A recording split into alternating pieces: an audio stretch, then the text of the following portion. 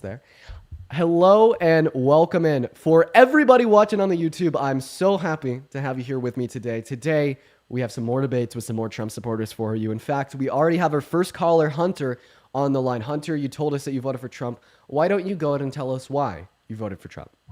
Well, personally, I work in the oil and gas industry, and under Trump, the regulations for drilling allowed us to produce a lot more. And even though we entered the deal with the OPEC deal, we still continue to produce at a mass rate over here in Midland and Odessa. Mm-hmm. And we had a lot of people feeding their families. You know what I'm saying? Yeah. So what you just told us is incorrect. There's actually more domestic oil produced under Biden-Harris's administration than under Trump's. There was also more restrictions on drilling in federal land. So then That was how the come problem. we're able to drill more? You weren't able to drill more. We You were weren't. able to drill the same wells over and over again. Would you like my Which, source? do you work in the oil and gas industry, sir? No, but I have eyes, ears, and the ability Okay, to let go me to put it this EIA. No, way. one moment, sir. I have eyes, ears, and the ability to go to EIA.gov, which I'm actually showing on your screen right now. If you're watching on Oh, because YouTube, everything on the internet is if completely if true, you just dog. allow me a moment to finish, if you're watching on YouTube, you do not Have have you the. ever got your hands dirty, bro? Have you ever used your fucking brain to read a book or research Have you shit before ever you speak? fucking got your hands dirty out in the oil field, dog? Jesus You Christ, no. I've never worked in the oil field, but I can Okay, go so to. you never had a hard labor job in your fucking life. Okay, so you think that the only hard labor job is working in No. oil and So what I'm gas? saying is, working out there, I see with my own two eyes. I don't have to think about shit. I know that everybody out there was making more money during that period of time than over the past 4 years because there was more people being laid off in the production industry because you couldn't drill but the same well over and over again. There were new wells being produced. It was all go into the same old well and drill it till it's dry, bro. Like you can't produce a well more than X amount of times before you run out of fucking options. Okay. Thank you so much for your statements. Is it okay if I have the microphone to speak now? Sure. Thanks, man. Just try to control yourself. You're very prone to interruptions. Just try to hold them back, okay? If you want, you could use a device such as a Rubik's Cube or maybe some pencil and paper to distract yourself while I'm speaking so you don't Maybe interrupt you me. could use some pussy and get laid for a change. Why is it always the conservative men that want to talk about my sex life? I thought that you guys wanted to keep that in the bedroom. And he left and he ran away. He left and he ran away. All right, guys, we are off to a phenomenal start of the day. So let's go ahead and get our next guest up here. Everyone, just give us a moment. He left before I was able to share with him the facts of the matter, such as the fact that the EIA, which is a registry that has tracked the domestic production of crude oil in America since the early 20th century, would indicate that we've actually produced more crude oil under Biden and Harris compared to under Trump. Unfortunately, he did run away. So we are going to get our next guest up here literally right now. Everyone, just give us a moment. We have our next guest, Peyton, loading in. So do just be patient. What is up, Peyton? How old are you? I'm 18. Nice, man. Did you vote for Trump? Absolutely. Why did you do that? The reason why I did that was because you lost. This is where you leave and run It's only away. 4 years. This is where It's you only leave and run four away. years. It's only 2,000 This is where you leave and run away and embarrass yourself like a beta male. He's going to do it. He's going to leave and run away like a beta male because he doesn't want to allow me a chance to respond because he knows if he does, he'll be cooked. And look at that, just like clockwork. Why am I always right? Why am I always right? Okay, Peyton is a beta male. The reason Peyton is a beta male is because Peyton comes up here, talks shit, then runs away with his tail in between his legs. Like clockwork, guys. Every single time it proves to be true. Every single time. All right. We're going to get that next guest, Jake, up here. Okay. We have these children, these beta males coming up into the live that cannot Dude, how stand the can test you of Dean. call anyone a beta male? You literally weigh 100 pounds. Okay. First of all, I don't weigh 100 pounds. Second of all, the reason I 120? called the last two guests both beta males is because they come up here, they make a point, they talk shit, and then they run away with their tail in between their legs. And Jake, I have a very strong feeling that you're about to do that as well, but I want to extend you an olive branch. Well, and give my you- thing, it's like, you the why are you so availability to tell us to arrogant? vote for Like, Trump. even if, like, yeah, they're that. It's like you think you're better than people, dude. You're not better than anyone. Okay. I don't think that I was better than the last two guests. That's what you However- imply every time, dude. Oh, I'm smarter than you. Oh, like you're just arrogant, dude. And it's obvious you got low testosterone. Like listening to you talk is like nails on a chalkboard. What do you think my testosterone levels are? Low. Like That's what? evident. What specifically? I don't know. Couldn't No, tell you, but no. it's Can you fucking please- low. Can you That's for please tell sure. me what testosterone levels are measured in? Oh, there we go. Whatever testosterone levels measured in, like, bro, you're You have- fucking you have no pussy. clue, Like, you're right? soft. You have no clue. No, I'm not soft. I'm educated. And you ran away just like the last two guests, as I said. Another beta male. Jake, isn't it funny that the first thing I told you when you loaded up into this live was that you will leave this live, you will run away, you will go back to the chat? Every single time, guys. I seriously, I can't be proven wrong on this. And I seriously, you know, I hope that like my foresight of what these guests are gonna do, because I do these lives every single day, doesn't come off as arrogance, but rather just comes off as an extremely high acuity and ability to be able to predict the future guests of this archetype of man that's very emotional, very uneducated, and very prone to blowing up on people that they disagree with that are smarter than them. So we're gonna go ahead and get that next guest in here right now. We've had a couple warriors so far in the live. I hope that we could, you know, get some political debates underway. So just allow us a minute. But we're running through these warriors, and I feel really bad for everybody spamming W Jake in that comment section. I would hate to be on the losing side of history. I feel bad for you guys. What does it feel like to be on the losing side? We got that next Look. guest up here. What's up? How old are you? I'm 20 in it. Look, I'm 20. not from America, Yeah, but let me awesome. just say my point. Let me just say I'm my so point. sorry. real We are quick. only looking for people to debate, so we're going to go to get that next guest. Houston Dorsey up in the box. Everyone just give us a minute. Guys, do double tap on that phone screen. Do double tap on that phone screen. I'd also like to thank Singing Guy with the $10 super chat over on YouTube. Thank you, Singing Guy. Then Kaylee, thank you so much for the $10 on Venmo. And then Viviana with the $10 super chat on YouTube. Thank you, Viviana, Kaylee. And then Jace with the $7 Canadian. You guys are awesome. What's going on, Houston? Did you vote for Trump? No, so actually I'm not able to vote, but my mom. Unfortunately, got to be at least 18 to be a TikTok live, so we're gonna move on to the next guest. Everyone, just give us a minute, guys. Let them do their little W Jakes in those live chats. Jackson It's is live. embarrassing. Look, what's up? Hello? Dude! All right, hi guys. I'm guessing that they didn't vote for Trump, so we're gonna go to move on to the next guest. We got Wally loading up into that box. If you're one of the 7.5 thousand people watching live on TikTok right now, make sure that you are double tapping away in that phone screen for me. Helps send the live out to more people, so hopefully we'll be able to get some more debates underway. But we got that next guest, Wick, loading up into that box right now. I mean, hopefully we could talk to some adults, guys. So far, we've just had little boys, and I'm not even referring to the Hi. literal fetuses. What's going on? How old are you? 27. 27, man. Did you vote for Trump? Yep. Awesome. And why is that? Many, many, many good reasons. All right. Well, Actually- drop 'em on me, man. There's too many for that, but I'd like to just make a point. Well, preferably. I'd like to ask you a question if I can. Well, If that's allowed. Of course, asking me questions is allowed, but you told me that you have many good reasons why Yes. you voted for Donald Trump. What I want you to do Tons. first is just name one. And if there's too many to pick from, choose No, one at random. because then you're gonna use your own prejudices and biases to try and make it seem like it's not a good point, and it's honestly pathetic. So I'd rather just jump to the important question. So I just want to clarify. You think me disputing your reasons why you voted for Trump is pathetic, therefore you won't do it. So I don't think that this is the right life for you if you are admitting to being unable and unwilling to engage Look, in the I debate. can do it, but clearly you're just going to spin it like you do, like you always do. Doesn't matter if someone actually comes with a good point.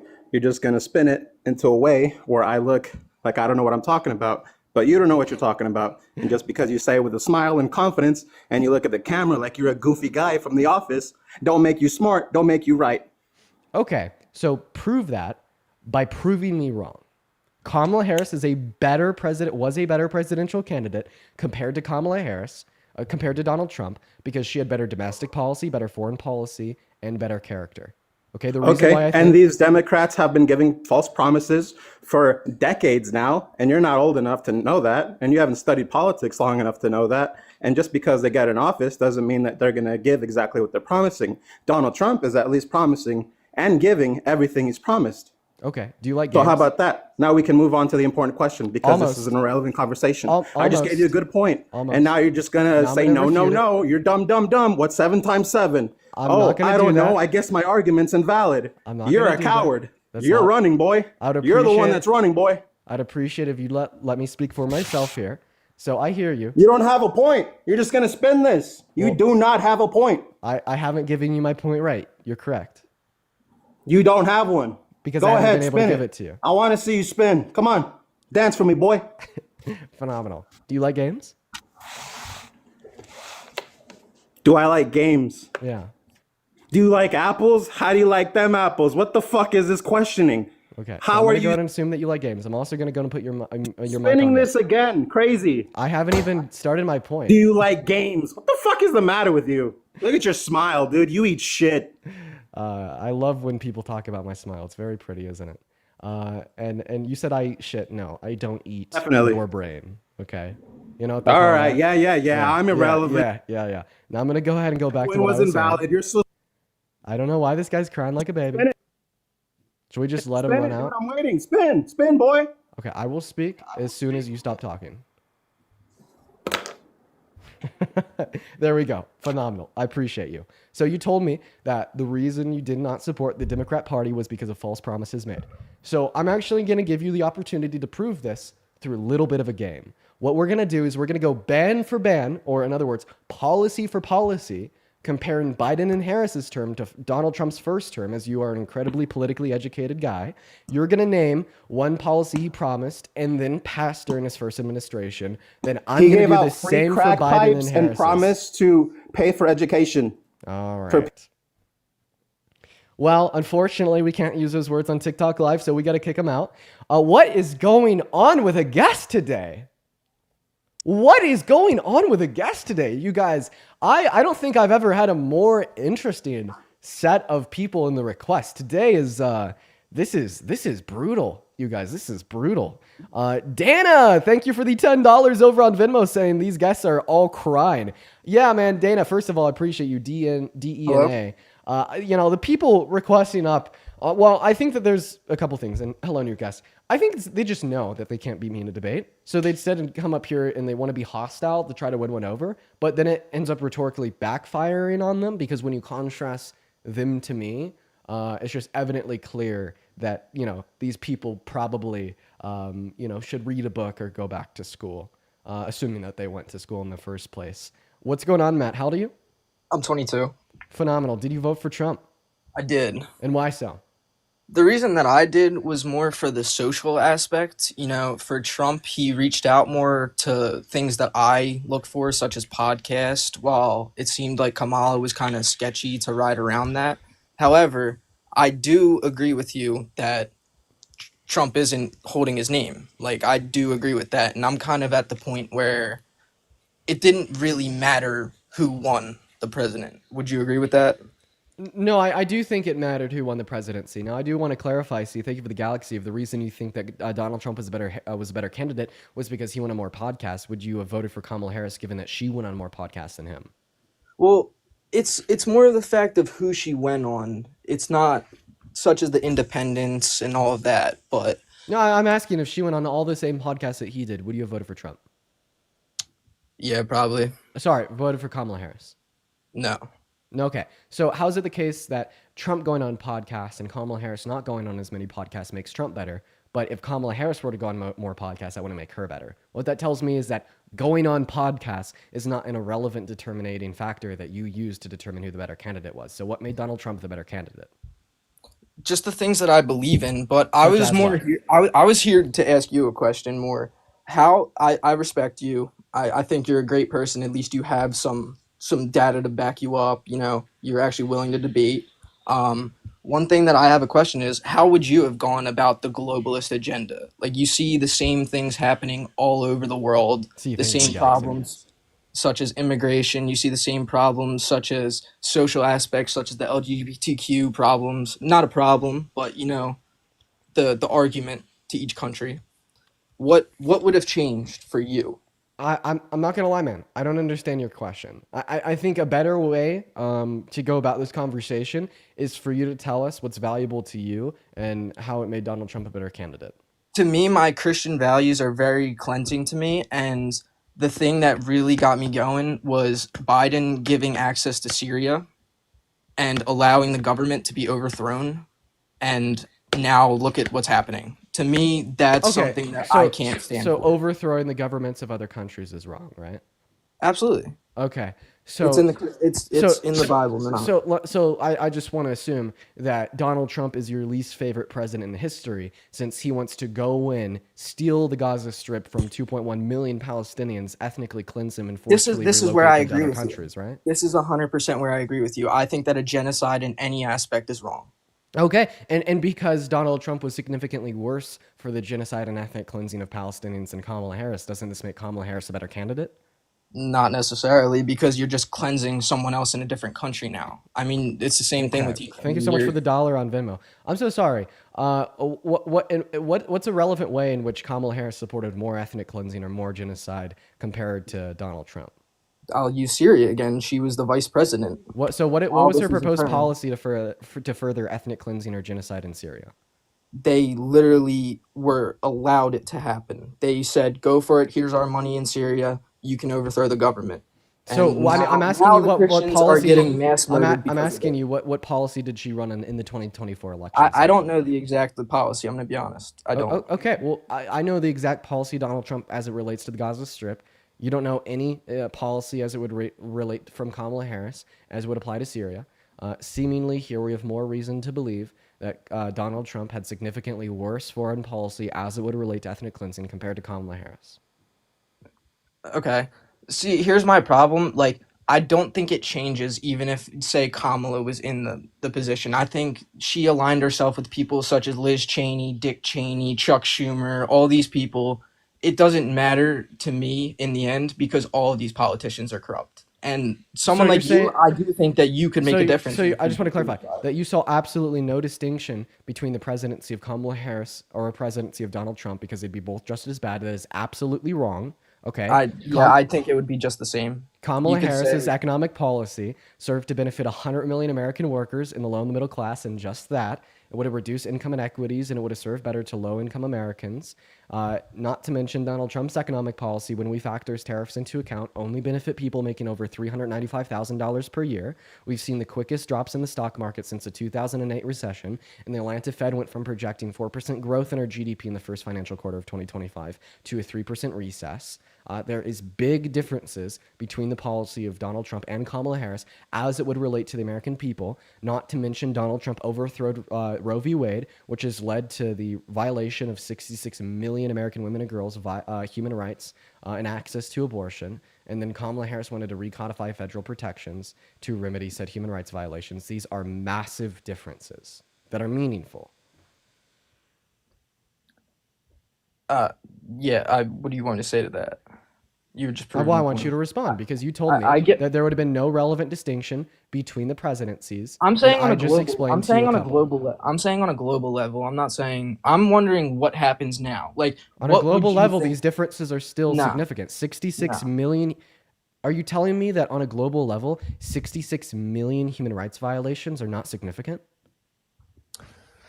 I think there just would have been more in a different area of the world, whether it be Ukraine, whether it be Syria, whether it be the Democratic Republic of Congo. I don't know much about Syria or DR Congo as it would relate to ideological separations between the parties or campaigns. But what I do know is that Donald Trump was worse for Ukrainians, Donald Trump was worse for Palestinians, and he had worse domestic policy. How can you say that about Ukraine? How can you say that about Ukraine though? Because he's a Russian bot. He's a Russian Biden's son was literally in talks with oil companies before 2014. I mean, what does it have? I'm so sorry. What does Hunter Biden being in talks with Ukrainian oil companies have to do with the fact that today Donald Trump is a Russian shill that is bowing the knee to Putin, advocating for that. I don't disagree with you on that point. That's where I'm trying. All right, is Russia the bad guy? No, Russia's not the bad guy. No. So you think that Russia had a right to invade Ukraine? Absolutely not. But So have then you heard how, of the- how why would you say that they're not the what bad about guy? what about the CIA in in Ukraine putting down pedal mines in the areas of Donbass, Kirk before everything happened? Putin has talked about it multiple times that he wanted to protect the Russian ethnicity people in Ukraine because the CIA and the Ukraine were putting these pedal mines. If you look them up, they're kind of like leaves, and they were blowing up kids' hands. So I want to clarify that you do think that Russia had a right to invade Ukraine to protect individuals with the Russian ethnicity? To a point. To They- a point. they wanted- they Jesus wanted to be fucking part of Christ. Russia. So They wanted to be part of Russia. I think it's crazy that you are now suggesting that Russia had a right to invade Ukraine, ethnically cleanse the Ukrainian individuals living in the country, but then People on the virtue front signal lines act have as if Nazi you care about symbols in Ukraine right now. death elsewhere. People in Ukraine have Nazi symbols on their helmets. They have the same insignias that were happening in World War II. And you could say what you want, but like to me, a genocide is a genocide, and it shouldn't matter. Okay, what side of a so border I you're just want to on. clarify now. I have not seen any evidence of Ukrainian fighters being Nazis. I mean, I think there's a lot of things that you've said a lot on this live that go unsubstantiated and false. But that aside, even if there's some Ukrainian soldiers that are Nazis, that doesn't justify the invasion, ethnic cleansing, and annexation of the entirety of a foreign country. I completely agree with that. I don't. So think that then, they why do you deserve think all Russia had the right to Ukraine invade Ukraine? to protect the people that are dying? To for no protect the reason? Ukraine, dude, they're killing people. They're killing people that we want to protect via honoring the Budapest Memorandum by sending And money who and started weapons this? to The Ukraine. US started all of this. It doesn't Absolutely matter not. if How did the US started start it. Russia's invasion of Ukraine? We installed a coup in 2014 to allow Zelensky to even be the puppet master of this entire thing. Okay, so it's our fault that Zelensky was in charge of Ukraine, and that's what caused Russia to invade. So Russia and Putin are not culpable for the invasion and annexation and ethnic cleansing of Ukrainians. Can you say that one more time? It broke up. Sorry. So I want to clarify that Russia and Putin is not culpable for their invasion of Ukraine. So I do just want to clarify that you would disagree with any sanctions placed on the country of Russia, since they are not culpable or responsible for their invasion of Ukraine. No, I don't agree with that either. I think that they are in the wrong at some aspects. How? How? If they didn't cause it, why would they be in the wrong? I mean, you're right with the borders. However, it's more of an ethnic battle than. Yeah, no, a just answer my border question. You said that the U.S. You know, I'm started. not trying to be a dick to you. Well, Esther, I'm I not. just want to answer my question because you're adamantly, instantiating that America caused Russia's invasion of Ukraine, which means Russia didn't cause Russia's invasion of Ukraine. So why do you agree with any sanctions placed on Russia when they're not responsible for their invasion of Ukraine, but rather we are? I don't know. Precisely my point. See, if you want to hold the belief that we are responsible for Russia's invasion of Ukraine, and they are justified in doing so to protect individuals with a Russian ethnic background from the CIA, well, Russia's not the bad guy. If anything, we should be helping Russia and not placing any sanctions on them. It shouldn't be So our. would you now fight in the condemn first both the place. Trump administration and the Biden-Harris administration for any sanctions placed on Russia, as we should rather be helping them? No. Why not?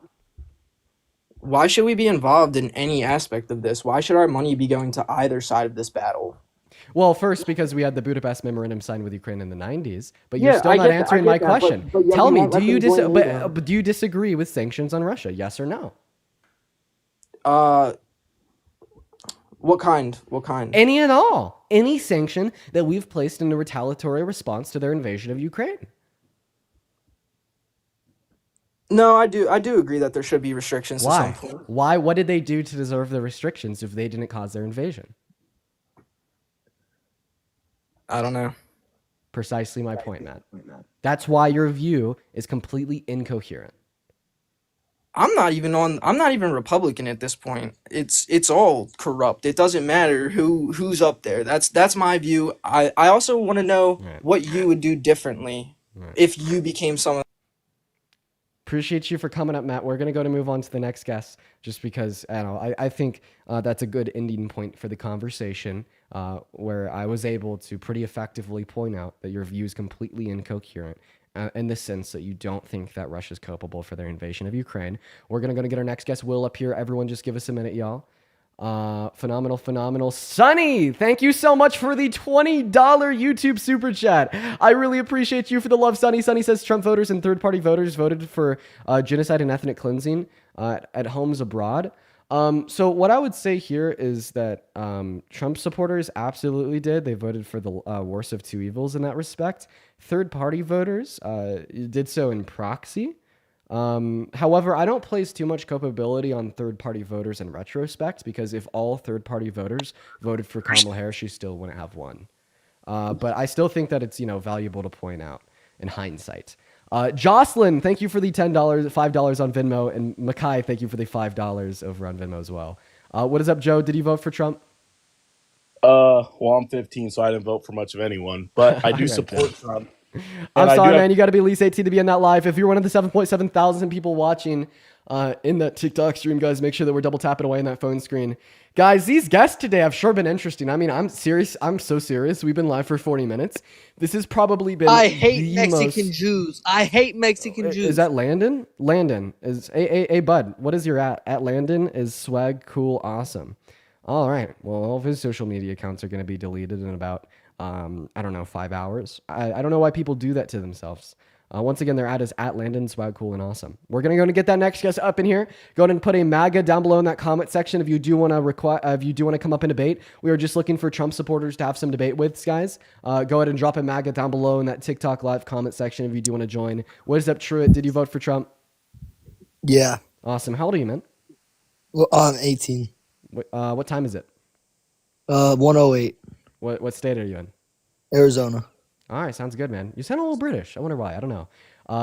Real quick, also, Johnny, what's up? Did you vote for Trump? Yes, sir, I did. Phenomenal. Real quick, Truett, what year were you born in?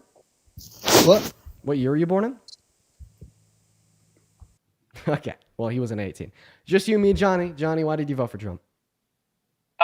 I'm just gonna state this now. I live with my parents, and they've been Republicans their whole life, so I kind of just followed what they voted for their whole life. And I mean, I do agree with some views of what Trump has planned for. I feel like at my age, I feel like a big one that I see a lot is with colleges and the pause on financial aid and all the funding to colleges.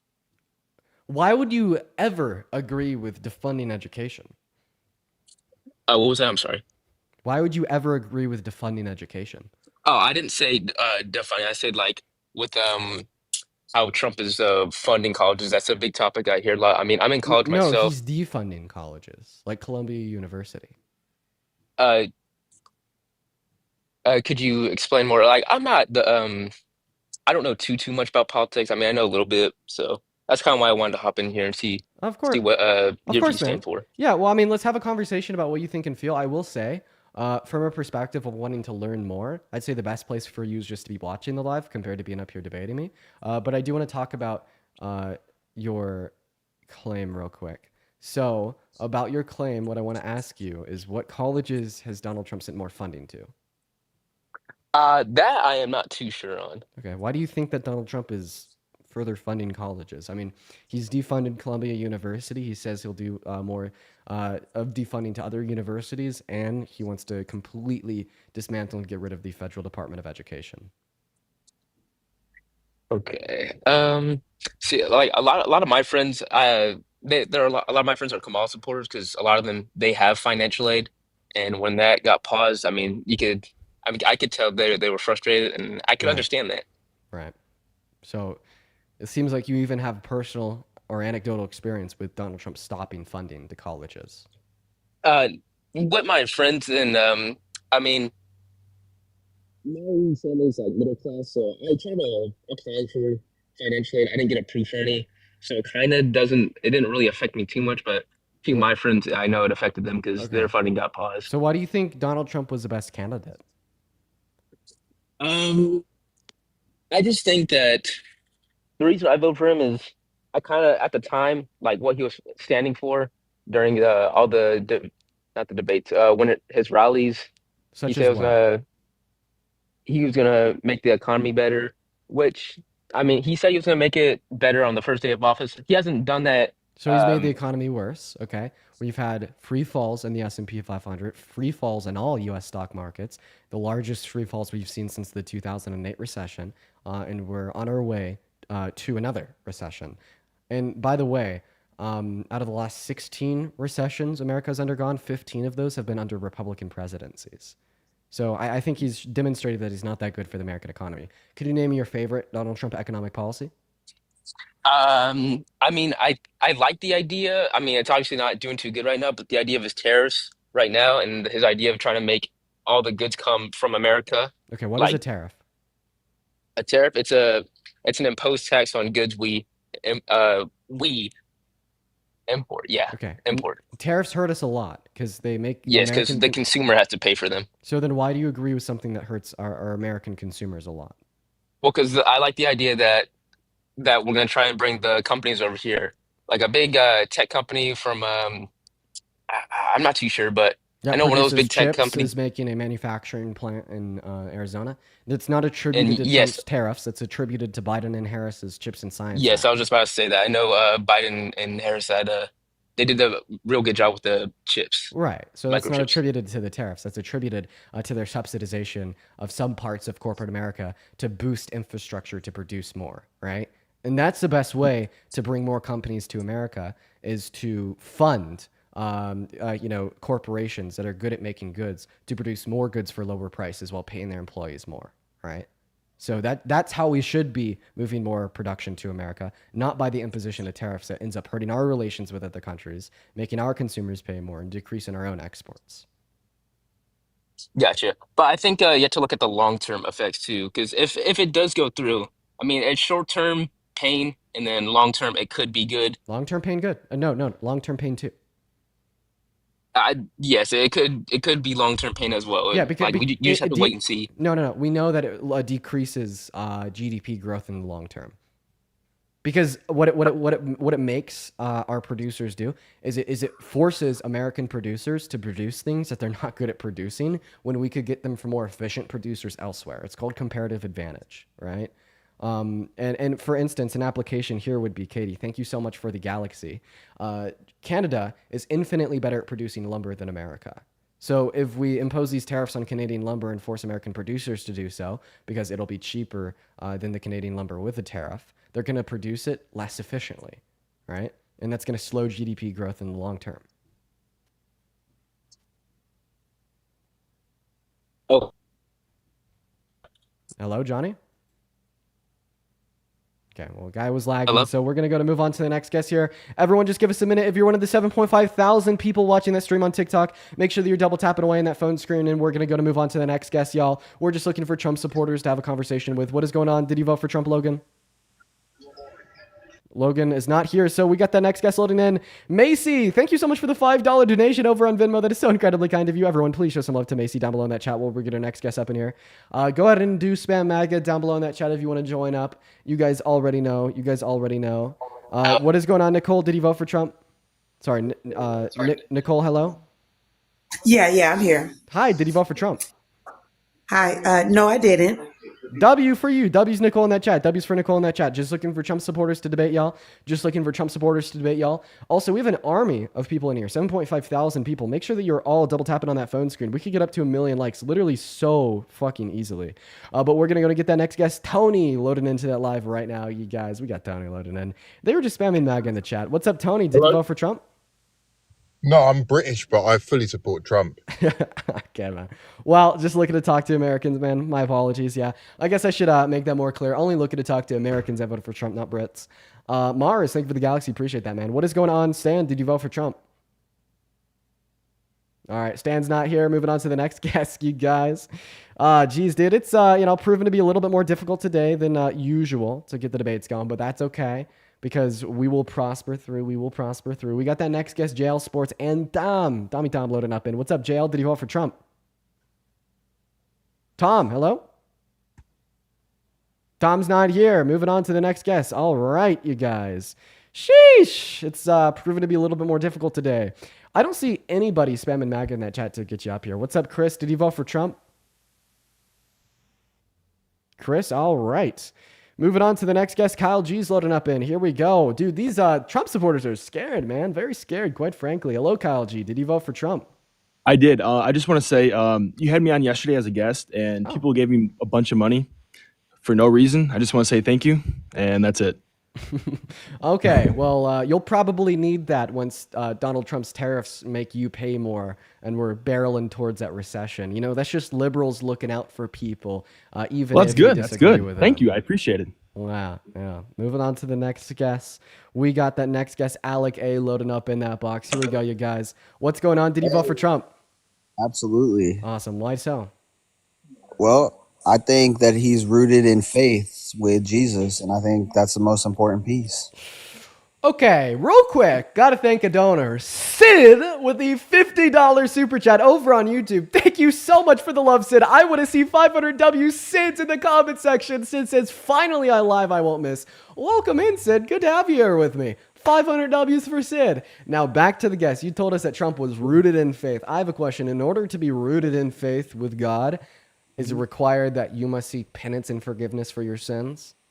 Of course. 2018 C-SPAN interview, Donald Trump said he has never had to ask God for forgiveness for a thing in his life, which means he's not rooted in faith with God. He's rooted in faith because he's unapologetic about mentioning it, and also repent derives from the Greek word metanoia, which means to renew your mind or change your mind about it. And so when you repent, it's changing how you once thought about what you did in the past. Which he said he's never had to do in his life. Now, I just want to say, if unapologetically mentioning the Christian faith or Bible makes you rooted in faith with God, do you think false preachers and the Antichrist are rooted in faith with God since they do that exact thing? I don't, because I believe go. they serve lowercase gods, not the one true God. Well, I mean, there you go. You disputed your own argument. Just because Donald Trump will unapologetically mention the Bible, that doesn't mean he's rooted in faith in God, because that's something that we also see to be true of false preachers and the Antichrist. And I believe that he's not rooted in faith with your God, if your God were to be real, because he said that he's never had to ask this God for forgiveness for anything. Not to mention he's raped a woman. He's incredibly xenophobic, incredibly misogynistic, and incredibly racist. And he doesn't fulfill many Christian values. What do we read in Psalms 32 and in the entirety of the New Testament? We read that if you give help to those less fortunate and more needy than yourself, you will be given great glory in the kingdom of God. Donald Trump has done nothing to help low-income Americans. He has only hurt them throughout his administrations. And this most recent administration, his economic policy as a whole, hurts anybody making under $395,000 per year, while having the worst impacts on the lowest income Americans. You just said like 5 to 10 different points in one, but You're right. Would you like me to break it down? I'm happy to debate one thing at a time, but if you want to, Okay. because what you're doing is you're using virtue signaling as kind of like to kind of prove your arguments. But the fact of the matter is the candidates on the left have no foundation in faith, and they only serve their own desires. Okay. Can you give me an example of that? Of course, yeah. They have alternative motives to interface with, really destroy the family nucleus by turning men against women and women against men. Whoa. And that destroys the family nucleus, because when you have Have you ever listened to like an alt-right podcast? You understand that there's like an industry of online entertainment where you just give the world's worst men a microphone and a camera to shit on women for 4 hours a day. And that's what appeals to 50% of the men in our country that have a right-leaning bias. No, I love women. I love women. I believe they should be provided and protected for. Oh, do you think that all men should provide and protect for all women? I think they should aspire to. Who do you think's better? Do you think men are better at leading than women? Yes, I do. Why? Why do I believe that? Yeah. Because it's in our nature. Okay, well, if it's in our nature, there should be some differences, biologically speaking, between men and women's natures that make men better at leading. So what are those biological differences that make men better at leading? Physical strength, being able to make decisions less emotionally. Yeah. Those are two pretty key ones, I would say. They're more physically able to protect. Yeah. They're the ones who are able to make decisions when things get intense. Okay. True or false? Okay. False. So let's go ahead and break that down. The first point that you made is men are physically stronger than women on average, which makes them better at leading. Who would you rather vote for, Donald Trump or a 15-year-old jacked out on the roids that can bench press 600 pounds? Well, Donald Trump's a better businessman than a 15. There's a lot more things that go into it. Okay. So then physical strength does not equate to being better at leading. Leading at what? Because I wouldn't. Okay, I wouldn't take. in I any would never context. take my child to a daycare with a bunch All of right, like. thank you for the $5 on Venmo. I appreciate that. I would never like women are good at leading certain areas. It just depends on the context that we're discussing. We'll get there. I just want to go 1 point by a time. So you I told me know, that but physical what strength. you're doing is taking one thing and you're applying it to whatever narrative Sorry, you want. Well, There's certain what I'm things doing that- is I'm breaking down your argument into women and consumable men- bite-sized pieces to refute. So you gave me 2 reasons that you think Sure. men are better at leading than women, physically stronger and less emotional in their decision makings. I'm breaking Mhm. those down into 2 points and countering them both. Your first point, that men being physically stronger and average than women makes them better at leading, is something you just contradicted when you told me you'd support Trump over a 15-year-old on roids that can bench press 500. The 15-year-old is obviously physically stronger than Donald Trump, but you don't think that equates him to be better at leading. A second question I'll ask you is, if physical strength is indicative of being better at leading, can you name one system or hierarchy of leadership in any structure in modern society, whether it be government, a private entity, or anywhere, where the leadership of said structure is purely determined on the basis of physical strength? The context in which I was talking about, which we were talking about the context of, men and women in the family nucleus, we're talking about a man being able to protect for his family. In the case of... You're not answering my question. You're not answering my question. I am, Name but one you're moving hierarchy the of leadership goalpost. where leadership is purely determined on physical strength. We can go look at the scenario of King David in the Bible. So King David was... Okay, well, first of all, we don't even know that King David existed. Yes, we do. So King David was only king because he was really strong? No, he wasn't, but it was certainly... Well, there you go. There you go. There you go. He Thank killed a you. giant. He killed a giant. Oh, but was King David physically stronger or weaker than the giant? Yeah, he was, but he was... So King physically- David was physically weaker than the giant, but but he was he still had- better at leading than the giant. This is actually an example that disputes your own argument. Perfect.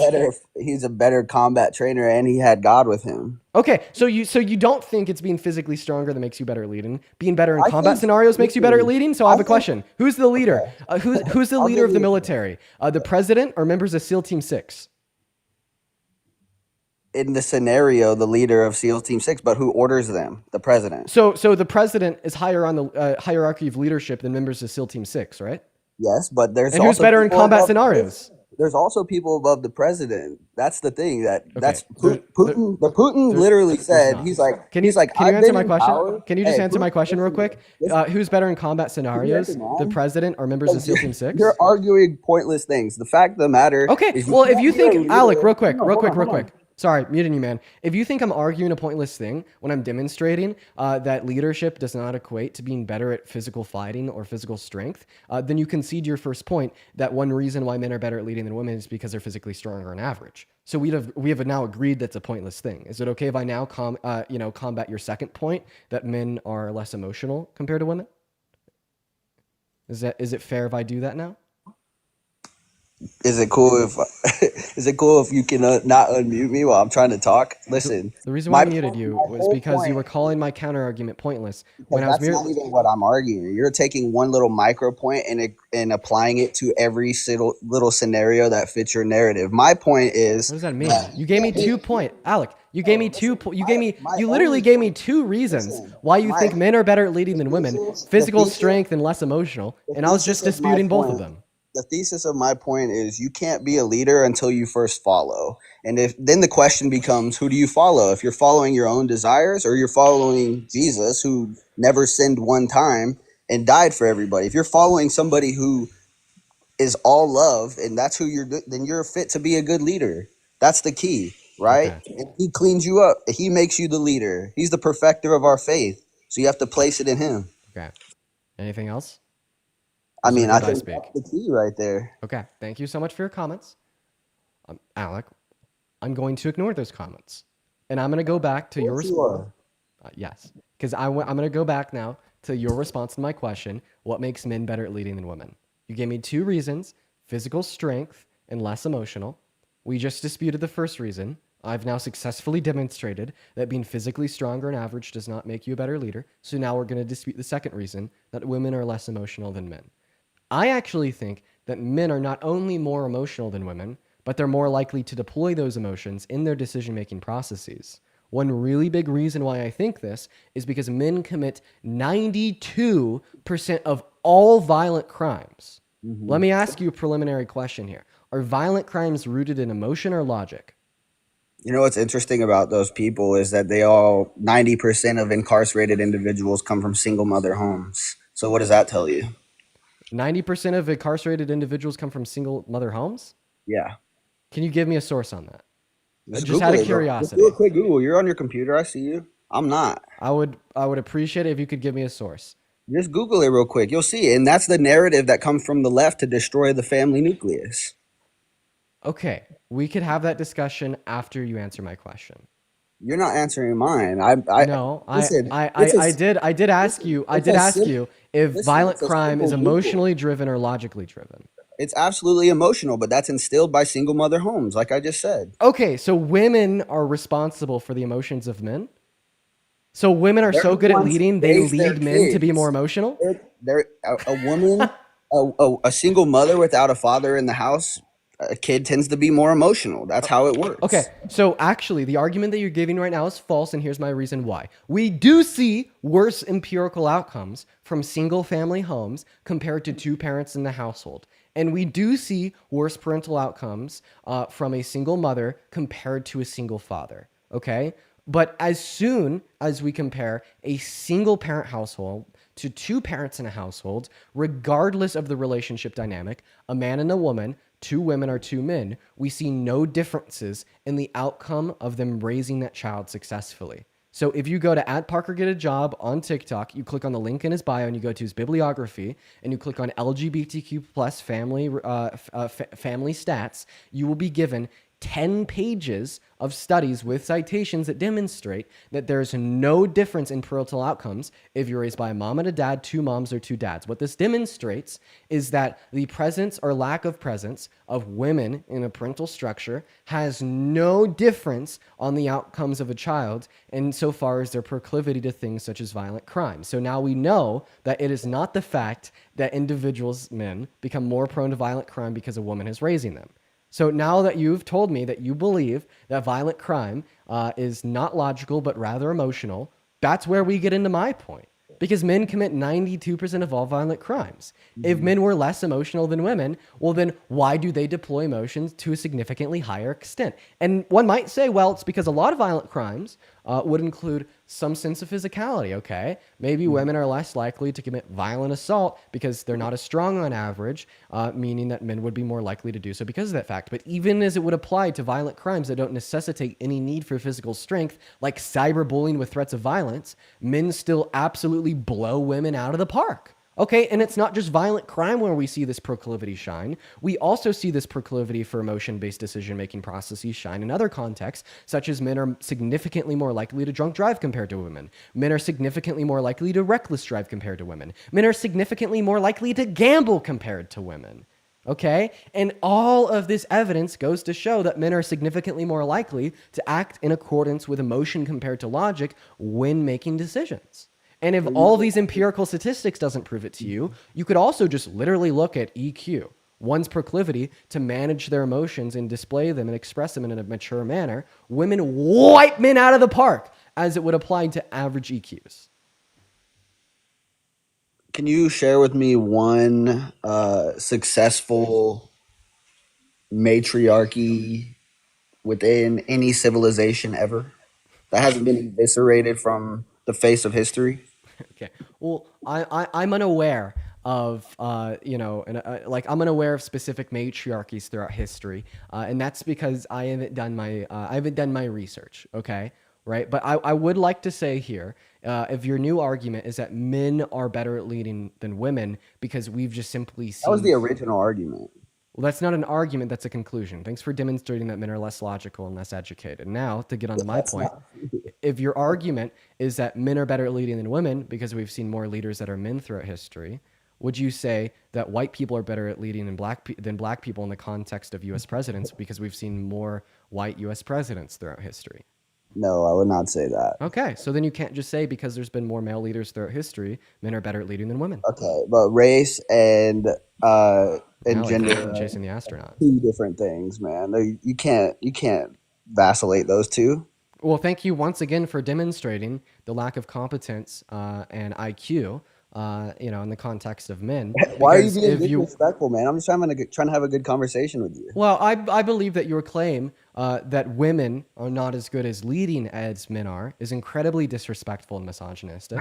And the think fact it's- that the only dig I've thrown your way so far is that you have a low IQ is actually quite good of me. I think I've been handling myself well in the face of such disgusting misogyny. So now I'll go back to what I was saying. I wasn't comparing race to gender. I was comparing a dynamic in your principle that states if one demographic is more abundant in a position of leadership, they're better at leading than a demographic that is less abundant in positions of leadership. You compared the two demographics of men and women, and you said because there's been a disproportionate amount of leaders that are men and a very low amount of leaders that are women, this means men are better at leading than women. All that I'm doing is I'm replacing that disproportionately abundant demographic of men with white people and that underrepresented demographic of individuals in leadership of women with black people. All right? Because your argument would still follow in the context of white and black people. But obviously, we agree that white people are not better at leading than black people, even though there's been a disproportionate amount of leaders that have been white. So that means just because there's been a disproportionate amount of leaders that are men, that doesn't mean that they're better. I never even said anything about the comparison of white leaders and black leaders. I was just talking about it because I love women, dude. I'm cool with you. I have no problem. I'm not mad. I'm not anything. I just believe that it all boils down to Jesus, man. Like there's no way to the heaven besides him. And so I base my teachings off of what I read out of the Bible. So Jesus is not relevant to this conversation. He's relevant to everything because all because all creation I need you to go ahead and grow a spine and actually respond to my refutations of your position, because you told me that men are better at leading than women because they're physically stronger and less emotional. Jesus falls nowhere in that picture. You could say in accordance with your religion that Jesus caused men to be less emotional on average, and the reason these biological distinctions exist is because of your God, okay? But we're merely just talking about the consequence of your God's design and how he made men better at leading than women because apparently they're less emotional. And that's a discussion we're having. So how about you actually go ahead and respond to the argument? And you've made a lot of arguments that I've refuted that you've pivoted around. I'm going to go ahead and catch you up to speed here. I want you to pick what argument you want to respond to, but I don't want you to deflect this time. The first argument you gave me was that men are better at leading because they're physically stronger on average, but then you told me that members of SEAL Team 6 are stronger than Trump, but Trump's a better leader. Argument debunked. The second argument that you made was that men are better at leading than women because they're less emotional on average. Then I was like, they're significantly more prone to emotionally driven behaviors such as violent crime, drunk driving, gambling, or reckless driving. Meanwhile, women are less prone to all of these behaviors and they have a higher EQ on average. Argument debunked. The third argument that you gave me was that men are better at leading than women because there's been more leaders throughout history that are men compared to leaders that are women. We merely took your argument, took your principles, and applied them in the dynamic of race. There's been significantly more leaders throughout history in the context of American presidents that are white compared to the one U.S. president that was black. Under your principle, you yield the conclusion that therefore white people are better at leading than black people. You denied that conclusion, meaning that your principle is false. Argument debunked. Right now, I've debunked all three of your arguments that you've given me insofar as why men are better at leading than women. Feel free to either respond to any of my refutations I've granted so far or come up with a new argument. It's not that hard, man. I mean, when you word vomit like that, it kind of makes it really difficult. And every time I try to come up with a point, you mute me. Okay. I remember being in high school, Calculus 2, junior year. I thought my teacher was word vomiting, but now I know I didn't understand him. Not because he was incompetent, but because I didn't do my damn homework. So wait, so you're saying you didn't pay attention in high school, and so you're basically saying it's your fault.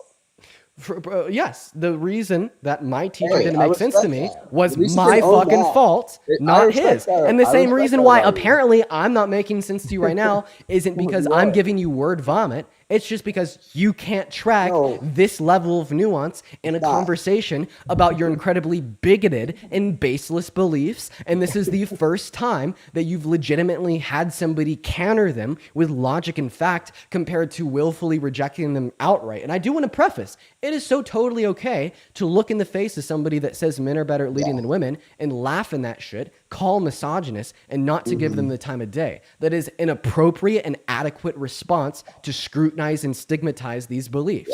But I prefer the method of demonstrating these beliefs to be so incredibly devoid of all fact, all reason, all logic, and any sense by merely countering them with fact, logic, and sense. And that's what we're doing. And look at where we've wound up. We are now in a spot where you are telling me that you can't even comprehend my counter rebuttals Dude, because you're they're getting really simply too emotional, bro. logical for your very small mind. You're getting very emotional, dude. Like, it's fine. I promise. Saying it's a warm day outside when it's 92 is not emotional. Okay. You're Saying chocolate swearing. You're tastes, swearing and saying that raising your chocolate voice. cake tastes good is not emotional. And saying that Alec has a small mind is not emotional.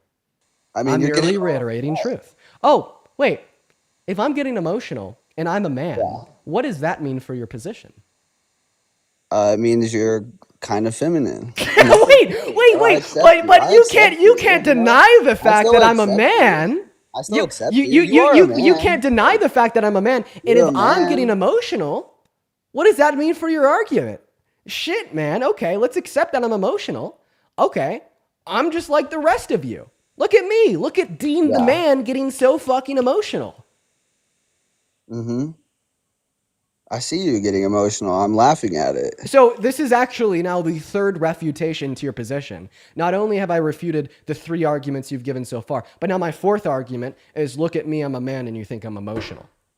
Thank you. Men still have emotions, dude. It's about processing it. Emotions are like water, okay? You can either tsunami your life or you can use it for positive to do something like a hydroelectricity, right? Okay? Women are better at processing emotions than men. No, I believe they have better like social intelligence. They are leaders in their own realm. We need each other. They're better. Hey, man, I want you to dispute one of the better things too. Hey man, Alec, We I need want you each other, dude. man, Alec, I want you to dispute one of the arguments that I've given you so far. Can you do that? Okay, give me the one you want to focus on most.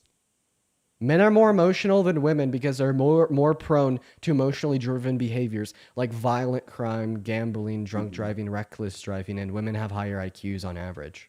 My rebuttal to that is I believe we both have emotions. I believe men experience anger more than women. I believe women experience anxiety and depression more than men. Okay, I believe each gender is More men. Wait. More men No, because I'm disputing that point. More men self-unalive. And abuse hard DRUGS to deal with unhealthy emotions like anxiety or depression. The life of a man is inherently harder. You have to earn your way to the top. The girl isn't born with value and has to preserve her value. The man has to build his value. That's how it works. Okay. Would you say life gets easier the more money you have? I say life gets easier the closer you get to Jesus. So life doesn't get easier the more money you have? No, for what does a man gain? Wait. So then why do people then why so would you say that just because Jeff Bezos is a billionaire, that doesn't mean that his life is necessarily easier than like low income families? I don't know. I don't know Jeff Bezos. I couldn't tell you, but I know a lot of very unhappy rich people who feel very lonely, man. It goes all across the board. So I just want to say, you think that that the higher net worth one has, there's no positive correlation to higher quality of life? Mm-hmm. Wait, say that again. Sorry. The more money one has, there's not a positive correlation with that in quality of life?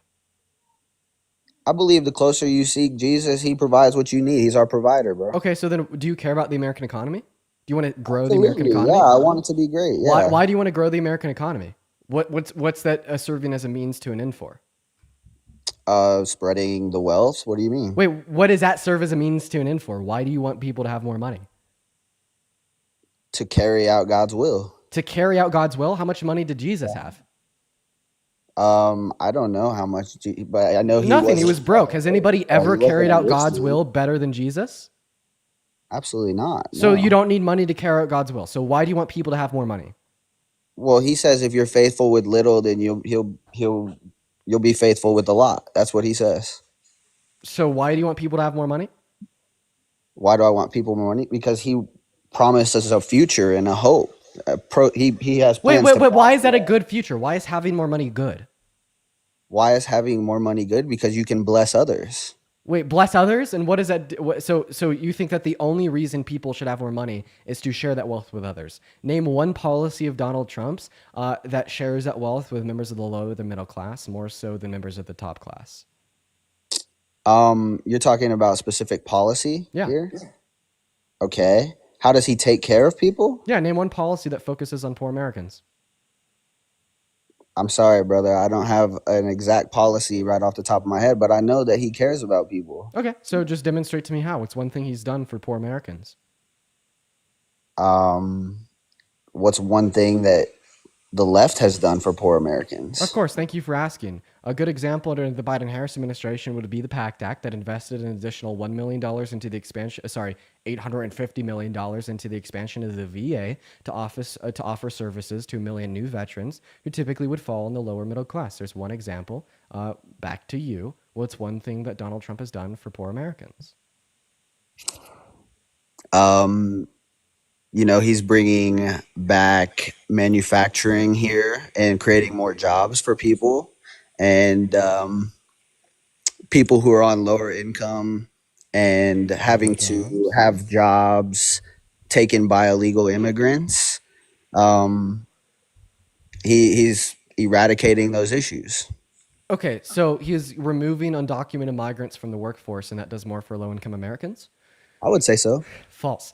Because mass deportation costs $100 billion in opportunity cost per year in government revenue, as undocumented migrants pay $100 billion per taxes per year, not to mention it costs $175 billion up front, and it reduces overall average qualities of life as undocumented migrants pay into the American GDP as it slows American GDP growth. Not to mention, if we were to offer undocumented migrants in our country a pathway to residency or citizenship, they'd be getting paid higher wages on average, which means median wages go up, they pay more in taxes, and they put more into our GDP, meaning they scale our economy more and grow average qualities of lives. So no, mass deportation in contrast to mass amnesty is actually worse for the living conditions of low and middle class Americans. So do you believe we should have an open border policy? I could tell you what I want in the context of border policy after we finish discussing what Donald Trump has done for low-income Americans. Well, I mean, I did. It goes hand in hand. I think I demonstrated how you were wrong. I demonstrated how mass deportation is actually worse for the average qualities of life for low-income Americans. Disagree on this one, but can we Wait, agree? no, that- we actually can't agree to disagree, you anti-intellectual by a partisan hack. Bro, Go ahead why and are you explain to me getting so exactly mad? how I'm wrong. You know what's funny is if you're standing in front of me, I know you wouldn't say that to my face. I'd say this shit to your face. You would? Yeah. Let's make it happen then. Okay, Mesa Mall, Grand Junction, Colorado, any day of the week at 5 p.m. Grand after I Junction, get off my bro. I stream. love Grand Junction. I used to play baseball there. That's Okay, awesome. win. Right on. When did I play? I played in college. No, I'm not asking you when you want to play. I'm asking you when you want to show up to Mesa Mall. I mean, what, you want me to book a flight? What, you're going to say it right to my face? Yes. That's what you're going to do? Okay, perfect. Let's So hang what- out. man. so what I'm day? down to break some bread and hear you try to disrespect me. to my face. So it's March 15th. When do you want to come to Mesa Mall in Grand Junction, Colorado? When are you free? Any day after 5 p.m. Any day after 5 p.m. Yeah. Okay, right on. No, Well, what day? I'm out of town for work. I got to go to New York for work, but I didn't ask you when you had to go to New York for work. I asked you what day you want to come to Grand Junction, Colorado and meet up at Mesa Mall. You want to hang out? No, I want to say it to your face. So what day? And then what? We I can kick it don't have a after plan. I'm just going to say it to your face because you said I wouldn't say it to your Okay, face. that's fine. I got to be out of town for 2 weeks, so how about like mid-April? Does that work for you? Yeah, what day in April? Let's do like let me look at my calendar real quick. Let's do like the third weekend of April. The third weekend of April. Give me a day. Yeah. Here. Hold on. Well, it's a 15th right now.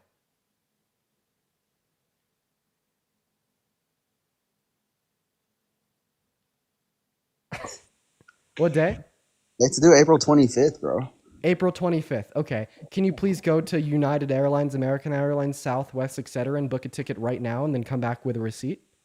Yeah, perfect, bro. I'll book it. I'll book a Southwest flight. Okay, so go on pause right now. Go to Southwest's website, pay for a plane ticket to GJT, and then come back and show the receipt on live. You don't even need to leave the live. You just need to go on pause and do it right now. So you're gonna boss me around. I'll book that shit when I'm ready, but I'll see you the Oh, 20th. no. If you're not going to book it right now, then this isn't going to happen because you're just never going to end up doing it. I'll book it on the 25th. Wait, how come I'm the scared one when I'm telling you to come get a plane ticket to show up at my doorstep so I could say it to your face? We'll see how you're feeling when you say it to my. I'm ready, bro. I'm looking forward to Okay, it. well, if you're ready, book the ticket right now. Bro, who are you? You're not my boss. Okay, well, if you're not going to book the ticket right now, thank you for demonstrating to me and everybody watching that these tough MAGA idiots on the internet won't actually do shit. Bro, I love you, dude. You're hilarious. Well, if I hear anything out of your mouth apart from I'm going online to book a plane ticket right now, thank you for being the best demonstration of the tough guy internet act I've seen ever. There's not a tough guy act. I'm down to say what. I'll be right there in your face. We could get some food. I don't care, bro. Like, I'll be there. You count it, the 25th. Well, I want to see a plane Write it ticket. down in your calendar, bro. Well, I won't believe you until I see a receipt for a plane ticket. So book the ticket. If you're going to be there, what's stopping you from booking it right now? Because I'm talking to you, bro. What do you mean? We can stop talking. You can go and pause. I could get another guest up, and you could be back in 3 minutes with a screenshot of a plane ticket. All right, perfect. Bring another guest out. I'll book it. I'm not asking. I don't want you to leave the live. I just want you to swipe out of the app and go book it right now. All right, say less, bro. I got you. Okay, it'll take less than 3 minutes to book it. Shut up, bro. I'll do it. Relax. Do it right now. Did you not hear what I just said? I'm booking it, bro. I'm gonna pull up. Well, you can't book anything if you're talking to me. Bro, this dude does not know how to shut up, bro. Well, I'm asking you to quote unquote shut up and book that ticket. Yeah, say less. I got you. You still haven't done anything. We're still sitting here talking. Look at you. Now you're laughing. That's what people do when they've been caught. I'm laughing at you this whole time because you're goofy, bro. So why are you laughing instead of booking a ticket? I'm laughing because we completely disagree, but we can still be cool, bro. So you're doing something other than booking a plane ticket. Bro, why you act so tough right here? You ain't tough. So then book the plane ticket. If I'm not tough, book the plane ticket. Why are you talking to me like you're an authority figure to me? You're not. Okay, if I'm not an authority figure and I'm not tough, why aren't you booking the plane ticket? Because you're the one acting all hard, like you're gonna make me do it. Like you ain't gonna do nothing. I'll be there. You're just scared. How am I scared? Give me one indicator that I'm scared. Because you're trying to act all hard through the screen, but when you get there, bro, like you're not about that. So I want to clarify. I'm acting hard by holding you to your word. No, you're acting hard by trying to be an authoritative figure by telling me what to do, bro. You're soft. You're not. So I'm soft for holding you to your word. This is the biggest deflection and obfuscation from the truth I've ever heard. I don't have to book it while I'm on here with you. Why won't you do it right now? Because I don't feel like doing it right now. Why don't you feel like doing it right now? Because I'm talking to your dumb ass, bro. So you'd rather talk to me on the internet than book a plane ticket. So earlier when you told me I wouldn't say this to your face, it is actually the case that you won't say this to my face. All your fans are looking at you like you're a goofball right now. No, because I proved you wrong. You said that, Dean, you wouldn't act like this to my face, but now you literally just told me, Alec, just give me a minute to speak here. You literally just told me that you would rather talk to me over the internet than book a plane ticket to say it to my face. So earlier when you said Dean won't say it to Alec's face, it's actually Alec who won't say it to Dean's face. Bro, I'll say whatever to your face, dude. I'll say whatever to your face. Apparently you won't show me a screenshot of a booked plane ticket. I know for a fact that you ain't gonna disrespect me like that to my face, bro. I know you're not. You're not about that. Well, I'm not about that. Why isn't the plane ticket booked? Well, if you're about it that much, then you book it. Oh, no, you're coming to me, man. I will. So then do it. I will. Right now.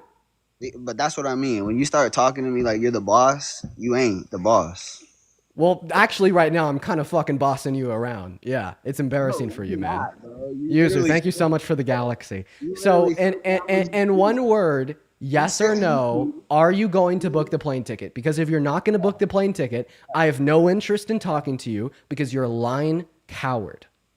You're a coward, bro. I'm not the one that I is still love you, though. saying I still things love you, buddy. like you wouldn't do it to my face, but I then still love cowering down when an Hey. offer is extended so I can Hey. say it to your face. After you say it to my face, would you like to sign an NDA and go get in a boxing ring? Would you do that? Of course. Oh, But hell the yeah. first step is for you to book the right. ticket. Say less, bro. Let's do it. So go on pause and book the ticket. All right. We're waiting. He left. Oh my gosh. So we're going to go ahead and move on to the next guest. But before we move on, I just want to put it out there. I have no fucking interest in meeting up with some random on the internet and boxing them. That is the biggest waste of my time ever. But what the last 10 minutes demonstrated was that this internet tough guy act is just that, an internet tough guy act. You'll see so many of these conservatives coming into spaces like mine or spaces like others, Mars, thank you for the galaxy, and doing that really annoying pompous man thing where they're like, you wouldn't say it to my face. Now that you've proven me wrong in a debate, I want to beat you up. They don't stand behind it. And I feel like that was a very valuable way to spend my time. Now, of course, we're going to go ahead and move on to the next guest. We got Lexi loading up. If you're in that queue, make sure that you voted for Trump. Everyone, do just give us 1 minute. What's going on, Lexi? Did you vote for Trump?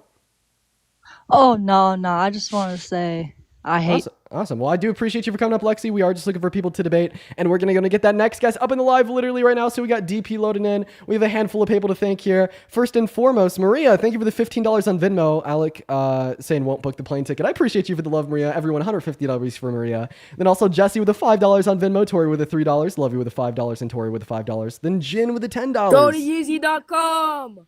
Oh, geez. Dude, that Go to- guy's a child, man. I really hope that he doesn't grow up to be a Nazi. I'm not even joking when I say that, dude. Holy cow. That is a very concerning thing. And then, Alejandra, thank you so much for the $10 over on Venmo. I do really appreciate you for the love, Alejandra. Thank you so much. Then also, Wendy, thank you so much for the $50 super chat over on over on YouTube super chat. I really appreciate you for the $50, Wendy. It looks like we just got taken down for violent behaviors and criminal activities for a week ban. Sheesh. Well, but I appreciate you so much for that love, Wendy. Everybody, please show some love to Wendy down below in that chat. That is so incredibly kind. Thank you so much. Huge shout out to Wendy. Huge shout out to Wendy. Yeah, we just got a ban for violent behaviors. Jesus Christ. Okay. All right, you guys. Well, we're gonna go ahead and go live on the main account. I have a feeling like that ban's gonna stick. Not gonna lie. What happened to TikTok? Got a ban for violent behaviors.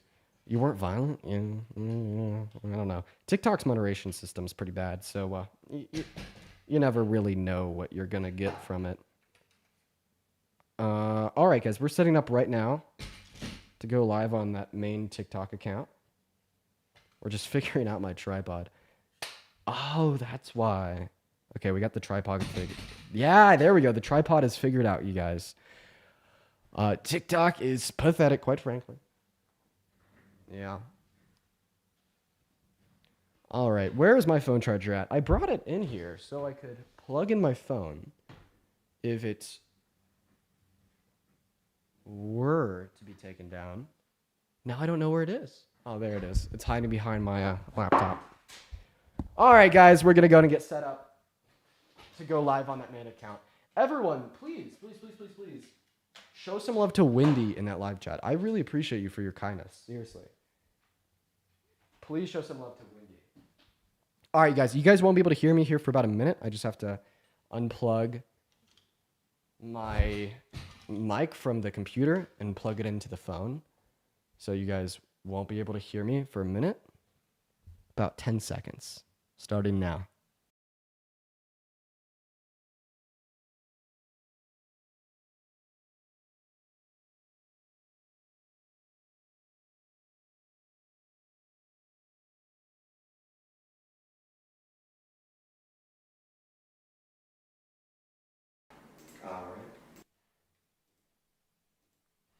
Cool.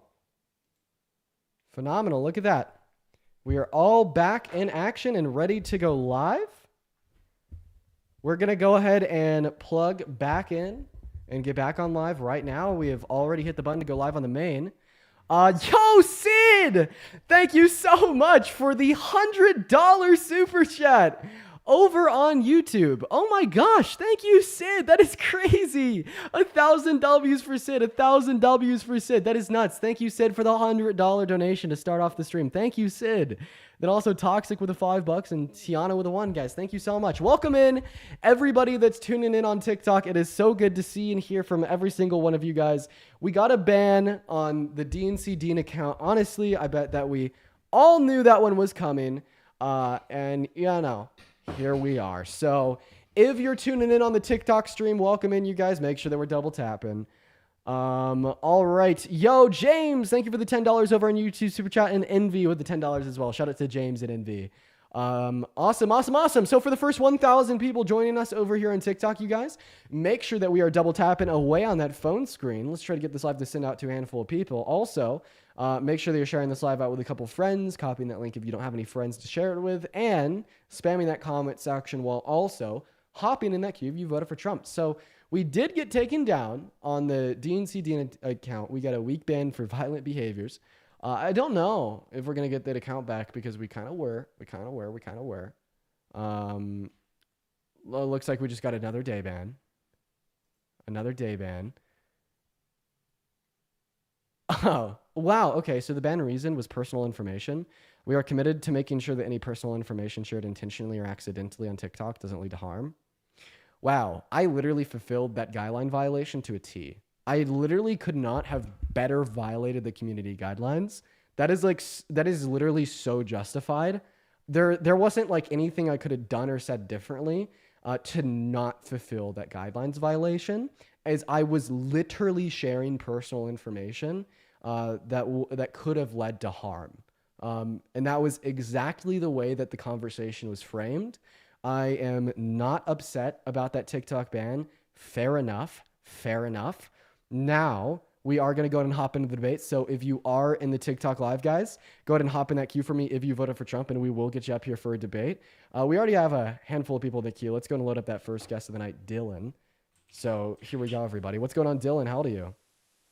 Hey, what's up, man? 24. How about you? I'm 20. I'm 20. Did you vote for Trump?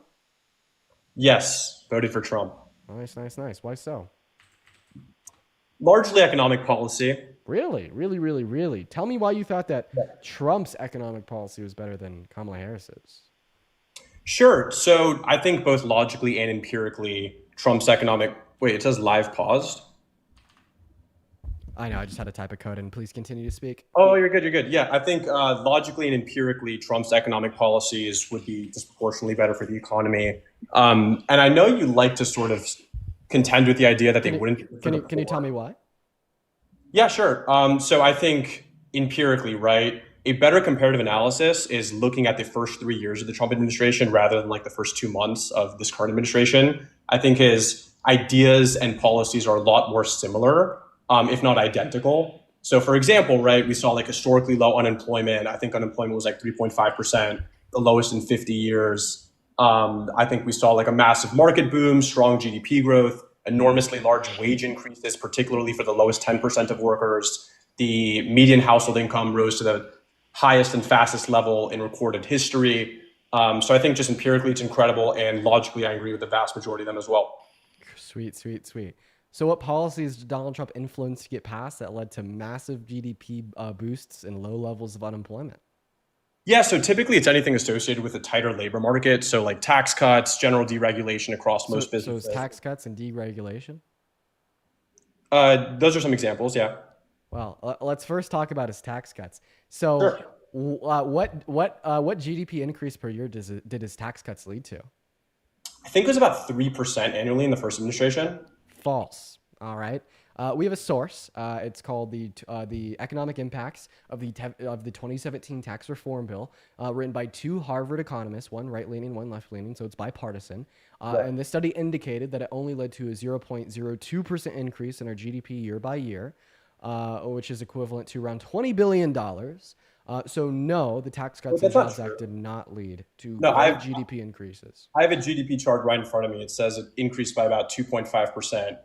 I don't think What that's you're looking at is general GDP increase. When we isolate for the impacts of the policy, what you'll see is it only attributed to 0.02% growth year by year. So we have to isolate for the impacts of the policy and not just look at the trajectory of the GDP Sure. as a So whole. I don't know the methodology of like this specific kind of random study, but if you look at the results, $5. No, you're not looking at the results, though. You're literally not looking at the results. You cannot say I that am. general GDP growth under Trump's administration is a result of his policy, because that's what we call a correlation causation fallacy. And by the way, if you do just want to there's say, a lot of nuance. Okay, sure. So there's a lot wait, of just let me nuance. finish speaking real quick. Because if Yes. you do just want to say that anything that happens in Trump's economy is a result of the policy, sure, you could No. say that for the first 2 years of the Tax Cuts and Jobs Act, it led to 3% increases in the GDP. Well, what about 2020 and 2021? Did his Tax Cuts and Jobs Act also lead to the highest level of unemployment since the Great Depression at 14.8% in April of 2020?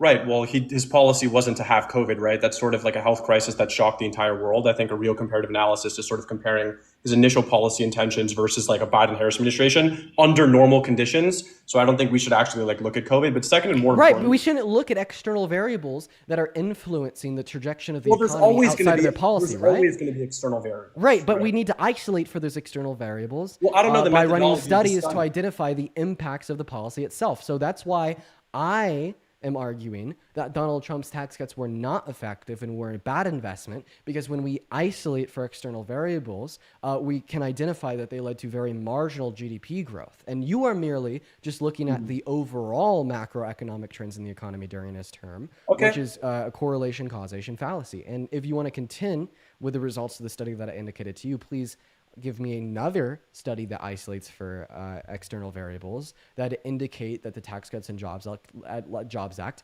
led to a greater year-by-year GDP increase. Sure. So if you're 0.02%. Sure. So I agree with you. A big problem with GDP growth in general is that there's a lot of specific nuance, right? Like there's a lot of external factors. I don't know the methodology of this study, so I don't know what they quote unquote call isolating for Trump's policies. I think that's very, very difficult to do. However, if you want to look at specific statistics of like wage growth, medium household income growth, jobs. Doing it again. Doing what? I just explained. I can re-explain if you like. Well, the study talked about GDP growth, right? But why did the lowest 10% of earners see the fastest wage growth, more than double or about double the top 10% of wage earners? Well, we know it's not because of his Tax Cuts and Jobs Act, and I have What's it another because study of? for that. So what's it because of? Oh, I don't know. Okay. I don't need to know.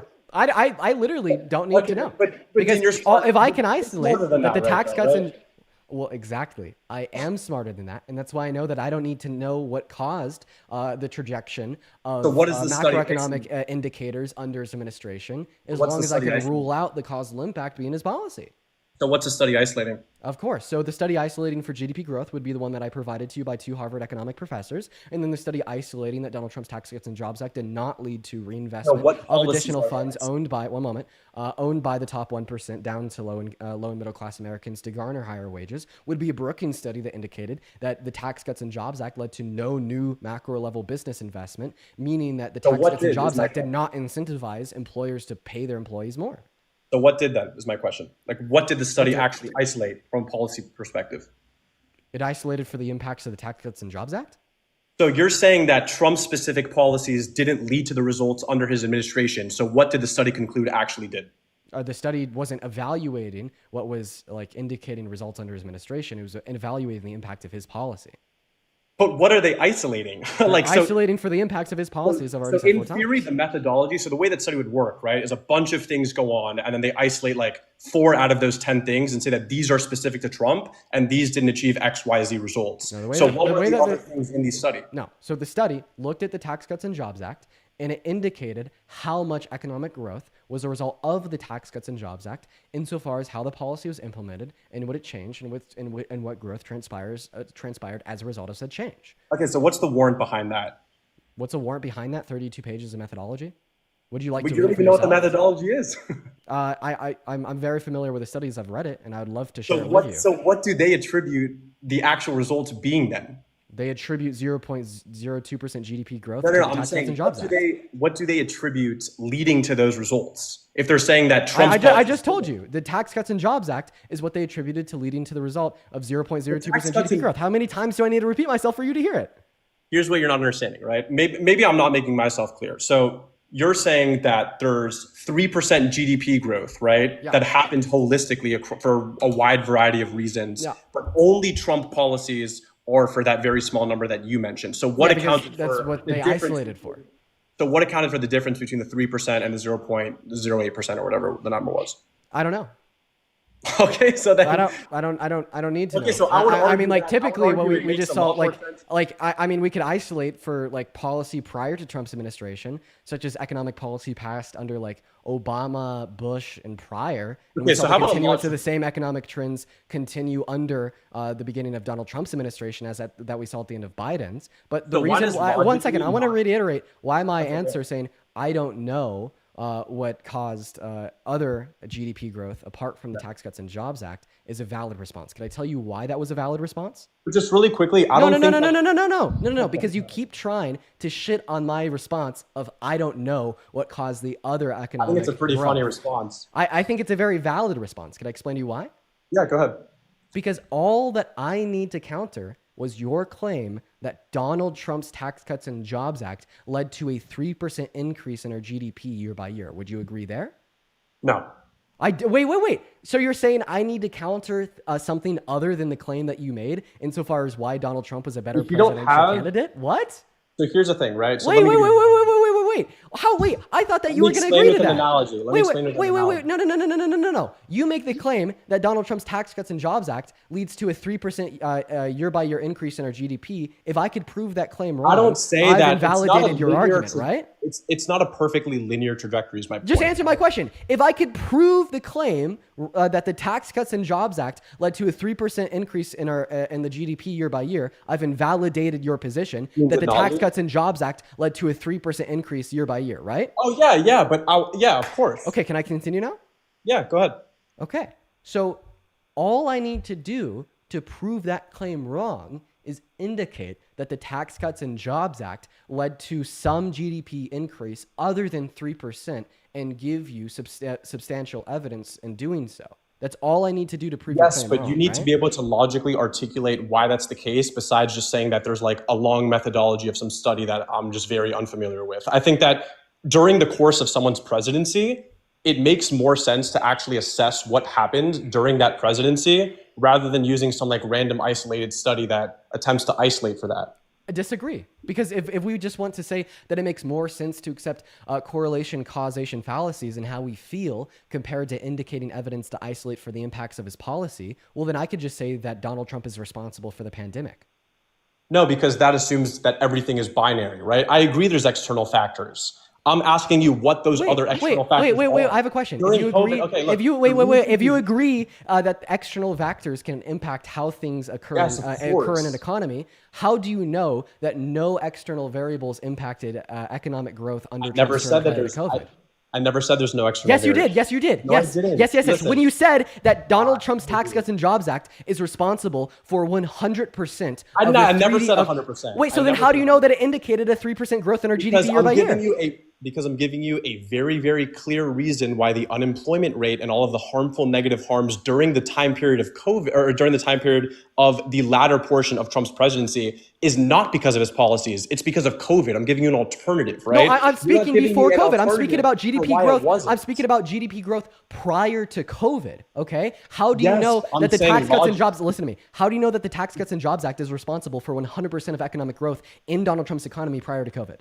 Okay, two responses. One, I'm not saying it's 100%. I think it's completely irrational to assume anything is 100%, right? There's always Okay, now And you've two, more contradicted yourself importantly- because you attributed it to all No, 100% of the 3% growth in our GDP year by year. You did. Listen.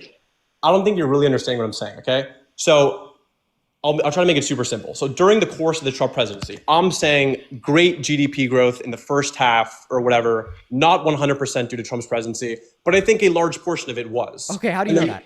Okay, let me just finish really quickly. And then the latter portion of his presidency was horrible economic harms, and I'm giving you a specific reason for that. I'm Wait, saying it was just a answer my global question. health How do you pandemic. know that Donald Trump's policy is responsible for a large portion of economic prosperity prior to COVID?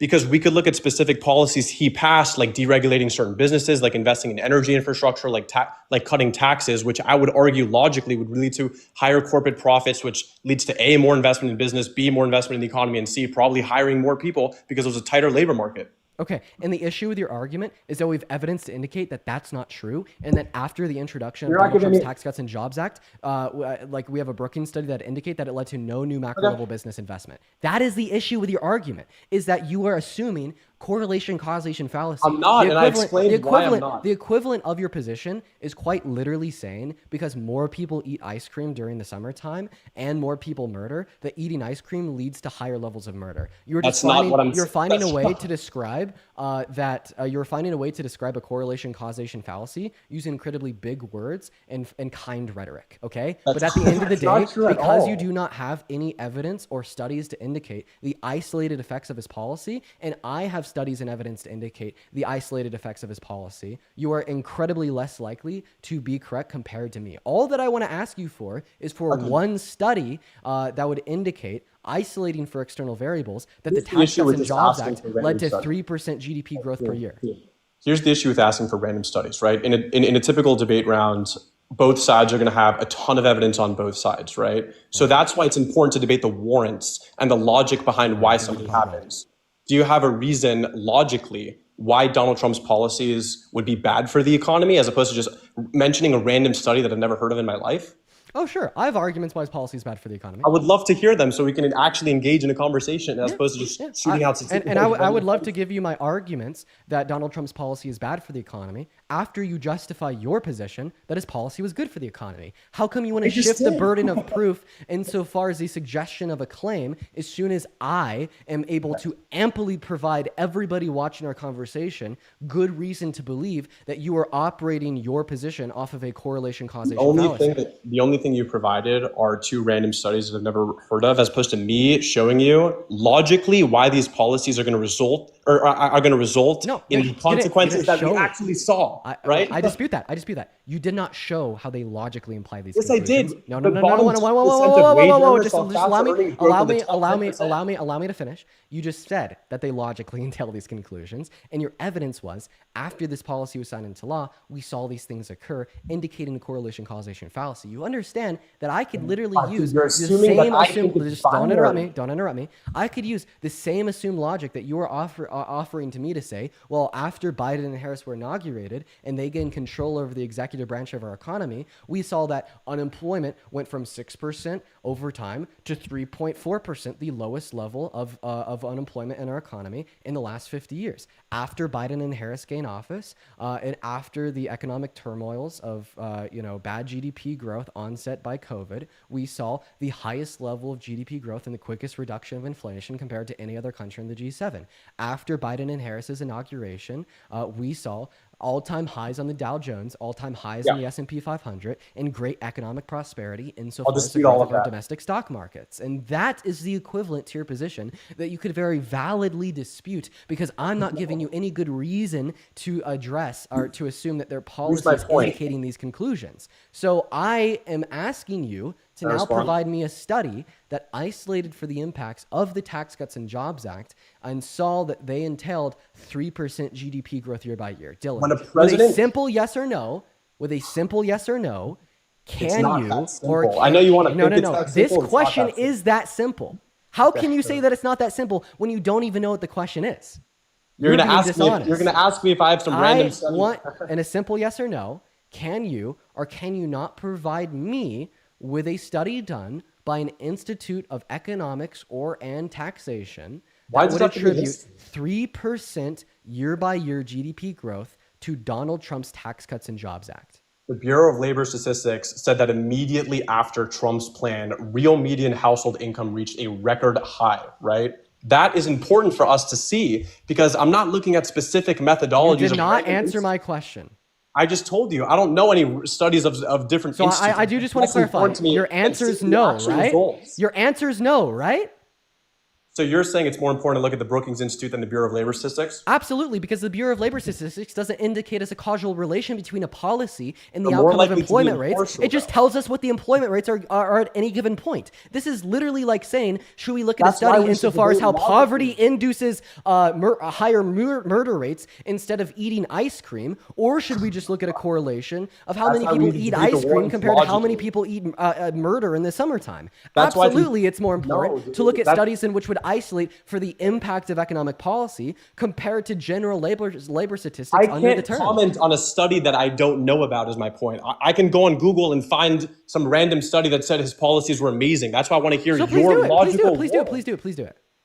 Okay. Find okay, me a sure. study which entails a conclusion that his Tax Cuts and Jobs Act Well, I would wanna- entailed well- 3% year-by-year growth in the GDP. You said you could do it, so do it. Well, it'd be disingenuous for me to just only look at the title. I'd want to read all 30 pages like you claimed you did. But I'm happy to do it. If I come Let's back read it. tomorrow. Let's literally read it together. Go do it right now. Okay. So you're not interested in debating the actual logical warrants behind his policies? I am, and that's why I'm asking you to provide a source. Jesus Christ, go do it. Okay. Go do Dylan. Come on. You can't paint Dean asking Dylan for evidence as not being interested in debating. No, it just the reason I spiritual came on this implications of live the isn't to policy. debate a study's methodology. I'm curious to hear your opinion, so maybe I can change my mind. Yeah, right? sure. As soon as you could provide me evidence. But this for is your it's a claim, I'll waste of happily this, share this my is a waste of time. Okay, if you think that providing evidence to Okay, I'll substantiate look a it claim, up. logically speaking, is a waste of time, I'll look maybe it up. debating Trump isn't the thing for policies you. benefited- I'll look it up. Trump policies benefited economy first term. There's gonna be millions. I want a study that isolates for the impacts of the Tax Cuts and Jobs Act and implies that it caused a 3% year-by-year increase in our GDP. Very simple. Let's see. Bada Trump's boom, bada bang. Gotcha, no problem. Trump's economic policies benefit economy first term. And if you're one of the 6.2 thousand people watching the live, make sure that you're double tapping away on that phone screen and sharing this live out with a handful of friends. All right, and while Dylan's looking for his source, we'll go ahead and get another guest, Mr. Will, up in here. So do just kind of provide us a minute. Great job, Dean. I appreciate that. Thank you. All right, we're going to go to get that next guest up here right now. We got Will loading in. It looks like Will isn't going to join. We got Robbie loading in, ladies and gentlemen. Everybody, just go ahead and give us a minute. All right, guys. What is going on? Robbie, did you vote for Trump? I did vote for Trump. And why did you do that? Well, okay, so first I want to say I started off in the primary. I voted for Nikki Haley because I didn't think that it was correct that the Republicans should nominate a convicted felon. But given the binary choice, I chose Trump in November. So why was Donald Trump a better presidential candidate than Kamala Harris? I was looking mainly at foreign policy achievement of his first administration, such as Israeli policy, such as moving the embassy to Jerusalem, and the Abraham Accords would be like my two main foreign policy achievements that I focused on.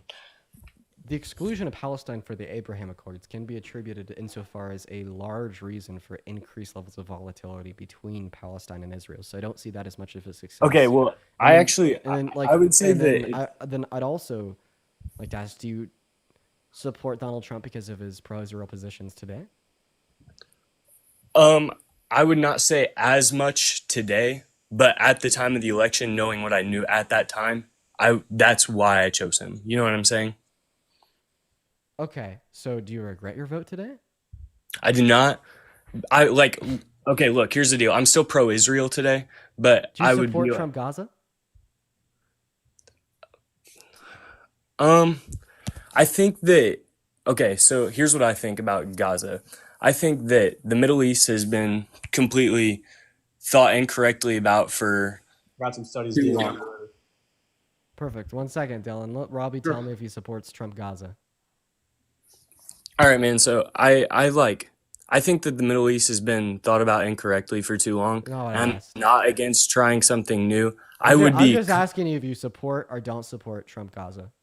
Okay, I would be completely against the U.S. occupation of Gaza. I think that'd be wrong. But like economic development in Gaza, I would be against, or I would be for. If you, Yeah, man. I'm also in alignment with the virtue that economic development in Gaza is a good thing. I'm asking Okay, you. would you if be- it's okay, would- One moment.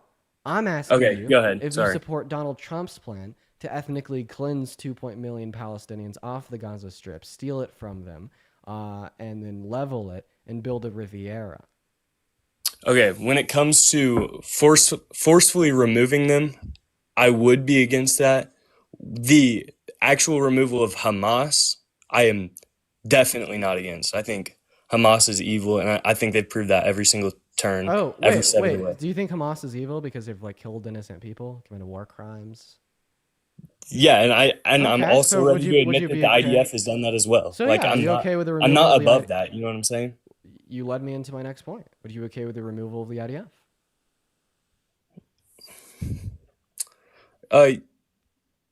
After the eradication of Hamas, sure, yes. Wait, bro. You just said that the IDF has done the same things as Hamas. Why do you want to eradicate them both? Okay. In World War II. I don't want to talk about World War II. I Okay. want to talk about the fact that you said that Okay, Hamas war is ugly. is guilty. There is precedent for this. Oh, there's so, precedent. So for there's this. War is precedent ugly. for the IDF killing innocent people and committing war crimes.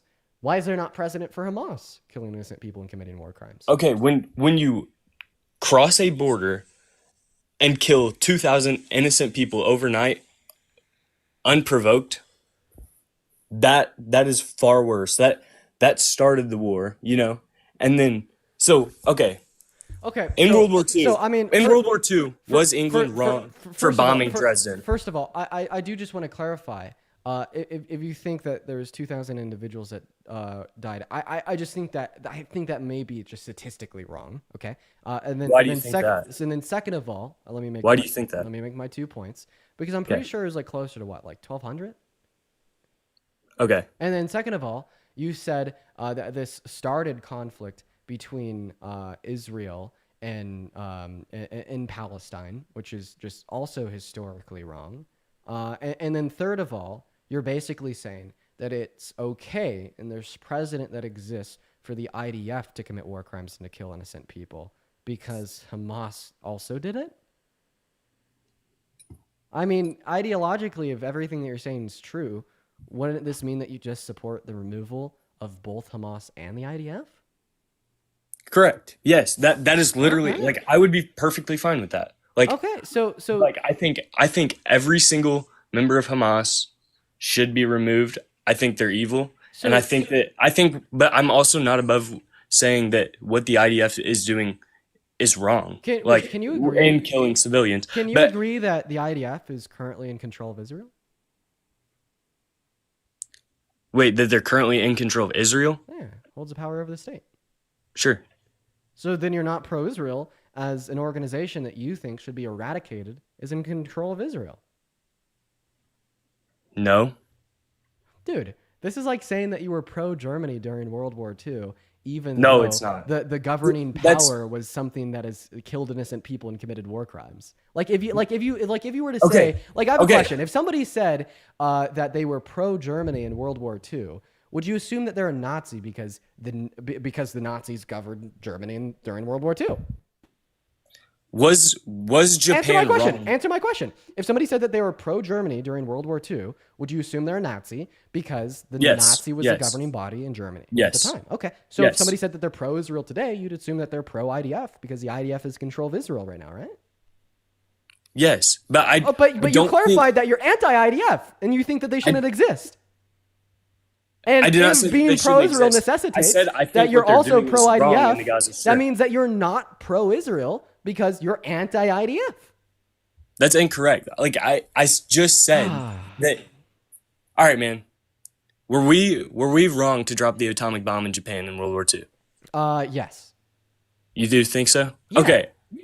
Okay. Well, then I think we just disagree on like our philosophy and our worldview. Like I don't think we were. Bro, dude, are you justifying the deaths of like 110 million innocent Japanese individuals? What would have happened if we didn't? What would happen if we didn't? How could I know? I mean, we could indicate possibilities.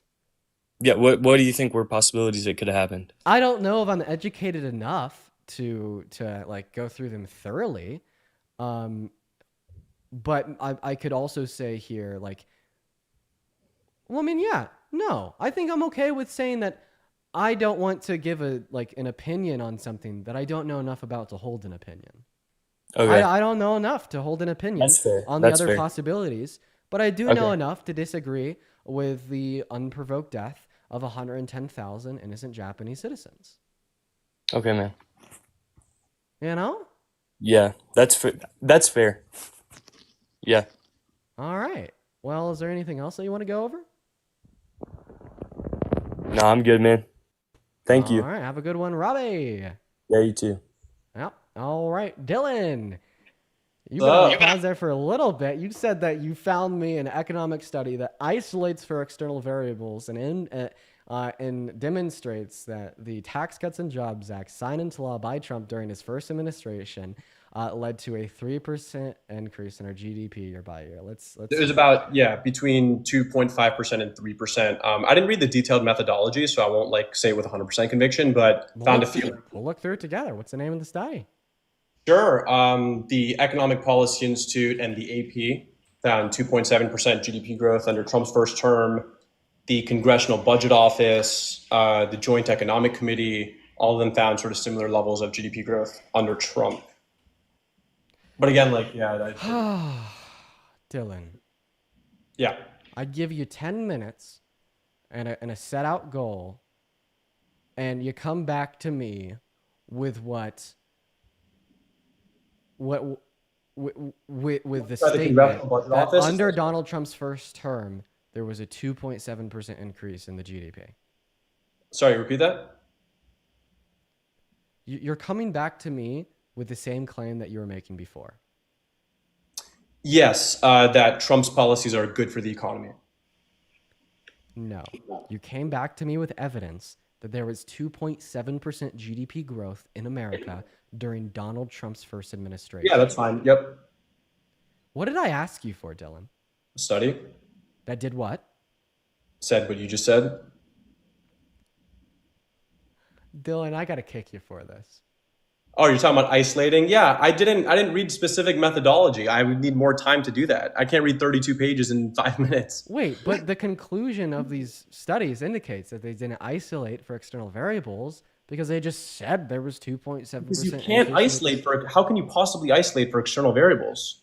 Don't we agree? No, we disagree. We So disagree, how could you- Dylan. And I'm gonna go ahead and kick you now. Because I'm disappointed in Dylan. I'm disappointed in Dylan. I gave him 10 minutes and a goal, and he came back to me empty-handed. And that makes me sad. You know, I was so excited when Dylan came back and he said, "Dean, I've had 10 minutes. I did my research, and I think I found a study that demonstrates exactly what you want me to do." That made me so happy. And then when he comes back and tells me that he actually didn't find any study to indicate the isolated growth in the GDP caused specifically by the Tax Cuts and Jobs Act, but just rather repeats the claim that under his administration as a whole, we saw a 2.7% increase in our GDP. I'm not mad. I'm not frustrated. I'm disappointed.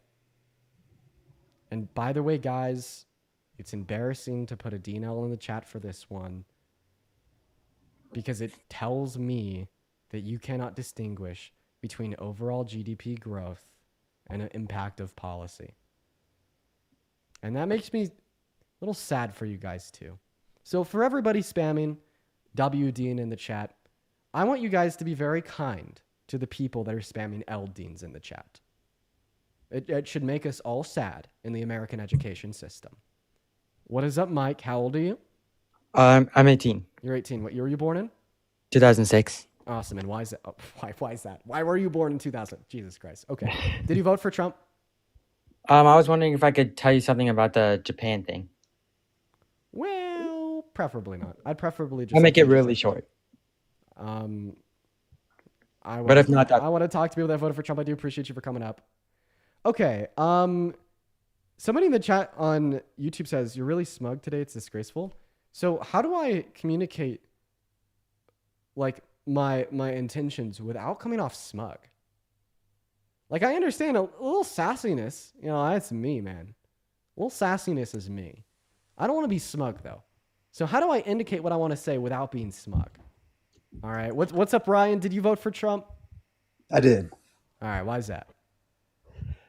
I just think he's the stronger president and a stronger leader on an international scale. I think he has fresh ideas for America and the new direction that we have. Really? And Like what? Okay. First of all, the border. It's fresh ideas for the border. So you don't like undocumented immigration into America, yeah? I would prefer them to be documented. Me too, dude. Me too. So what is the root cause of undocumented migration into our country? Because we're the greatest country in the world and people want to come here. Okay, well, And we have an unsecured border. so I think that people wanting to come into America because of the quality of life in America is a root cause of migration. But I more specifically asked you, what's the root cause of undocumented migration?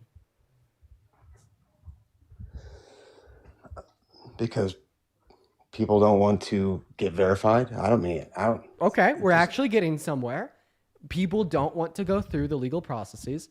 And why don't people want to go through the legal processes?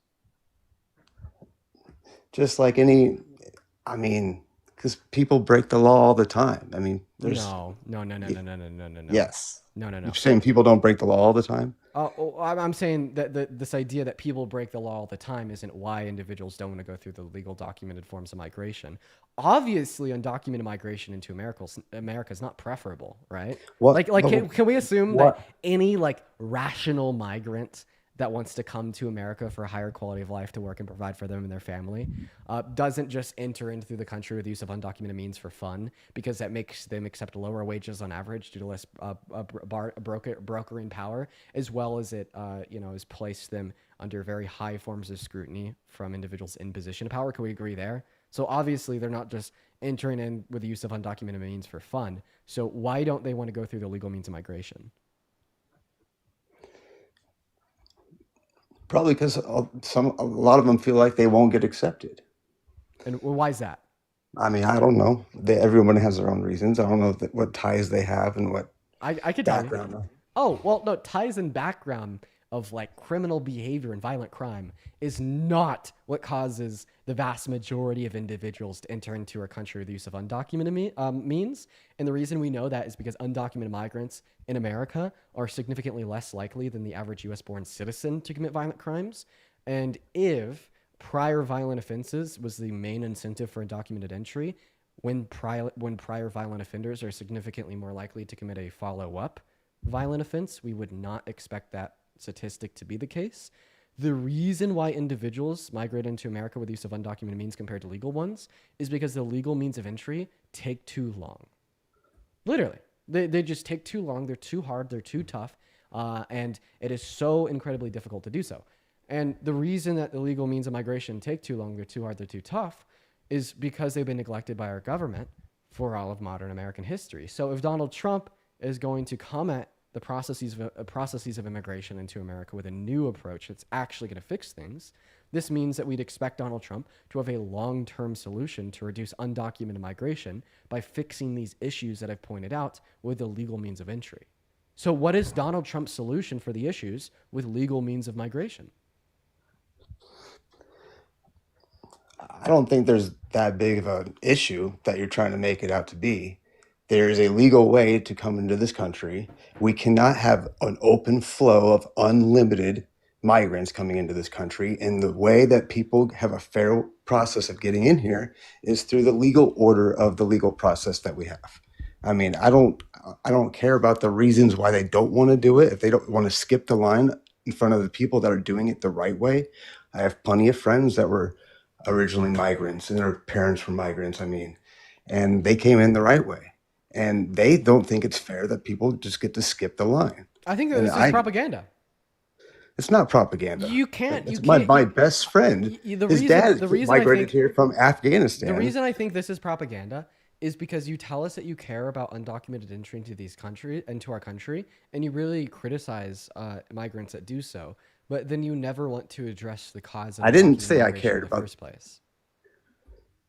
Well, What do you mean? What's the issue of coming through the legal way is all I'm saying. Well, the issues with illegal means of migration are very expansive and very present, and it typically boils down to how long it takes and how much it costs.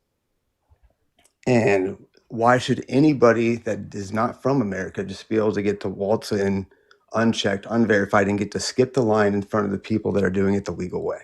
Okay, so you're asking me why individuals should be able to migrate into America with the use of undocumented means. That's not my belief. Okay, my belief is. I that mean, we do you should believe offer- we should just allow anybody and everybody just to come here? Oh, I think that we should like my eudaimonic like system of migration would be as many legal ports of entry across the southern border to let as many humans in as possible that want to come in, while screening them for prior violent offenses. Yeah, I just don't think. I think that would be a disaster for our country. Why? You have to limit the flow because we Why don't is have we don't have the infrastructure built for an unlimited amount of people just to hop on over and on day one. Like that's how it would be if we had something like that. Okay. Like there has to be a check. There has to be infrastructure. There has to be resources. We have to think of everything. You can't just let everyone in and just expect. Wait, would you agree that we haven't hit this this hypothetical limit of migration into America yet? Because so far, all of the empirical outcomes that we've seen of migrants and undocumented migrants on society have been very positive. Because we have a legal checked system, and now in the last 4 years, when we had a border crisis, we had sanctuary cities overrun with crime, and that it's just a very small precedent to what happened if you had Undocumented migrants are less likely than you to commit crime. So if your issue is crime, No, they are not. Yes, they are. No, they are not. Would you like 'Cause my source? I know your source. I understand, but there's a nuance to every study that you have, and we have very densely populated densely fixed areas of where most of our crime is. And so, me being out in the suburbs, I am not as likely to commit a crime as someone that lives in a poverty-ridden area. And that number that you're bringing up is skewed by all the crime-ridden areas we do have in America, mainly in liberal cities. What did you just say? We have Wait. those crime numbers are skewed because the crime-ridden areas in liberal cities are what brings the numbers up. Areas in liberal cities? Yeah, like Chicago and St. so Louis. Listen, man. Like those bring the average numbers okay. way up because the suburbs of a red state city is not as likely to commit a crime as somebody that's living in Chicago. Actually, yeah. Did you know that there's significantly more gun deaths per 100,000 citizens in red states compared to blue states, which would include these suburbs that you're describing?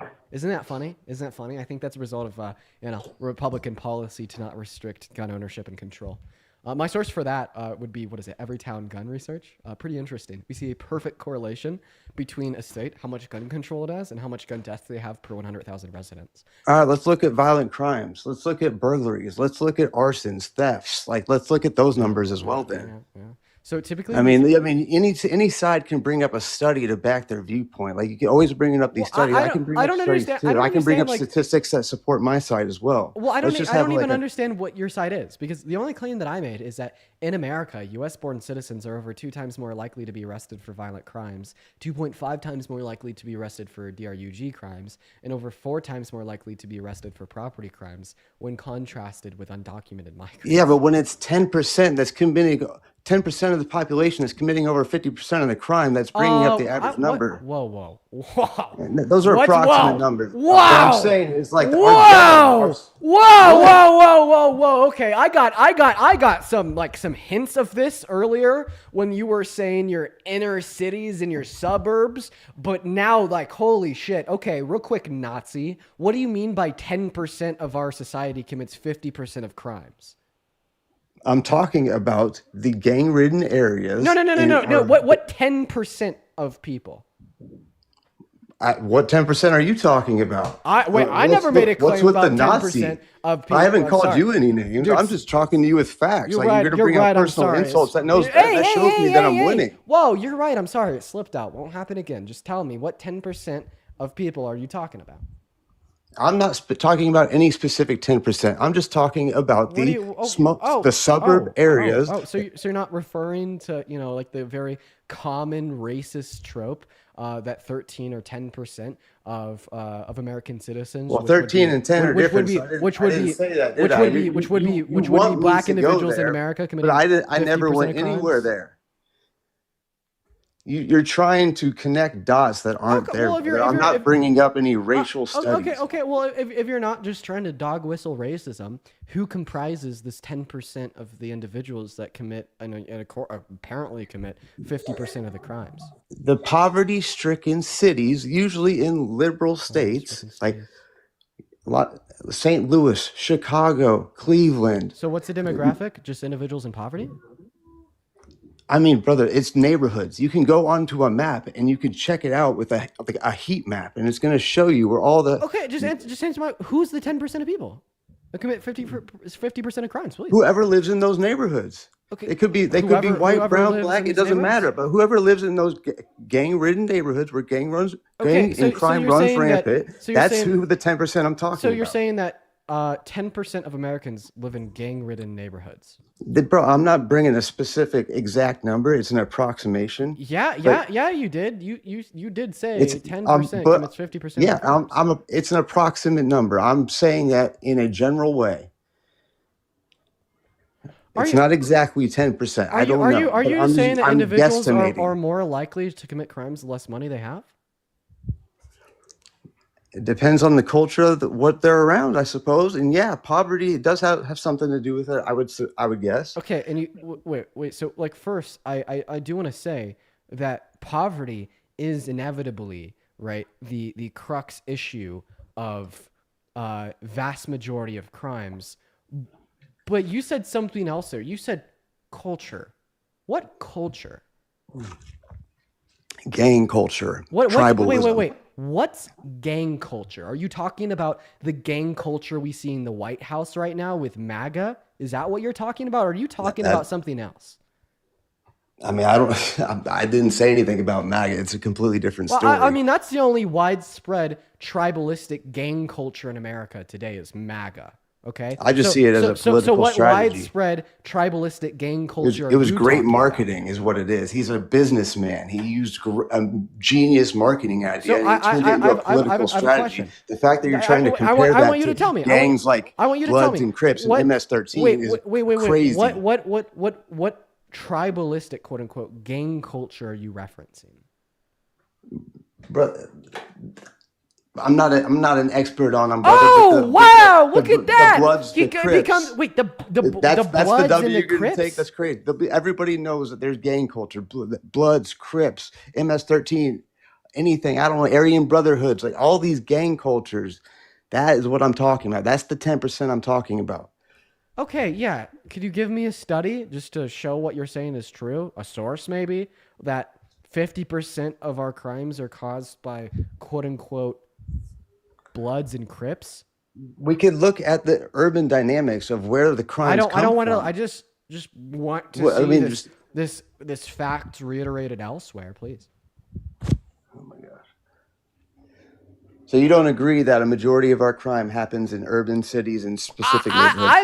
I'm just asking you for evidence. Do you agree or disagree? with that I statement? disagree that quote unquote Bloods and Crips commit 50% of crimes, and I'm just asking you for. I'm saying they make up a proportion of the neighborhoods and the gang cities that I'm talking about. Let's see the evidence. It's common sense, man. Oh wow! Am I scaring you by asking you for evidence? You fucking don't. No, brother, but it's just gonna take a minute. Jesus Christ! You got to do work for the first time in your life. I'm so sorry. Brother, I've done way more work in my life than you will ever do in yours. Jesus Christ, I doubt it. I'm sorry, man. I'm so sorry for being mean. I understand that I'm being a bit rude to you. I think it's deserved. Okay. So would Yeah. you just give me a source? Yeah, brother. Just bring on another guest. I'll be right back. I mean, brother, this is what you do. You act, when people, anytime somebody brings something up, you try to act like they're going to have all these sources on hand. Like, I just requested you because I was bored in my room. Now I'm owning you in a debate, and now you're trying to make it seem like didn't come prepared. But I'm just sitting in my bedroom scrolling on TikTok. Like, you're sitting up here doing this for money. Like, please, brother, I'm cooking you right now. Very interesting. I feel like you'll have more right to say you're beating me in a debate when you can give evidence for what you're saying.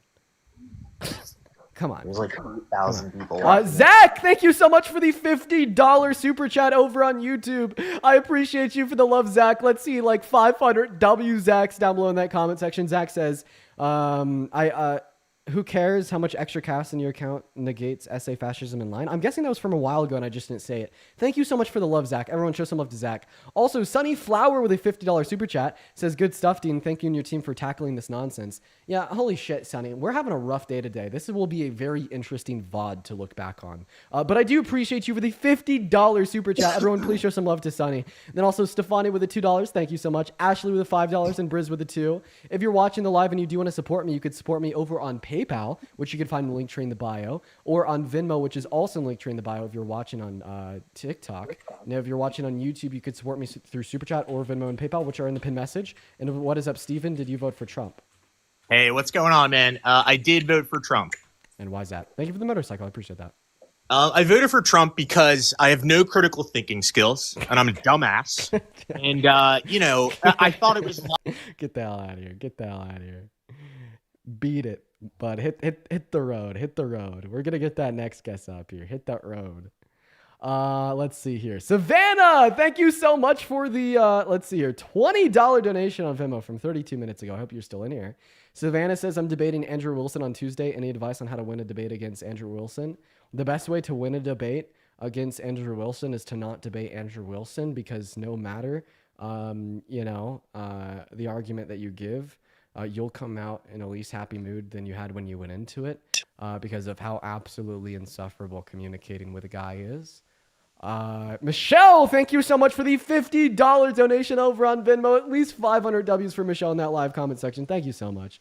Michelle says, I love a good, intelligent debate. Well, I appreciate you for the love, Michelle. I hope that you've been enjoying what we have to offer today. I don't think that we've had much in that context willing to offer, but I do appreciate you so much for the love, Michelle. Then also, Lewis, thank you for the $2, and Garrett with the $10. Thank you for picking up on the dog whistles. Love it. Dude, that guy is like fucking spewing KKK dog whistles. Literally, that's his argument is KKK dog whistles. What is going on in that financial guide? Did you vote for Trump? Yes, I did. And who should take your financial advice seriously? So I guess the reason for it is tax cuts. I'm big on crypto, so I knew Trump would, I thought that he would do better for the crypto market, and deregulation. And I'm also a fan of the idea behind Doge. Maybe not necessarily Elon running it. I don't know if he's the best person for the job, but I do like the concept of auditing the federal government and seeing where our tax money goes. Yeah, I conceptually agree. Me too. So yeah, I agree. Conceptually, so that was kind of my reasoning for it. To be honest, I'm not 100% happy with like everything that has been going on with the tariffs. I don't think that's necessarily good. But my main reason was I didn't want to pay more money in taxes. I'm more about individualism and like. I just want to say that you're big in the crypto space. Do you regret your vote for Trump? I don't know if I necessarily regret it, because on the flip side, I don't know how good the Kamala Harris administration would have been. Can you name one large influencer in the crypto space that doesn't regret their vote for Trump? You know what I mean? I don't know. dude. Everybody on crypto Twitter right now is missing Biden so very, very much. Yeah, that's the thing. I mean, it's interesting. I don't know. Like there was, I really don't know what's going to happen. It's an interesting time for sure. At the same time, both of them, that's the thing about Republicans and Democrats. Both of them historically have been very bad on spending. Like Biden raised the national deficit by $8 trillion. Trump was $7.8 trillion throughout his 4 years. False. Okay, what's the right number? Yeah, Donald Trump added 8.6 trill. He added 4.6 trill. Counting for COVID, Donald Trump added 4.8 trill. Biden and Harris added 2.2 trill. That's the debt they signed into law in accordance with the CRBF. Okay. I've seen a few different statistics on it. Some say that Joe Biden spent more. Some say that Trump spent more. Honestly, I haven't really seen any like nonpartisan or bipartisan source outside of the CRBF that indicate something other than what I just said. I look at Investopedia.com. If you check that out. I don't think that Investopedia has done any relevant studies on the debt the two presidencies signed into law. Okay. Okay, got it. Yeah. Well, yeah, I mean that's pretty much it. I did vote for Trump. Honestly, it's kind of weird because like I'm very economically conservative. I want to spend the least possible money, but like social issues and things like that, I really don't care about. But so that was just kind of my thoughts. I appreciate you for coming up, man. I do apologize for kicking you. I just got to address something. Alien Enemies Act just signed into law. Alien Enemies Act. Alien Enemies Act in 1798? What the fuck?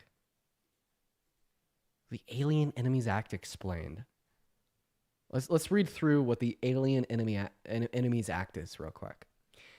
So Donald Trump just invoked this. So the Alien Enemies Act of 1798 is a wartime authority that allows the president to detain or deport the natives and citizens of an enemy nation. Would this apply to like U.S. citizens? Oscar, thank you for the $4 on Venmo. The law permits the president to target these immigrants without a hearing based on their country of birth or citizenship? What the fuck?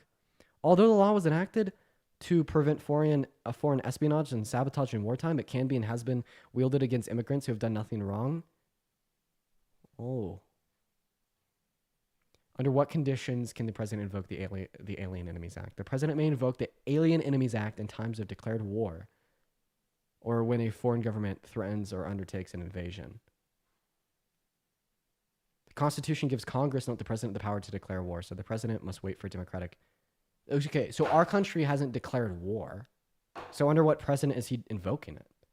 Is he invoking it under the president that other countries have undertaken an invasion into America?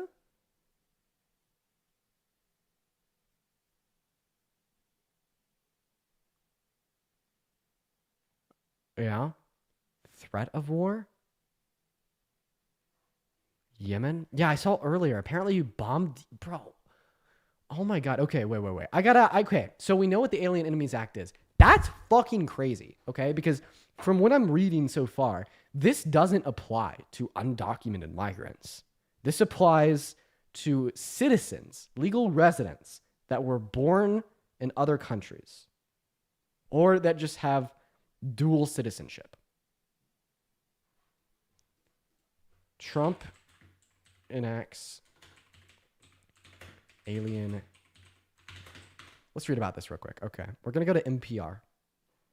Trump enact. Okay. In his latest move to clamp down on illegal immigration, President Trump has filed a presidential action invoking the Alien Enemies Act of 1798, seldom law that gives the president authority to detain and deport nationals of an enemy nation during wartime. It's only the fourth time in American history the president has used the act. The directive targets members of a Venezuelan prison gang and authorizes expedited removal of all Venezuelan citizens 14 and older who are not U.S. citizens or lawful permanent residents.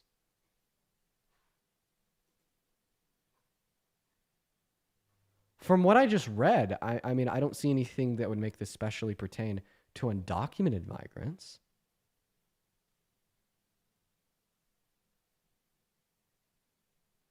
Is this going to be like specially applied to undocumented migrants?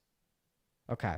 An executive action signed in January has designated this Venezuelan gang as a terrorist organization, declaring that this terrorist organization alongside MS-13, a gang with origins in El Salvador, not included in Saturday's action, present an unusual and extraordinary threat to the national security, foreign policy, and economy. The announcement from the White House came just hours before a federal judge issued a temporary restraining order against the removal of 5 Venezuelan men for 14 days under the expected invocation of the act. An emergency hearing on the matter will take place on Saturday evening. Okay. What I'm interested in is like the current systems in place in America to handle deporting individuals. Because like what I'm confused on is, you know, like Obama did it, Biden did it, Trump's done it. it's something Trump ran on was mass deportation. Just deporting undocumented migrants, right? I thought that like essentially if someone's in our country undocumented in accordance with current law, ICE can arrest undocumented migrants and deport them. Is there like particular like court proceedings in which would have to apply to undocumented migrants in America that don't have a claim of asylum in order to be deported? I wish that there's a lawyer that I could talk to about this.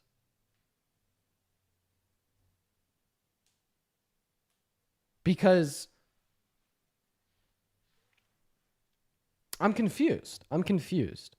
Like, what court proceedings, like as soon as Donald Trump was inaugurated into office, what do we have?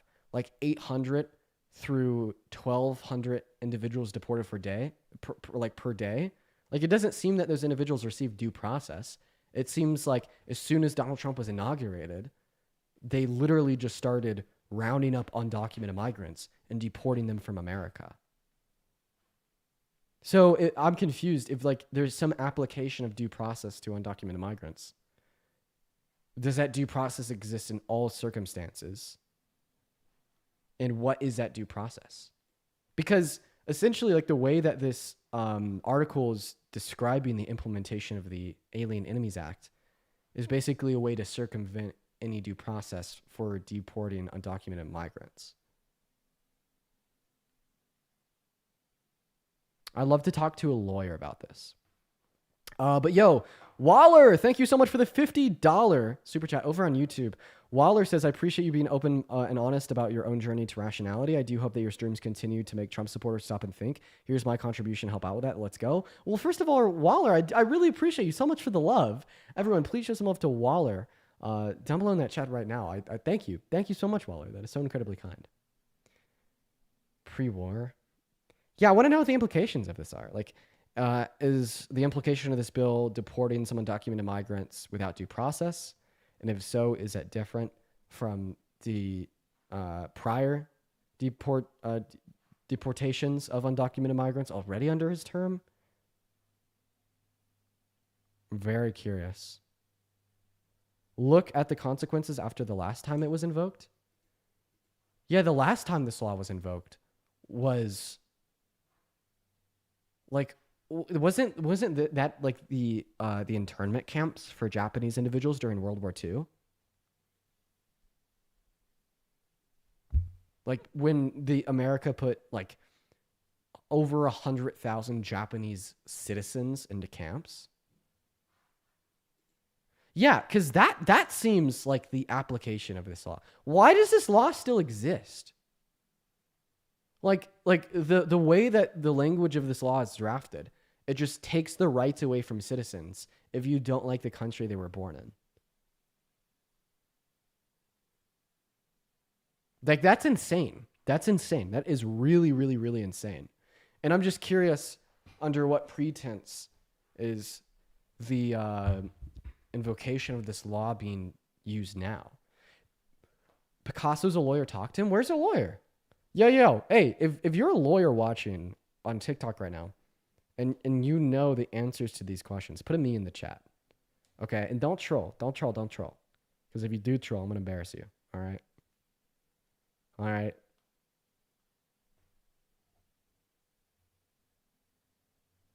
So somebody in the chat says, I'm a lawyer. Their name is Harry Sisson Secret. Their bio is, I'm married. I am married Harry's mom after his dad divorced her. Okay, you're not a lawyer. I feel like this is probably not the best way to do this. Ginger, thank you so much for the $25 donation over on PayPal. Thank you for the love, Ginger. Everyone, please show some love to Ginger down below in that comment section. I really appreciate you for that. Thank you so much. Thank you, Ginger. That's very, very kind of you. Huge shout out to Ginger. Yeah. Where's Law, bro? Let's get this guy up here. This guy looks like a lawyer. We'll get Pitt up here. What's up, Mr. Lawyer Man? Can you explain to me the Alien Enemies Act and insofar as its implementation in the infringement of the apparent due process of undocumented migrants? And if so, has that due process been granted to undocumented migrants that have been deported already under Trump's administration? He just left. Is the law of the wild available? Yeah, whatever law's at. You guys should send this live to law. Talk to him real quick. All right. All right, maybe we'll just... All right, here's what we're going to do. We're going to continue with the debates for right now. But as soon as we could have like a lawyer join, that'd be nice. So please, like, share this live with any like TikTok lawyers that you know. Get them up in here. Because I want to ask him some questions. But we do need a lawyer. We need that lawyer, man. Gonna get that next guest up in here right now. If you want to support me, you can through the Venmo and PayPal found in the bio. Hell yeah. All right. Everyone just give us a minute while we're getting the next guest up in here. Go ahead and spam MAGA down below in that chat if you want to join or hop in that queue. We got Lily loading up. Yeah, we'll try to get Law in here.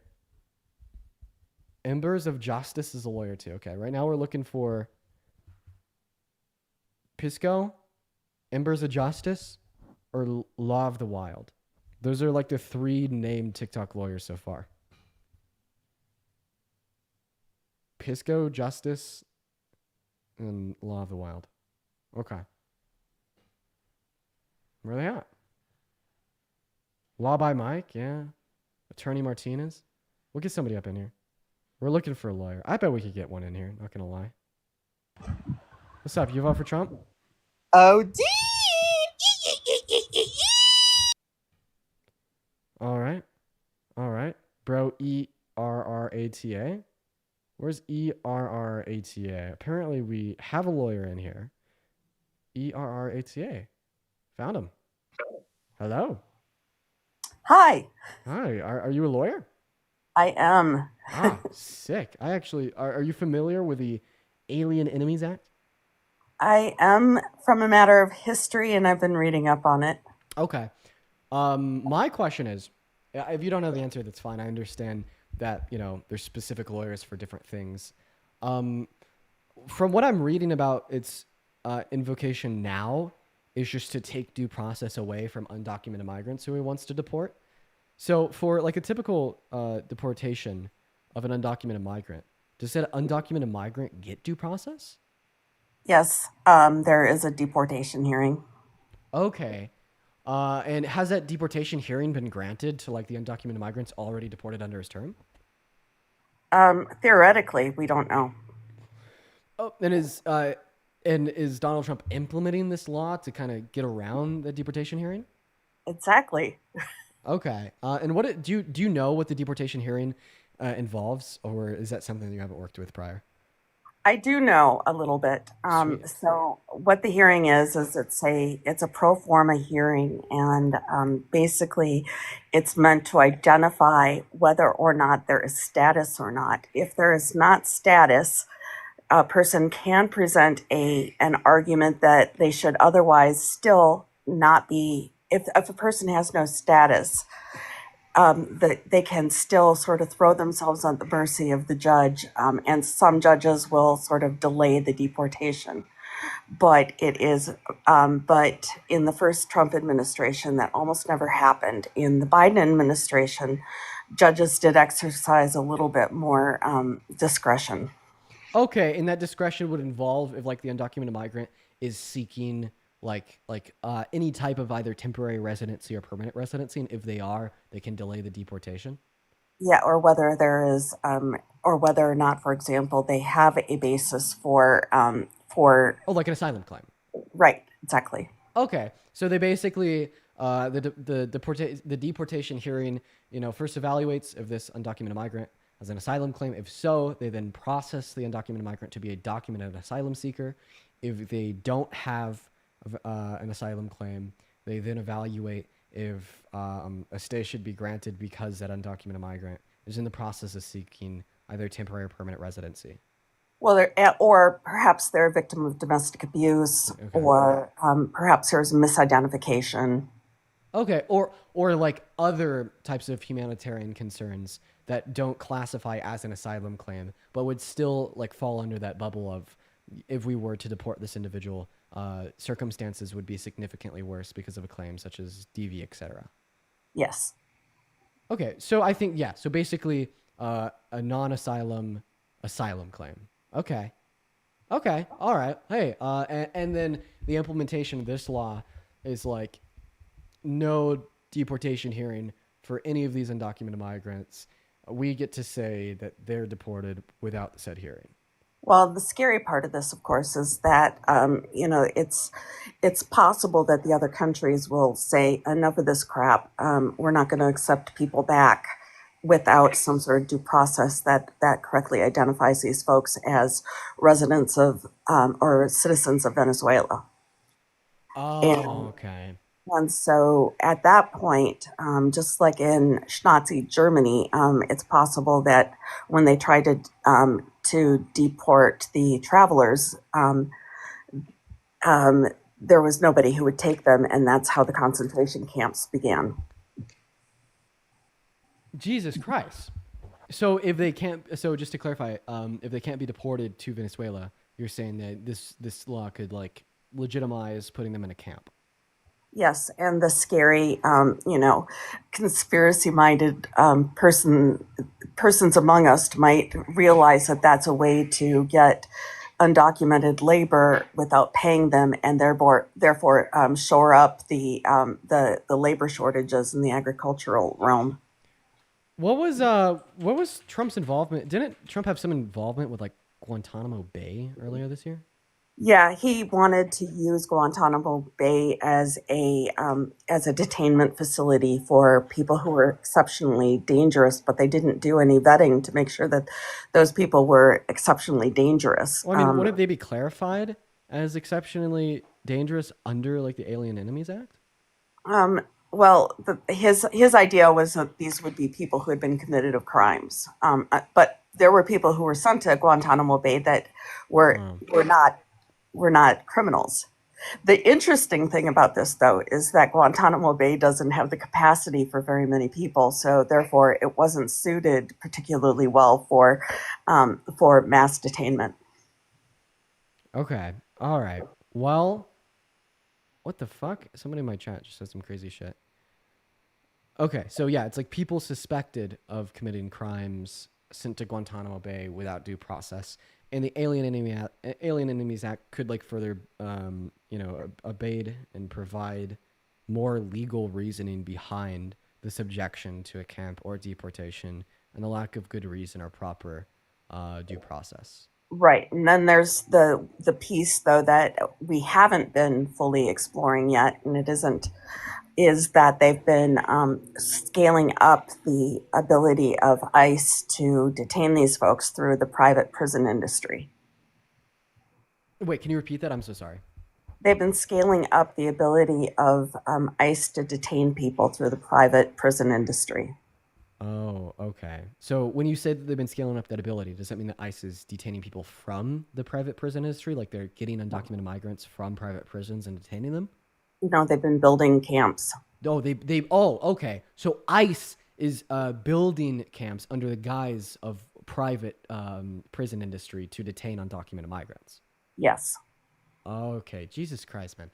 See, this is why conversations like this with people that I don't disagree with can be like very, very valuable sometimes, because this explains a lot more to me than I knew previously, and it looks like this is already happening in Texas. Well, hey, I appreciate you so much for coming up on the live and kind of filling me in a little bit more.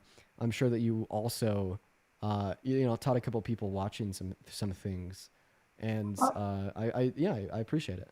It's my pleasure. I'll drop down. Have a good one. Mm-hmm. All right. Well, for everybody watching, I'm probably going to confer with like a handful of other people. Then I will probably make a video about this, kind of going over its implications. One thing I actually do want to check.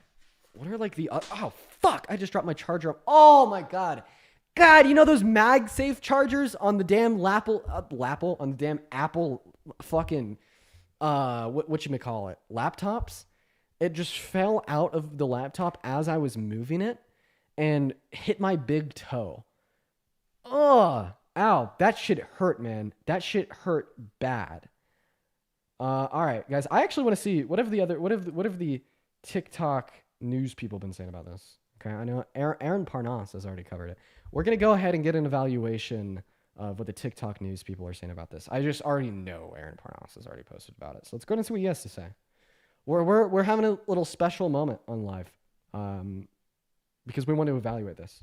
Some major breaking news right now. Donald Trump has officially invoked the Alien Enemies Act of 1798, marking only the 4th time in recent American history that this wartime authority was ever invoked by a president of the United States. Today's invocation, according to the proclamation, specifically targets Tren de Aragua gang members, any Venezuelan individual over the age of 14 years old and a member of the Tren de Aragua gang can now be targeted under this wartime authority. This wartime proclamation will allow the Trump administration to speed up mass deportations for those individuals who are not lawful permanent residents and who are not naturalized in the United States. One of the most recent times this authority was invoked was during World War I and World War II, and it led to the internment of Japanese migrants. Right now, this invocation is limited to just these Tren de Aragua members. I'll do a full legal breakdown of what this means on my Substack shortly. Be sure to subscribe for free at the top. Okay, yeah. So, like right now, right, in accordance with the statements coming from Trump and the White House, which, by the way, okay, probably shouldn't be taken too seriously. Right now, the invocation of this act is seemingly, according to Trump's White House, being used to speed up the deportations of individuals belonging to a Venezuelan gang. I think like the really negative implications of this is setting a precedent that you can ethically and legally strip people from due process. Okay, I don't care that he's saying this will only target members of a gang. Okay, even members of a gang, deserve due process. And the moment we stop extending due process to people in America is a very dangerous and volatile moment that sets America on a very scary and harmful trajectory. Okay. And then B, the possible other uses that the usage of this act can lead to. I would say that we'll probably see a lot of media backlash and conversation of the invocation of this act when Donald Trump inevitably deploys its usage outside of Venezuelan gang members. And I think that's coming. I think that's very obviously coming. I think what Donald Trump could end up doing, now, of course, this is mere speculation, so that's why I say could end up doing, is trying to make this law applicable to essentially all undocumented migrants in America. Get Rollo up. Who is Rollo? I don't see anybody by the name of Rollo in the queue. If I do, I will add them up. Where are they? They're an immigration lawyer? Oh, perfect. Wait. I saw that somebody said named Rollo said I requested in the chat. Oh, beautiful. They are in the queue. What's up, Rollo? Dean. How we doing? How's it going, my friend? Doing good. Doing good. So you're an immigration lawyer? Yes. I specialize in criminal defense and immigration and the intersectionality thereof. That's fun stuff. Exactly what those are the exact qualifications that I feel like I, as well as everybody else watching, would like to see in the next guest on the stream. So you are in the right place at the right time. We appreciate you for being here. Give us your your synopsis, your breakdown on Donald Trump's enactment of the Alien Enemies Act.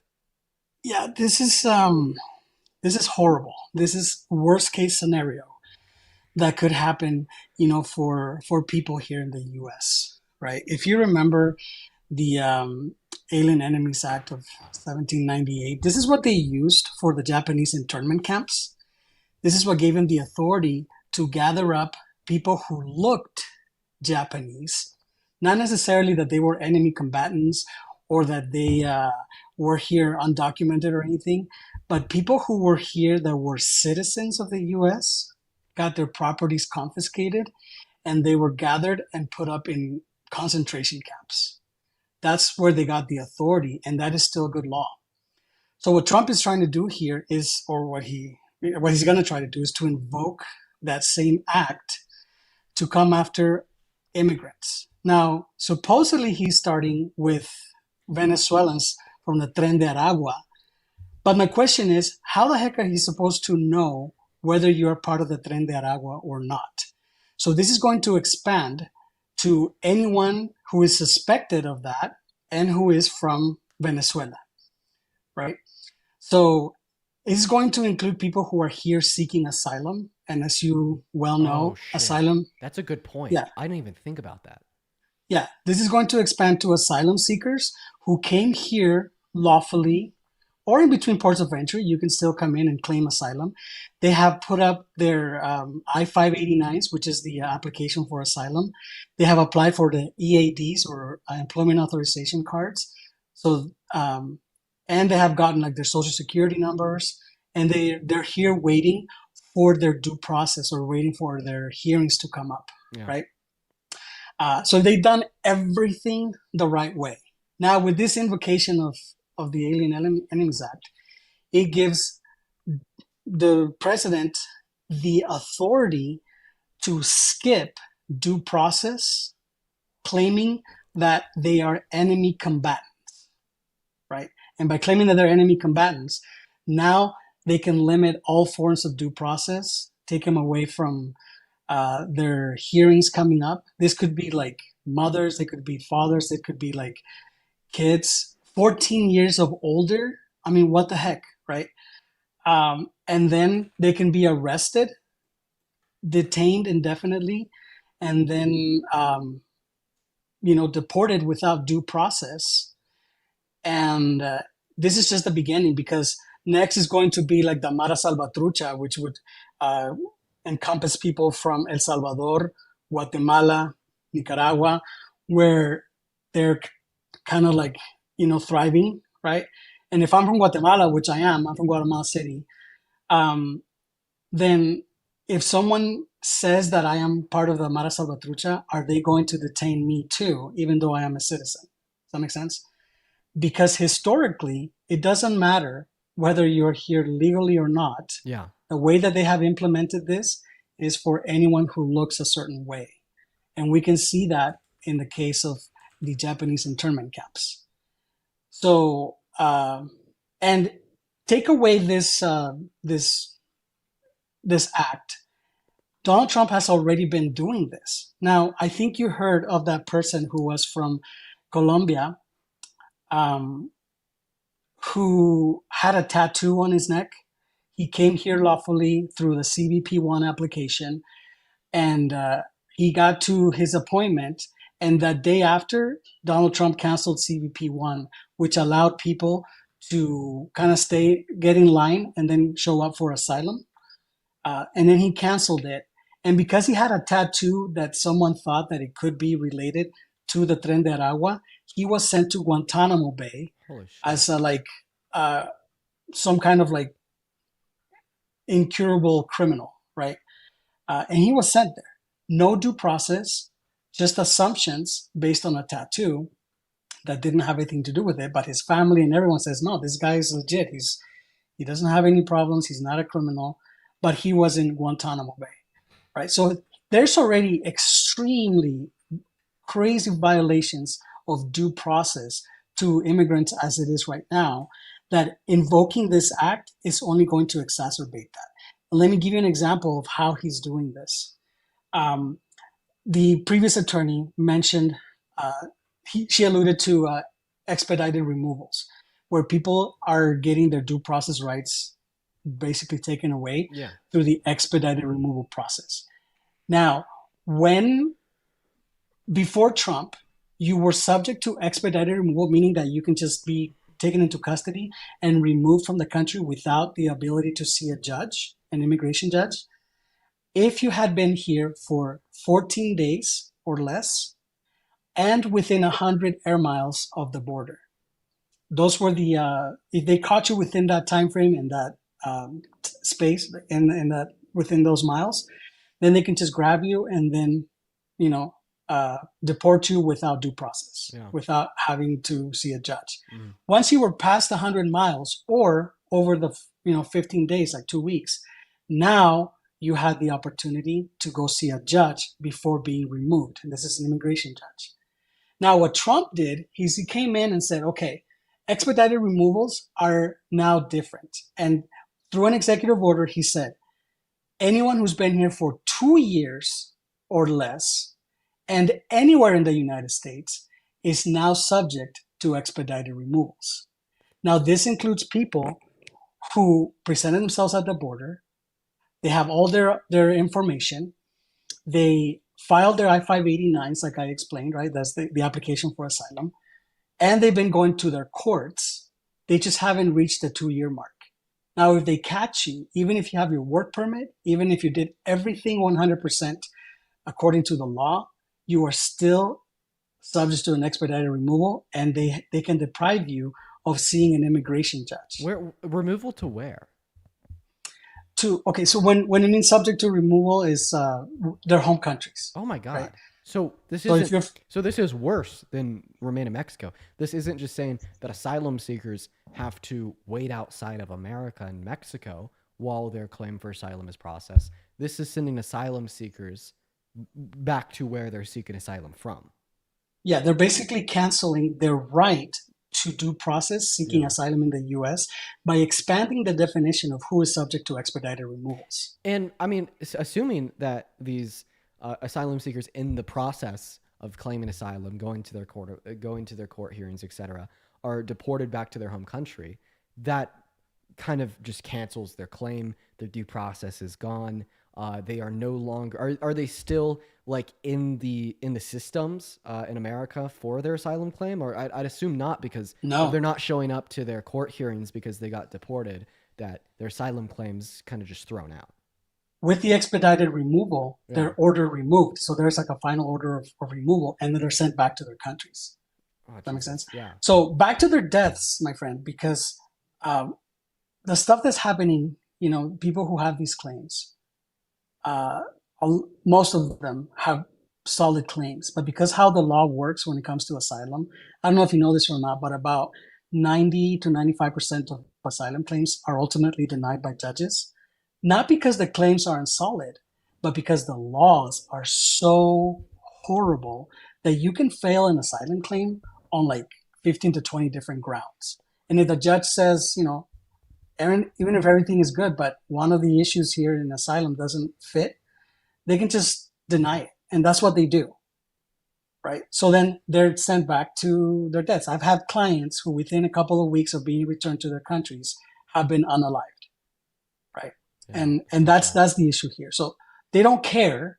And this administration is violating people's constitutional rights of due process by changing the goalpost on what it means to be subject to an expedited removal. Has this been held up in any courts? Have there been any like federal judges that have contested that executive order, or has it kind of gone through? We have organizations like the ACLU. You have organizations, that are a lot of immigrant advocacy groups that have been filing lawsuits and everything. Yeah.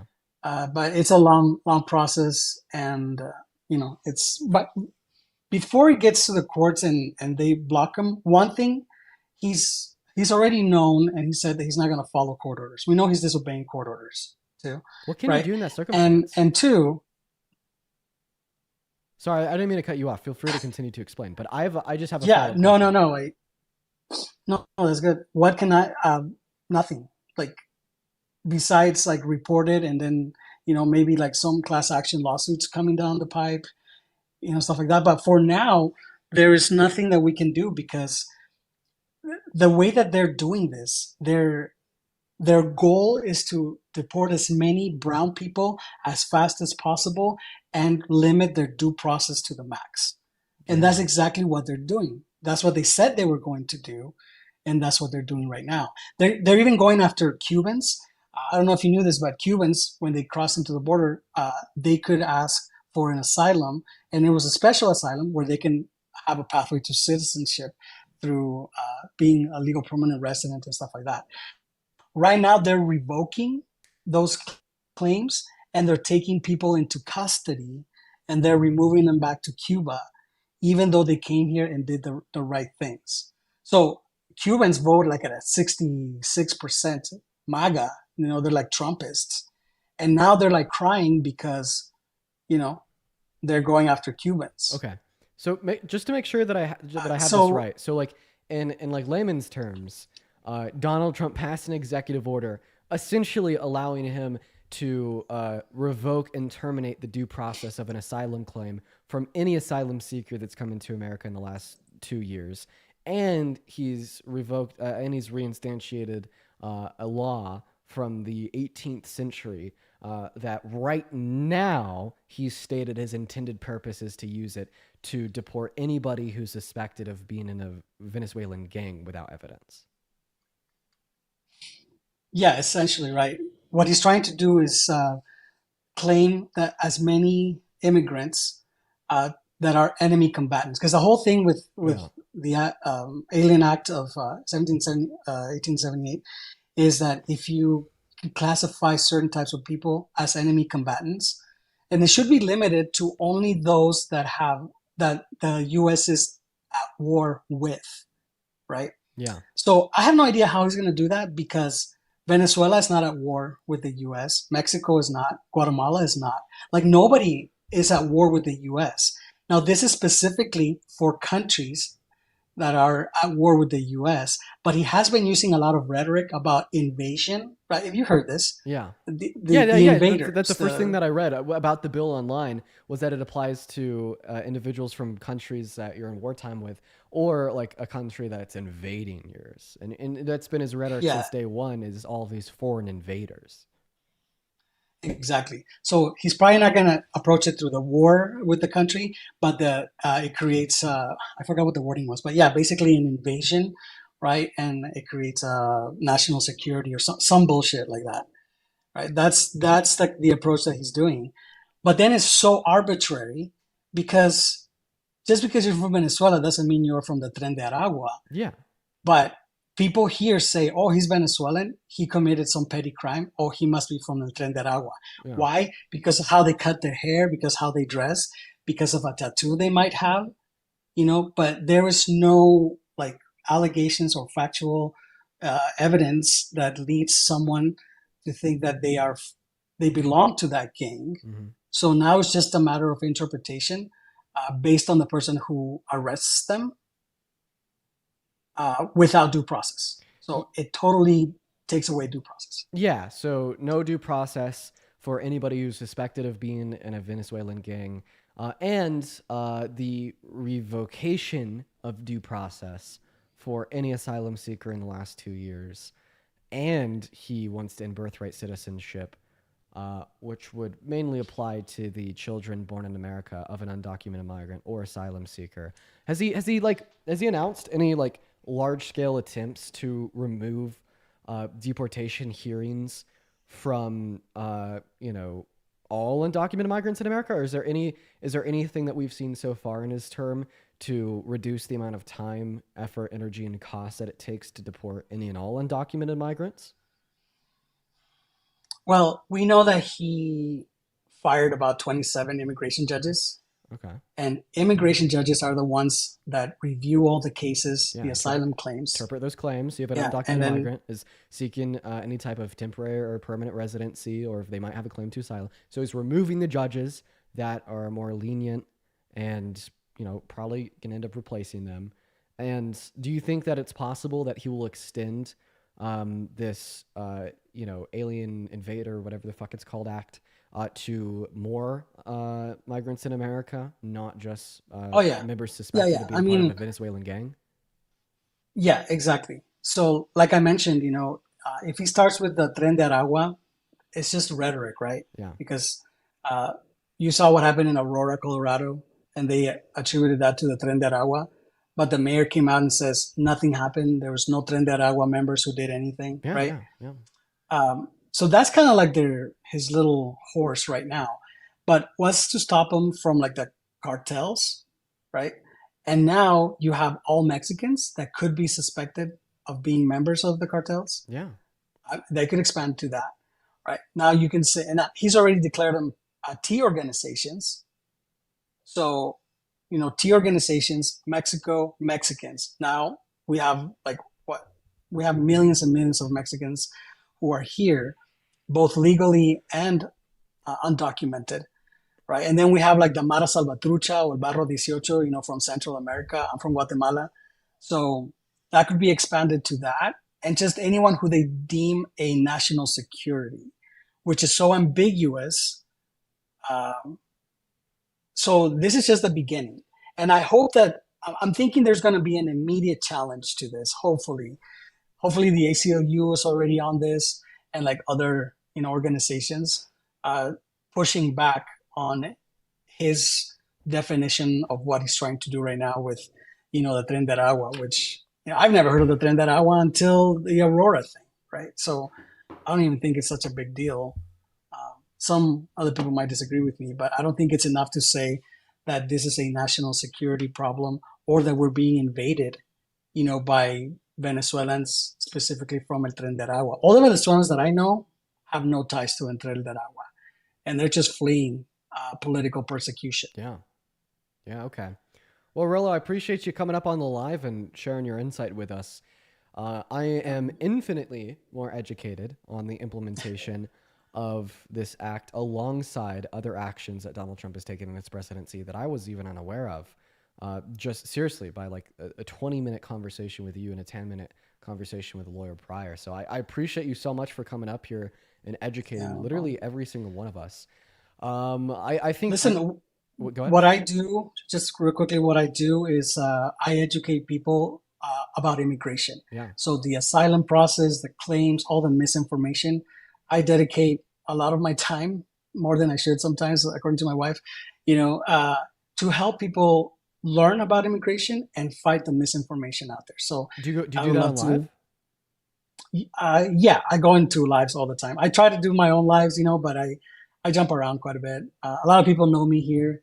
We're all big fans of you. So well, I actually I would maybe like one of these nights I'd love to go live on like a backup account of mine and have a conversation with you, because there's actually like a lot of questions that I have about the processes of migration. And like, sure, maybe like this live isn't the best because I want to get back to debating some Trump supporters, but on like maybe like one of these nights this week, I would love to go live with you. Like first I was going to propose like an offline conversation, but like why restrict an audience? Like we should do it like on live if you have time on my backup account. Yeah, dude, I would love to do that because there's really good information. You can ask me anything and we'll educate everyone. Yeah, I have so many questions, like about like the legal processes of migration, like because I'm not gonna lie, I don't really know what the legal processes of migration are. All that I know is that they take a long time and they could be expensive for a lot. So like I have a lot of like very specific questions about like the legal processes of migration, insofar as like what they literally are, what it looks like for somebody to want to legally migrate from a country outside of America to an American, what kind of forms of legal migration there are, in the sense of what does a process look like for a green card, or what does a process look like for a work visa? What does it look like for permanent residency, and is there any types of permanent residency outside of permanent citizenship? Or like how long does it take? How much does it cost? What are migrants screened for in these different processes? What are the asylum seeking processes? What do those courts screen for? I've infinite questions. So I would love to spend a few hours with you, for sure. You tell me when. You and I will have an in-depth conversation, and this will help you with your debates because you guys reach a bigger audience, you and Parker and all the fun dudes, and the more educated you guys are, the better educated a lot more people are. And maybe we can reach some actual change for an actual meaningful immigration reform that would help everyone, including the U.S. citizens as well as, migrants. I have a lot of suggestions, and I would love to spend time. No, I agree. It's super meaningful. And like, it's even very important for the left. Like up until like a month ago, like I knew I disagreed with mass deportation and I didn't think that Donald Trump was good for immigration, but I didn't really know like what would be better than what Kamala Harris was providing, where we've gone wrong in modern American history, what is the solution to undocumented migration, if undocumented migration is even an issue, et cetera, et cetera, et cetera. Because what I feel like the left is lacking right now is strong, explosive, rhetorically, appeasing positions on what is better for immigration compared to what Trump is doing. Because I feel like the average American right now has been so predisposed to just saying undocumented migration, bad, the lowest numbers possible of all migration, good. And that's about it, because that's what Donald Trump has been telling everybody for the last 8 years. So He's been winning that battle, just like the misinformation battle. And as Democrats, I personally feel backstabbed by Democrats because they never had my back when it comes to the immigration. So that's why they lost a lot of the Latino vote. I can explain the whole situation and give you a rundown of the historical facts about it and why we need a big shift to like be more pro-immigrant and trying to get those votes back. Yeah. Because a lot of people just voted out of spite, because even like the Langford Act, dude, I felt backstabbed because all it did was punish people. It didn't provide any solutions. And I know a lot of people thought it was a good thing, but it really isn't. And I can explain why, in our follow-up conversation. I don't want to take much of your time. I would love to. No, because I was on Jubilee. I was doing my 1v20, and I saw immigration that. got brought up. And I was making some points as it would relate to the Langford Act and in support of the Langford Act, saying it's a good thing, saying like Kamala Harris's immigration policy is so good. Like the one major critique that I saw from a lot of people that have further left than me at the time was, Dean's cool, but Dean's absolutely lived out this institutional like droid, standing behind anything that the Democrats say. And what that caused me to do is like look into the systems migration more and not just kind of align myself with what I think looks better on paper due to my priors insofar as conversations with other Democrats in a more institutional sense, et cetera. And my immigration thoughts have shifted significantly farther left since then.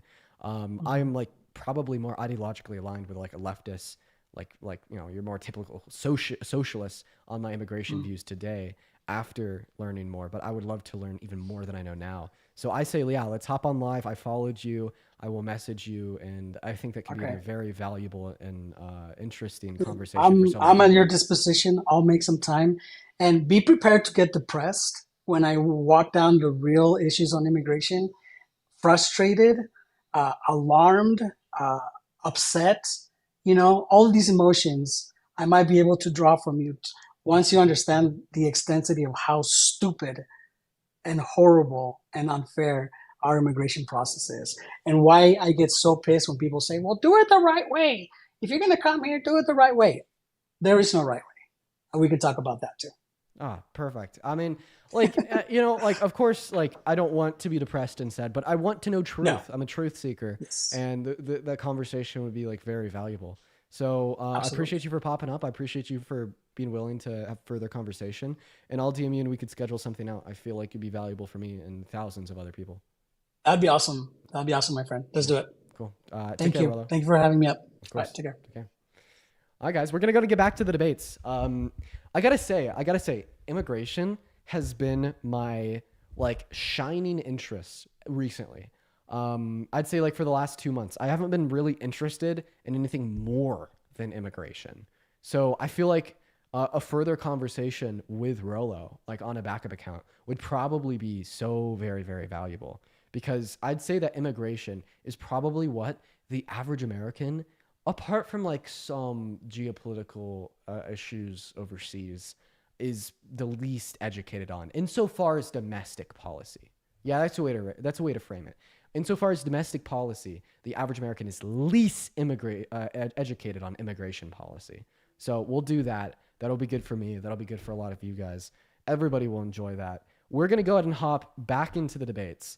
So to shift back over there, if you're watching the live and you voted for Trump, go ahead and hop in that queue for me. We'll get you up here for some conversations. I have about another 30 minutes on live. I have honestly spent a good amount of time researching that Alien Enemies Act, talking to those two lawyers, which I don't regret. That was very valuable.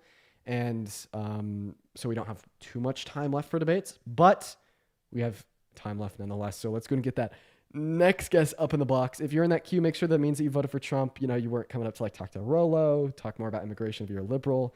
If you're a liberal, head out of that queue just for now, and only stay in that queue if you voted for Trump. So let's go and get that next guest mug up here. For the 6.5 thousand people watching on TikTok and the 2,000 people watching on YouTube, make sure they were double tapping. Show some love. What's going on, Mug? Did you vote for Trump? No, really. I did not vote for Trump. Based. Okay. We're going to go get that next guest up here, though, because we are just looking to debate some Trump supporters. So everybody do just kind of give us one moment here. What's going on, Paul? Did you vote for Trump? Yeah. You did? What time is it? What? Okay, dude, that's like a billion things going on. I'm not going to lie. We just kicked them.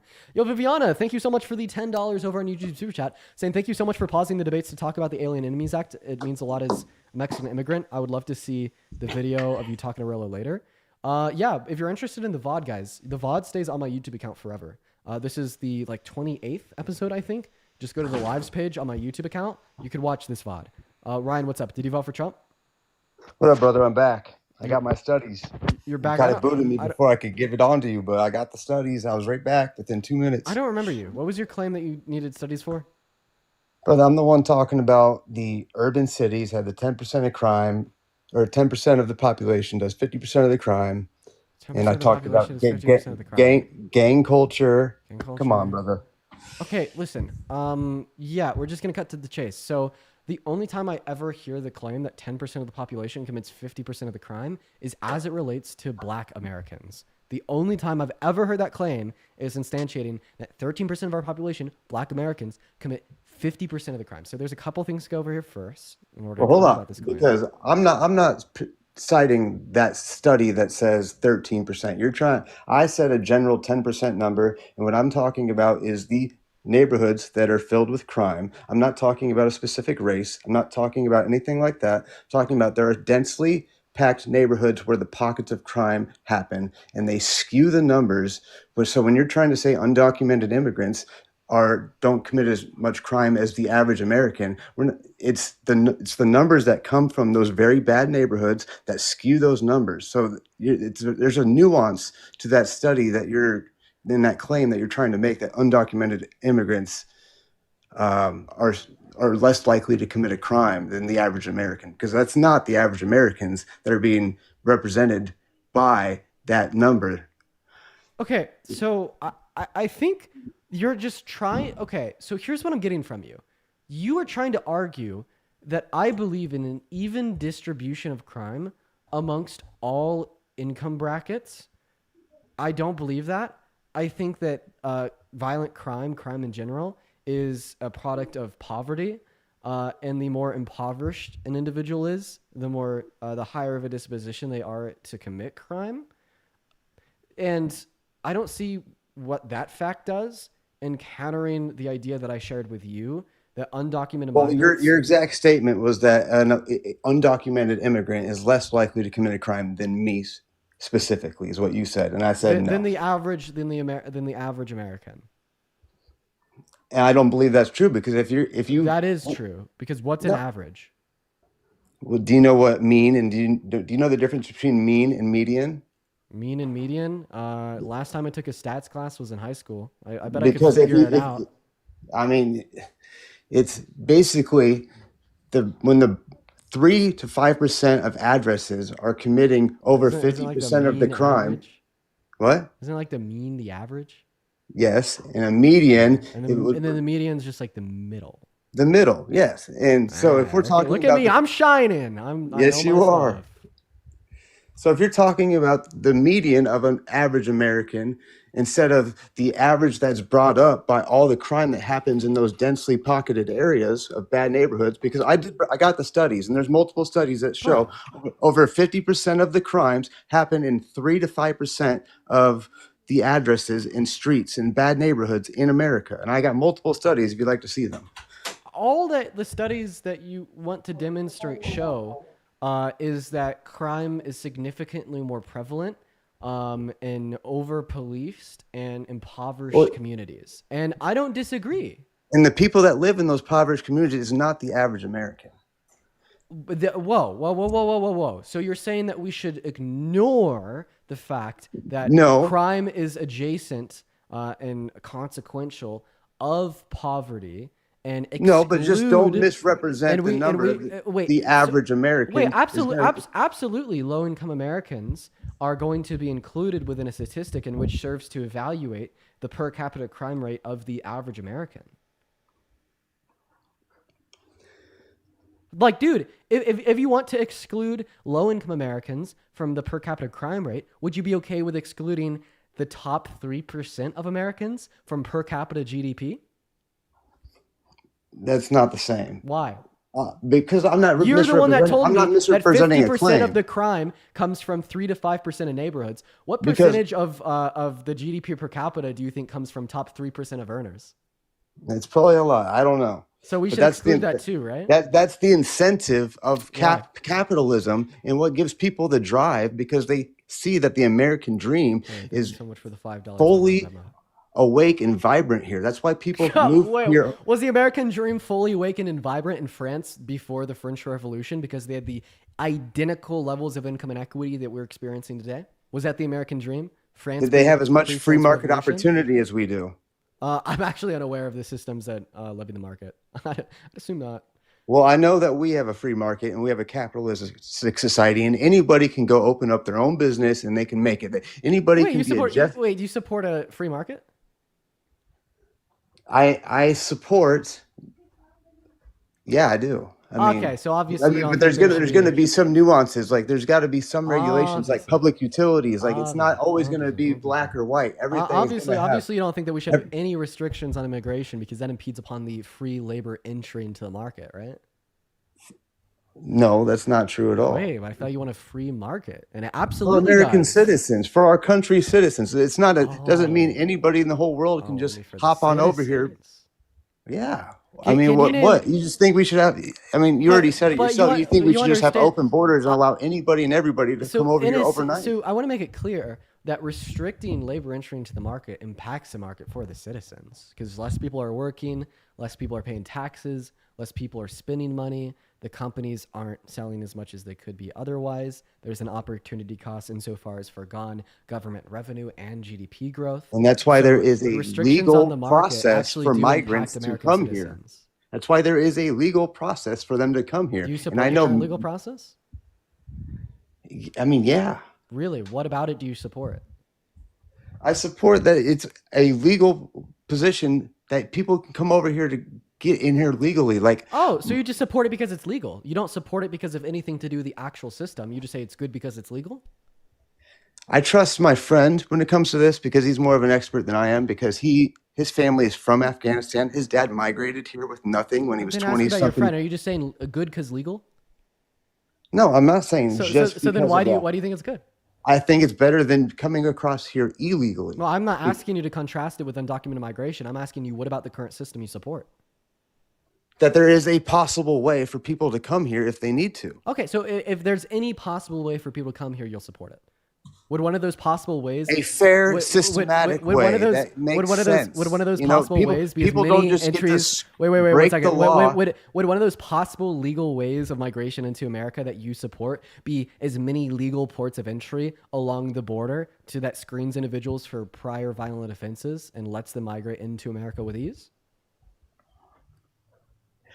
That could be a possible way, but there's So if going it to was be implemented, would you also say it's there's good? going to be people in the government and the people that have to look at the statistics, look at the logistics of the whole operation, and see how many we can let in at any given time. Wait, would you say if we can't- were to implement that legal system, it would be good because it's legal? not just because it's there's a lot So of then, new- what are your other what's the nuance as it would apply to the current legal systems that makes you support them? okay. I mean, I haven't been given any reason to not support it. Do you have a reason to not support it? Yeah, I'll give you a let's good let's reason. start there. I'll give you a really good reason to not support the current legal systems of migration that are very sympathetic to your own hateful worldview. If the Hold legal on. Where do you get that I have a hateful worldview? You've name called me multiple times. I've come with respect and I've come with like honest intentions. I don't appreciate all these name callings and hateful words. I don't have a hateful worldview. But please continue. We spent like the first like 20 minutes of our conversation debating if you were giving me a Nazi dog whistle or not. Okay, just You were debating that. You were trying to connect those dots. I said nothing of the sort. I'm so sorry. Like this is like the equivalent to like a really old racist white guy getting It's a Nazi. not. It's It's really not. Just give me a second. You don't even know I've only what voted you don't in even know one what I'm per- going to give you an analogy to. I haven't even stated the just equivalency. You're already saying. denying it. So just let me give you the equivalency before you deny it. This is like the equivalent of like an old racist white guy getting a Nazi, like a swastika tattoo, and then arguing that it's just like a symbol of peace from Buddhism. Like, dude, saying that 13% of our population commits 50% of crimes, and that's skewed. I didn't say statistics, 13%. and it's See, related you're to trying to- gang behavior and culture. Like, that is like the most obvious fucking Nazi KKK racist dog whistle I've ever heard, okay? For you to try to invalidate, right, me questioning if this is a racist dog whistle is like, seriously, once again, like a racist old white guy invalidating one questioning if the swastika on their chest is related to Nazism, okay? Now, I'm going to go ahead and move on with what I was saying, because you asked me to name one bad thing with the current legal processes of migration that you would agree is bad. I could give you a very clear example that is very sympathetic to your own worldview. You do not like undocumented migration into America. The current legal systems of migration cause a significant amount of undocumented migration into America, as a significant portion of migrants who do enter in with the use of undocumented means do so because they feel as if the legal means of migration are unattainable, rather because they take too long or are too expensive. So in other words, the current legal processes of migration are causing undocumented migration. You're asking me to name one bad thing that is consequential of them. There you go. You can't disagree with that, right?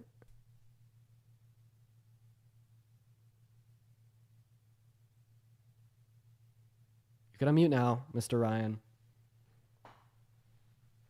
I didn't even mute the guy. He muted himself. I swear, I didn't mute the guest. I would tell you if I did. I would tell you if I did. Somebody in the chat says, I'm so acid debates. Bro, what? I'm cooking. I'll admit when I'm not cooking. Okay. But right now, I happen to be cooking. Lilac, thank you for the $2 over on YouTube Super Chat. You're back, Ryan. Yeah, I guess I'm back.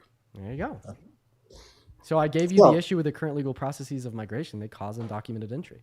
Yes. Okay. So America is the golden ticket of the world. It is the Willy Wonka. This is the land of the free, the greatest country. I'd rather live in Denmark. Why do so many people want to move here then? Well, why does everybody in the world want to freaking move here? I know a lot of people that don't want to move here right now. It's I not hear everybody you. in the world. Most people, when I've traveled internationally, I've talked to people, and people just think the world of us. They think we are the greatest country in the world. We are the inspiration. We have, yeah. I mean, yeah. I don't think so. And so, like, not anymore. Why should anybody that Wait, wants I have to a question. Here, did you talk to these people in the last 4 years?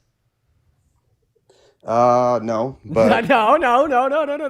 What was that? I mean, Trump was president 9 years ago. Did you precisely talk to these people from other countries in between 2017 and 2020? Is that when you talked to them? That's when you did your surveys, Mr. Science Professional, sir? Yeah, you're fucking cap. Never. Stop the cap. What did I cap about? Yeah, Please, you're like, I've specifically done interviews and analytical studies and tests on individuals I never from said other that. countries. What are you talking? I said I talked to people in other countries. When I went on. It was 2016 when I went to Tokyo. Oh, great! When Obama was president. Sounds good. Okay.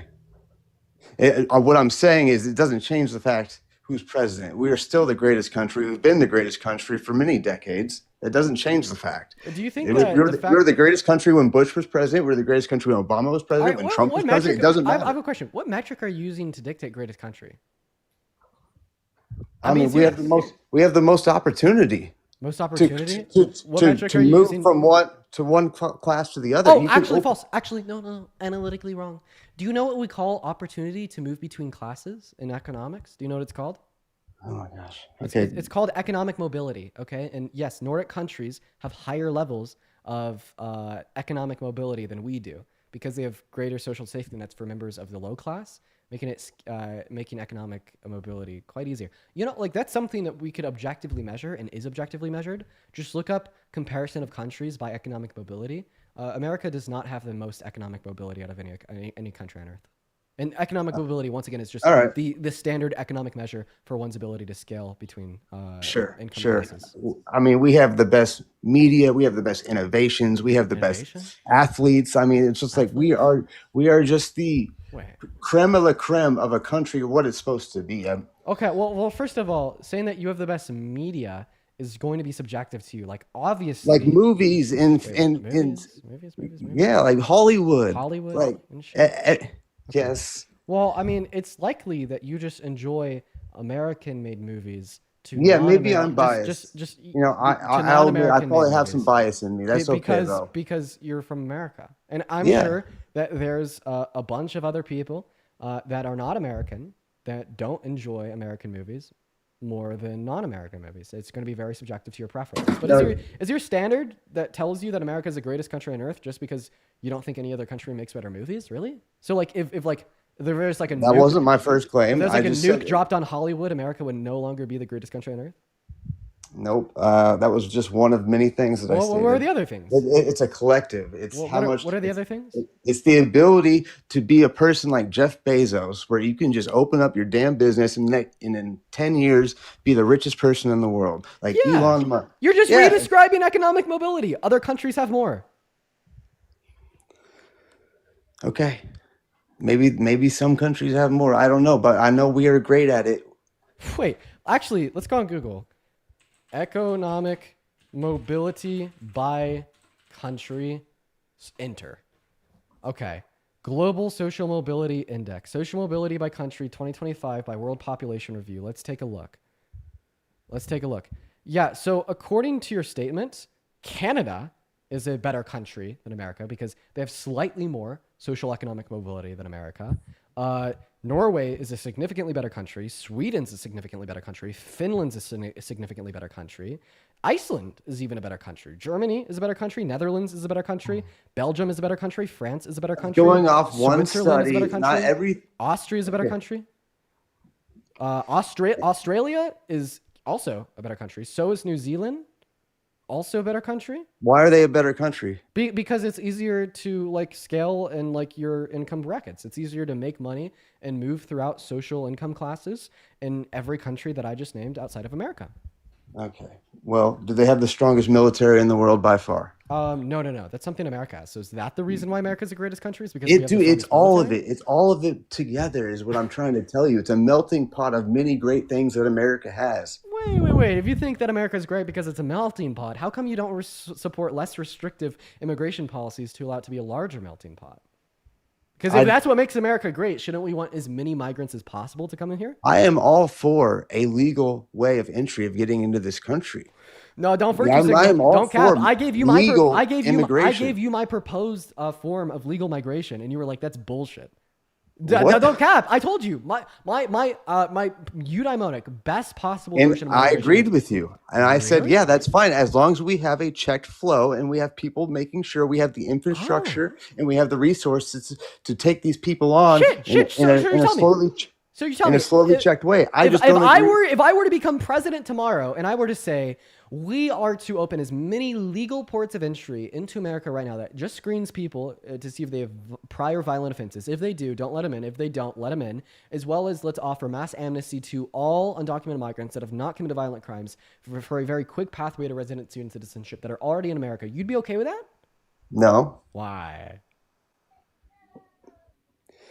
I mean, I thought you supported the legal ways. well, the people that are here should not just get a massive amnesty already. Dude, they get to go to the line and they get to get checked in and they get to get. Actually, it's not a guarantee though. They're not going to guarantee anything. Actually, that because is there are metrics and logistics. that is kind of what I'm proposing. A way to citizenship or residency, where you just get screened to see if you have a prior violent offense, undocumented migrants fall into this line, and so do all legal migrants. So in other words, the undocumented migrants are literally getting in line with the legal migrants. Yeah.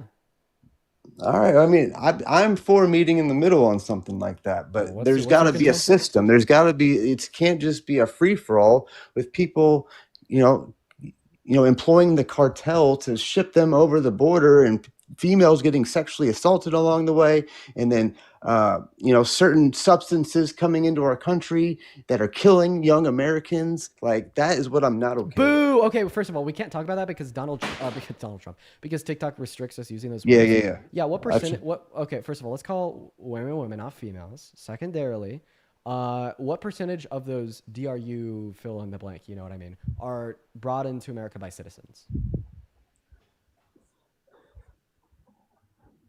I'm sure a good amount because 85. Yeah. What has Trump ever done to crack down on those citizens? Well, he just declared those people the T word. They employ citizens. So what does he do to crack down on the citizens that do the work for the cartel? Well, I'm sure they're going to, if they get caught, they go to prison. But what is Donald Trump offered insofar as further restrictions to catch more? Nothing. Well, so don't tell me. What do you mean? Don't tell me he's going that Donald.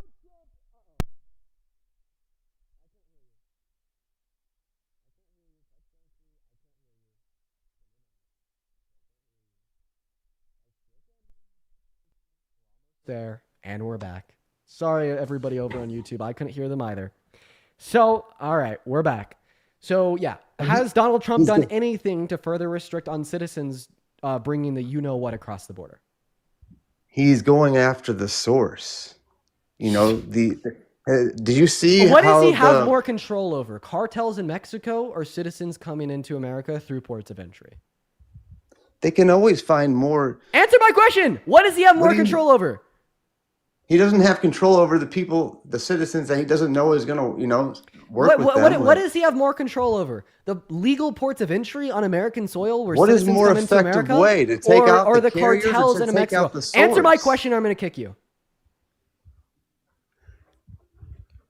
What was the question? What does he have more control over? The legal ports of entry into America on U.S. soil where citizens are crossing with the you-know-what, or the cartels in other countries?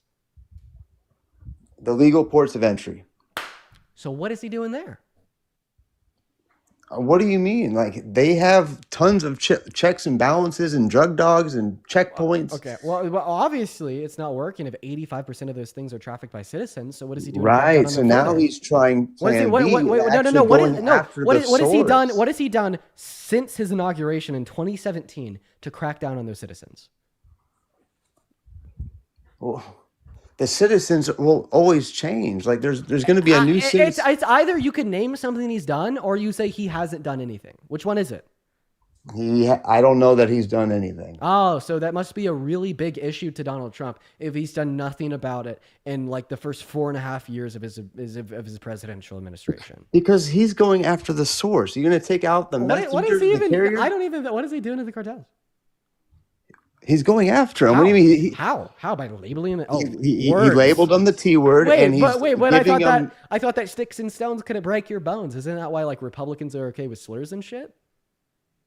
I don't know about being okay with slurs. I'm not okay with slurs. Well, okay? good for you. But a lot of the Republican Party is, and I'm happy to hear that from you. But like, what is a word going to do to them? Because it's granting extra funding and extra military presence and having those special operations. Wait, military presence where? On the border, right? There's special operation teams that he is committing to going after the cartel. Going after them where? In Mexico or at the border, I don't know. But all I know is the Mexican government got so scared they handed over 13 of very dangerous cartel criminals. Wait. Give me any evidence that he wants to spend special operative troops into Mexico. Again, I have to look it up again. Yeah, you do. I mean, I don't know about in Mexico, but I know that on the border, special operation teams that are being put on the case. That's all I know. That's all I read. What are they gonna do, dude? Yeah, come on, bruh. I don't know, bruh. They're gonna do something, just like how they found. Yeah, get your silly ass off this life. We're gonna go to move on to the next guest, Anna Stu.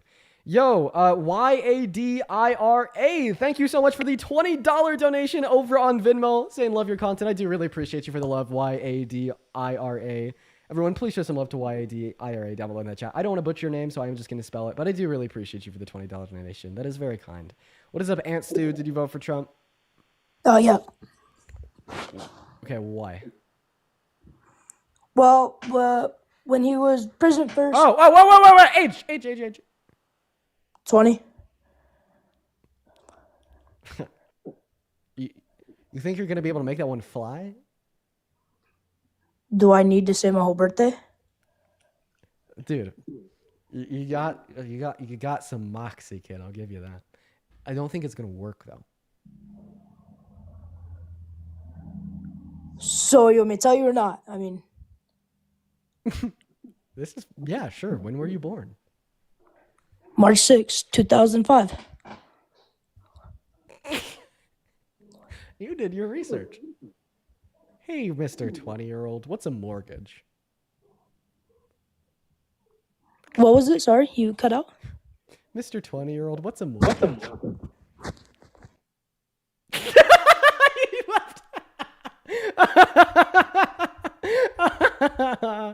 Oh, dude, how could you hate that? I can't even be mad. Good on the kid. Good on the kid. You know, I gotta give it to him.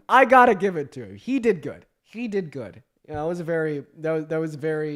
that puts a smile on my face. It's very funny. It's very good. That's very funny. It's very funny. We're going to move on to the next guest. We got Miss Blue loading up, and he tried significantly harder than anybody else. And I will give him that. We're going to move on here, you guys. So if, you're in that queue, make sure that you're back. We're going to get you up here. I think that's the first time Afita's trying to get me to try to join my life has ever put me in a better mood than I was before. Typically annoys the hell out of me. Not that time, for whatever reason. You have to Google Ryan Marquardt's the last guess. You have to Google him. What pops up? Let's see. We'll do that while we're getting our next guest up in here.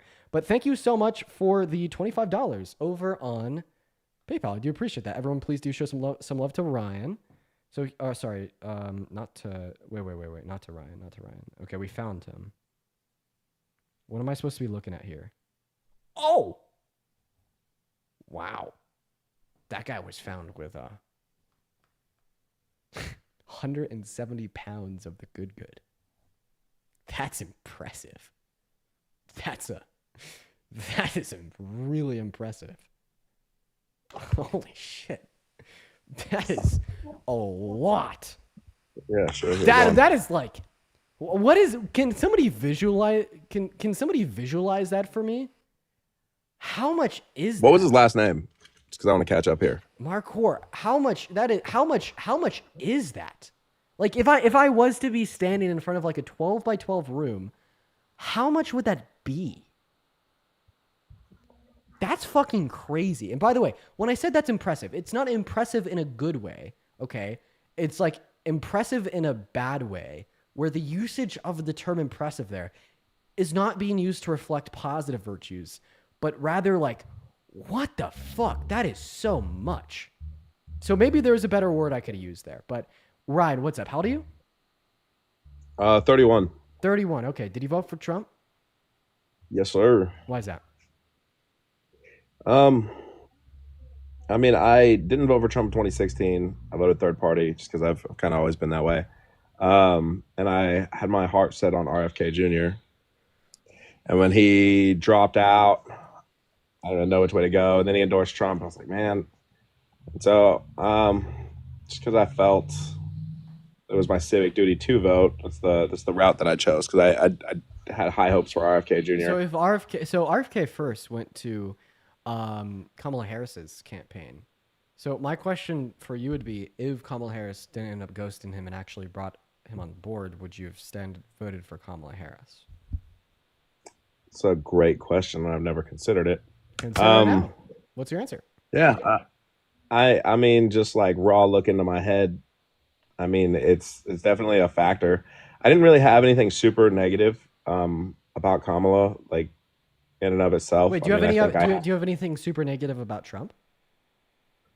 A lot more than I do about Kamala. Right, which should make him the less preferable of the two candidates. I guess for me, it's like I have more conservative leanings, and I felt that it's like a sniff test, right? Is what we call it. Like, So I guess in my he was the less preferable out of the two candidates, but because you've self-labeled as a Republican, you voted for the no. Republican. Let me finish. Let me finish this one out. Okay. I went to these less preferable. My disdain for Trump is more. It's less policy related and more personal. You know what I mean? Like, I just don't think he's a very good person in general. So why did you vote for him? Because you said RFK endorsement, but if RFK endorsed Kamala Harris, The certainly you would. RFK endorsement was definitely like a big factor. Well, if and RFK endorsed Harris, yes or no, would you vote for Harris? it's hard.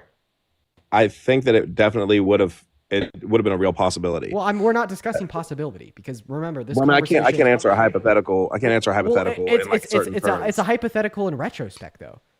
Like in retrospect, if RFK would have endorsed Kamala Harris, would you have voted for her? Given all else equal, I would say that if I had the knowledge that I had today in terms of how Trump's first 100 days would go, I would say probably. Okay. So then you seriously just voted on the basis of an endorsement from RFK? Not I don't solely. think that you should it's vote the on the basis of authoritarian an moves. endorsement. It's not all of it. Like I said. Okay, so do you just A kind couple- of regret voting for Trump in general then, since he's been pretty authoritarian since his inauguration? It's tough. It's tough to say. There's definitely regret there.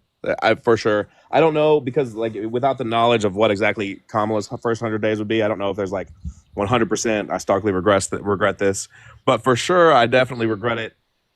Looking back at it, and there's a lot of crow I've had to eat. Beautiful, Ryan. That's awesome. Beautiful. How's your day been so far, Dean? Dude, today's stream has been very crazy interesting. So Crazy interesting. we got started with some of the most crazy guests I've ever had on the platform.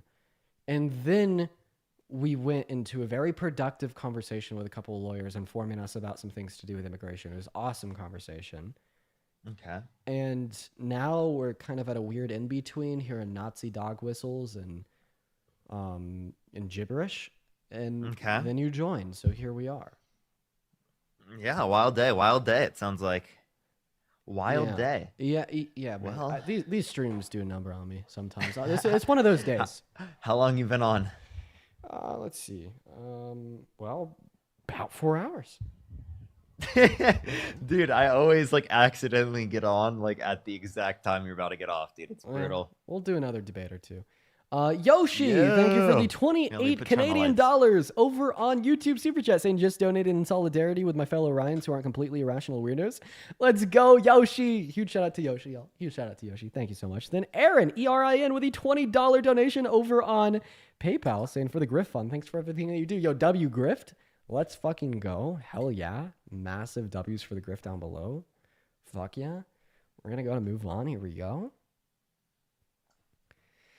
Is Dean Mike's quiet for anybody else? Says some random chatter in the YouTube. It is. Nothing I can do to fix it. That's why I will always first go live on the DNC Dean account and stream from YouTube Studio on my computer so I could actually control that. But that account has been banned for a day. 3 days in a row now. So I don't see much of a future over there. What's going on, Redneck?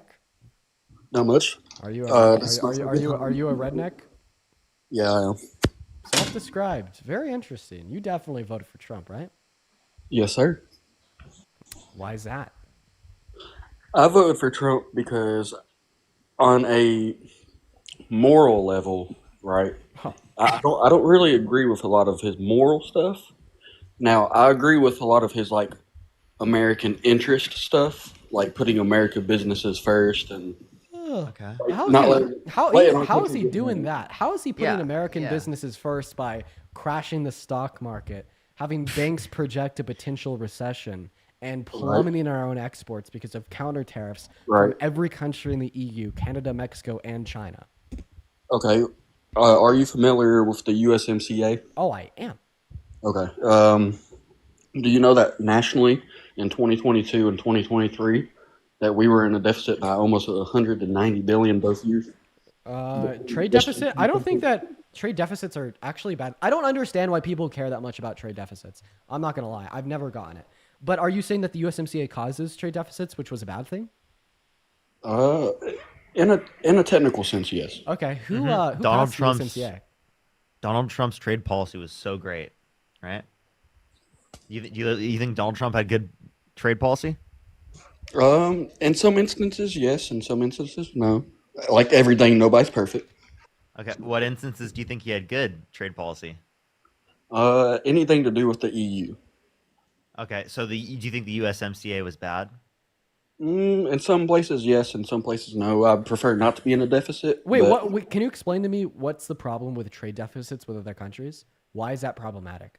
Because, okay, like, so it's like investing into something, right? Whenever you're making an investment and you're not receiving the return from that investment. Whoa, bro, yes, you literally do. When Americans spend money on Canadian goods, you receive the Canadian good.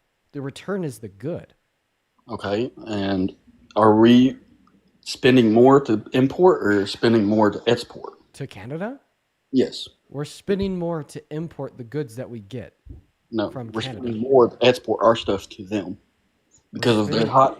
Because Wait, they have tariffs. wait, if we're exporting goods to them, you understand that means we're making money They by have the tariffs exports? that are nearly 250. Wait, if we're not spending more On on some of our Canadian products. goods than Canada's spending on American goods, then we're not in a trade deficit. What do you think a trade deficit is? Trade deficit is the loss of money and the loss of goods. Wait, what's being lost? What money? Is this We are giving more hypothetical than they are money? giving back. We are giving more than they are giving back. No, And no. So a trade deficit is literally when. we're spending more money on their Okay, products. okay. I'm gonna explain to you what a trade deficit is. So here's what a trade deficit is. For simplicity, we're gonna imagine literally two companies: an American company that makes socks and a Canadian company that makes socks. Sometimes the American company will buy their socks from Canada. Sometimes the Canadian country will buy their socks from America, but they also both produce their own socks. So at this hypothetical year, the Canadian company bought $100 worth of American socks to sell to their consumers, and the American company bought $200 worth of Canadian socks to sell to their consumers. The American trade deficit would be $100. What that deficit represents is the difference between the amount of money that we spent on importing the Canadian good compared to what Canada spent on importing the American good. And I'm not convinced that that is a problem. How is it not a problem? Because what are the negative repercussions? That's just the free market, and it demonstrates that we have more of a need for Canadian socks than they have a need for American socks. Okay?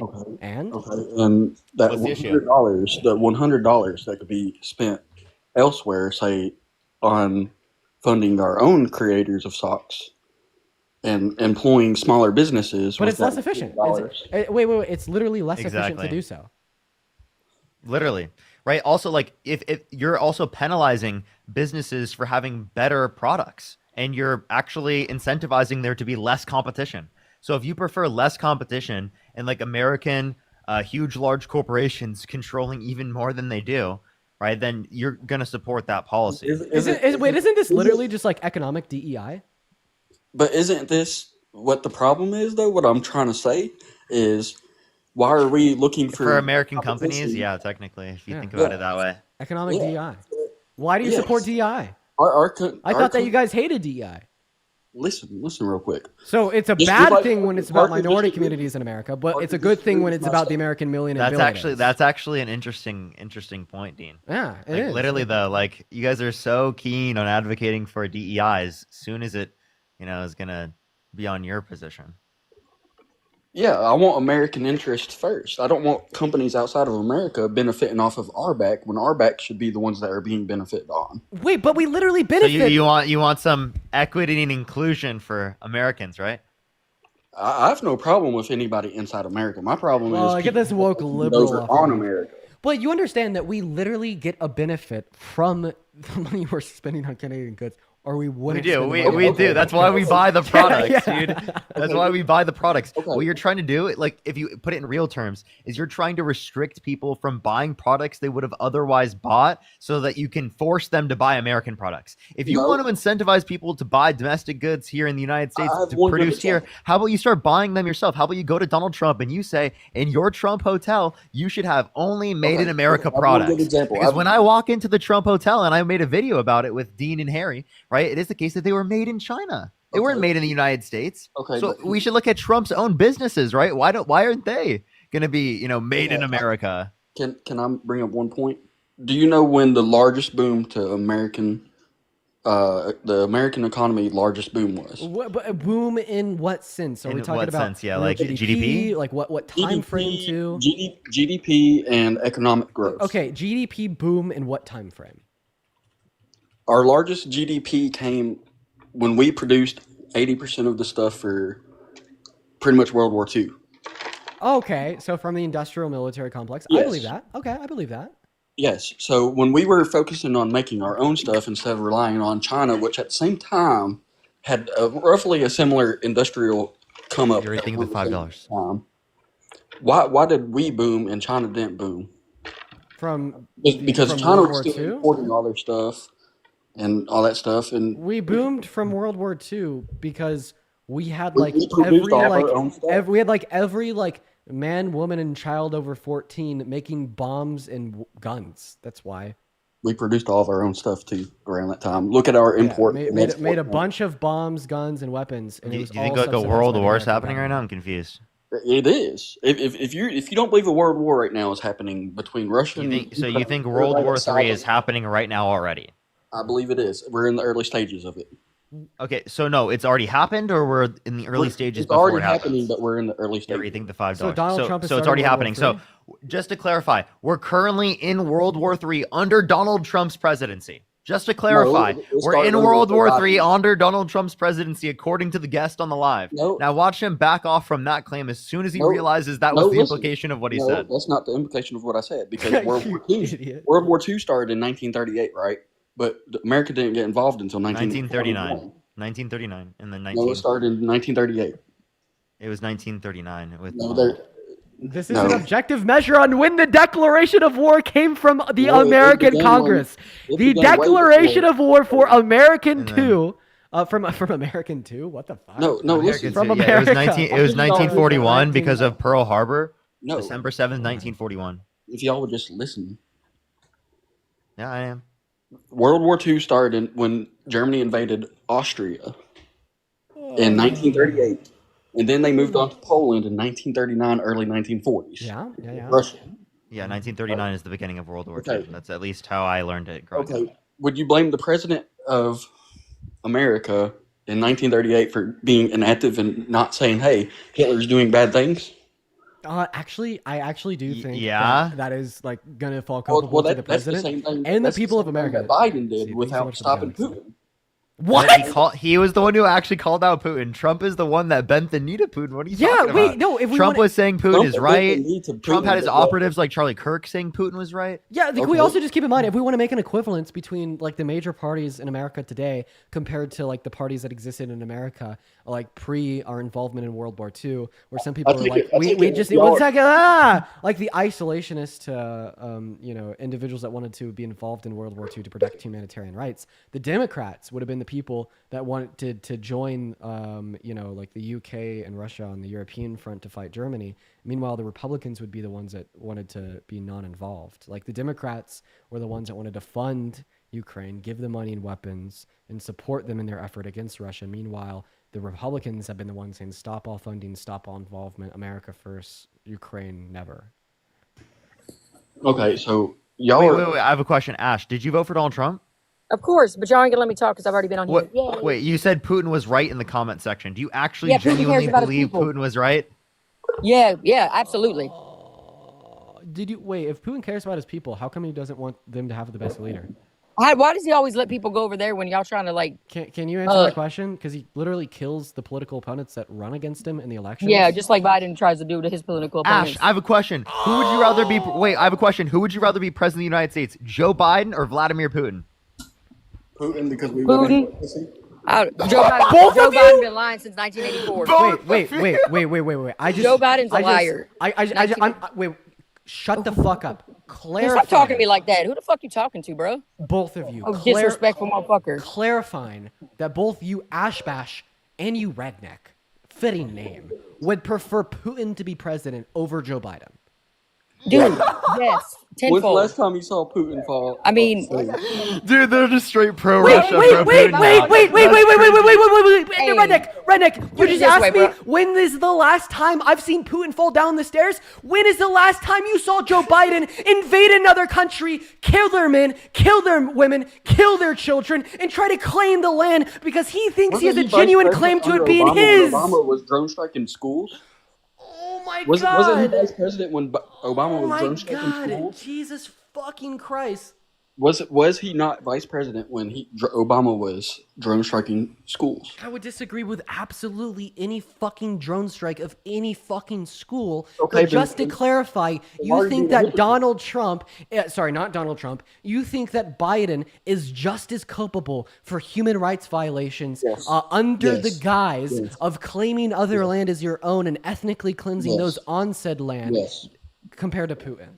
Yes. So I what would- foreign I would country? equate the two. What foreign country did Biden invade and try to claim as his own land?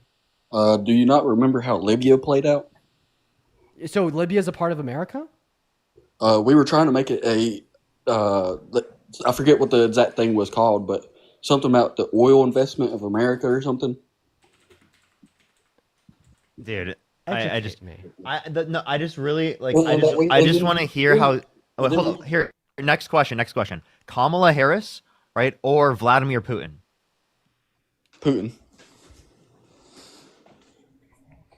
You would rather Why- Putin why? be president of the United States compared to Kamala Okay, Harris? No. Why do you want America? Jesus Christ, dude, you are so lost. Wait, you are how am so I lost. lost? What type of? Where do you get your information from? Redneck. Wait, I have a question. Where do you get your information from? Not any of them liberal colleges y'all went to. Well, no, where? Tell me, where do you get your information from, Dean? I really you just have to realize ask the that you question. got brain warped at college. No, tell me.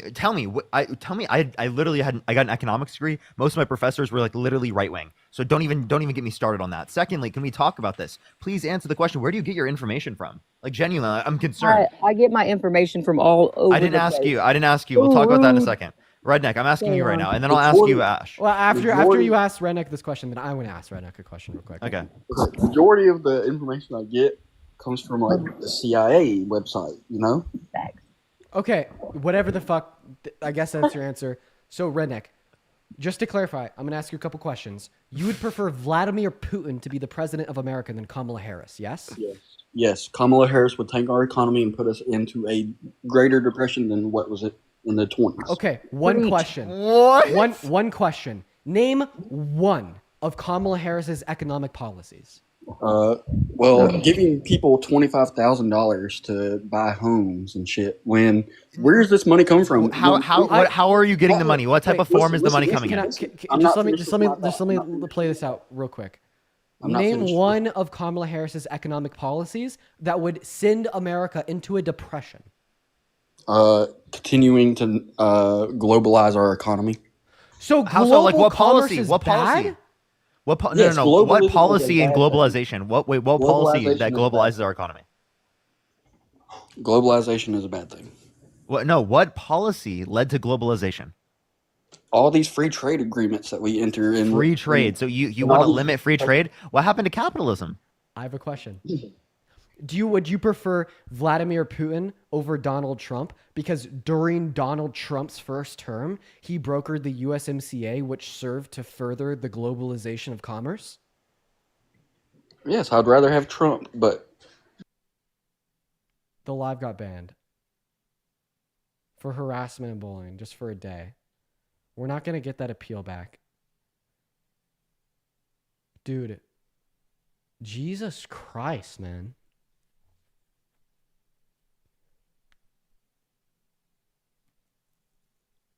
Oh my God. Yeah, what happened to Republicans being true American patriots? What happened to that? Oh, I would prefer Vladimir Putin over Biden or Harris.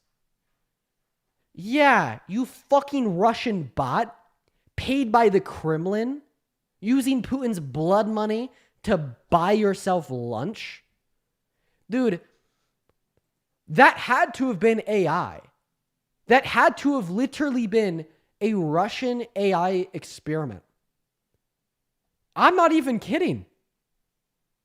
The Kremlin developed AI robot fucking TikTok accounts to join my live to say Putin better than Trump, Harris, Biden. Oh my God. Unreal. Hey, Positively Nat, thank you so much for the $50 donation over on YouTube Super Chat. Thank you for the love, Nat. Everybody, at least 500 W Nats in that comment section. Nat says, this is for wanting to get in more educated on immigration. I feel like my family, who are citizens and became naturalized citizens, forgot where they came from and are now in a cult. Well, first of all, Nat, I really appreciate that from you. That is insane. $50 is a lot. Thank you so much. Just know I'll be using that to buy myself dinner as soon as I get off live. So very, very kind of you. And like secondarily, yeah, I want to be significantly more educated on immigration. Censorship is crazy. Yeah, bro. Ban for talking bad on Putin. Hey, man, the appeal got proved. W's. Thomas, thank you for the $10 over on YouTube Super Chat. That guy was either a full-on traitor or he has a dent in his head that should be studied by brain surgeons to figure out how he's still alive. You do have to be pretty fucking stupid to think that Putin is a viable solution for an American president better than Biden or Harris. That is pure fucking hate. That is pure fucking hate. Okay? See, he took the fluoride out of his water, and this is what he's left with, you guys. Sonny, thank you for the $20 super chat on YouTube, saying for the stress for dealing with these crazy assholes. 8 years, not much in this economy, but buy yourself a little something. Well, hey, don't say that, Sonny. I'm appreciative for every single dollar donated. You know, I live in a small town. $20 means a lot out here. Okay, all right. You know, see, maybe in a place like LA, $20 is a coffee. For me, $20 is steak dinner for two. So, Sonny, you just bought me steak dinner for two, and I appreciate that from you. Thank you, Sonny. AYNJEL, thank you for the $5 super chat over on PayPal. I got to send a message to Parker real quick. Yo, I'm on live right now, but I did just want to send you a quick voice message. I got a day ban. The ban was appealed. I'm back, but I'm probably done with debates for the night, so now I'm just hanging out over on TikTok, over on YouTube. Sorry.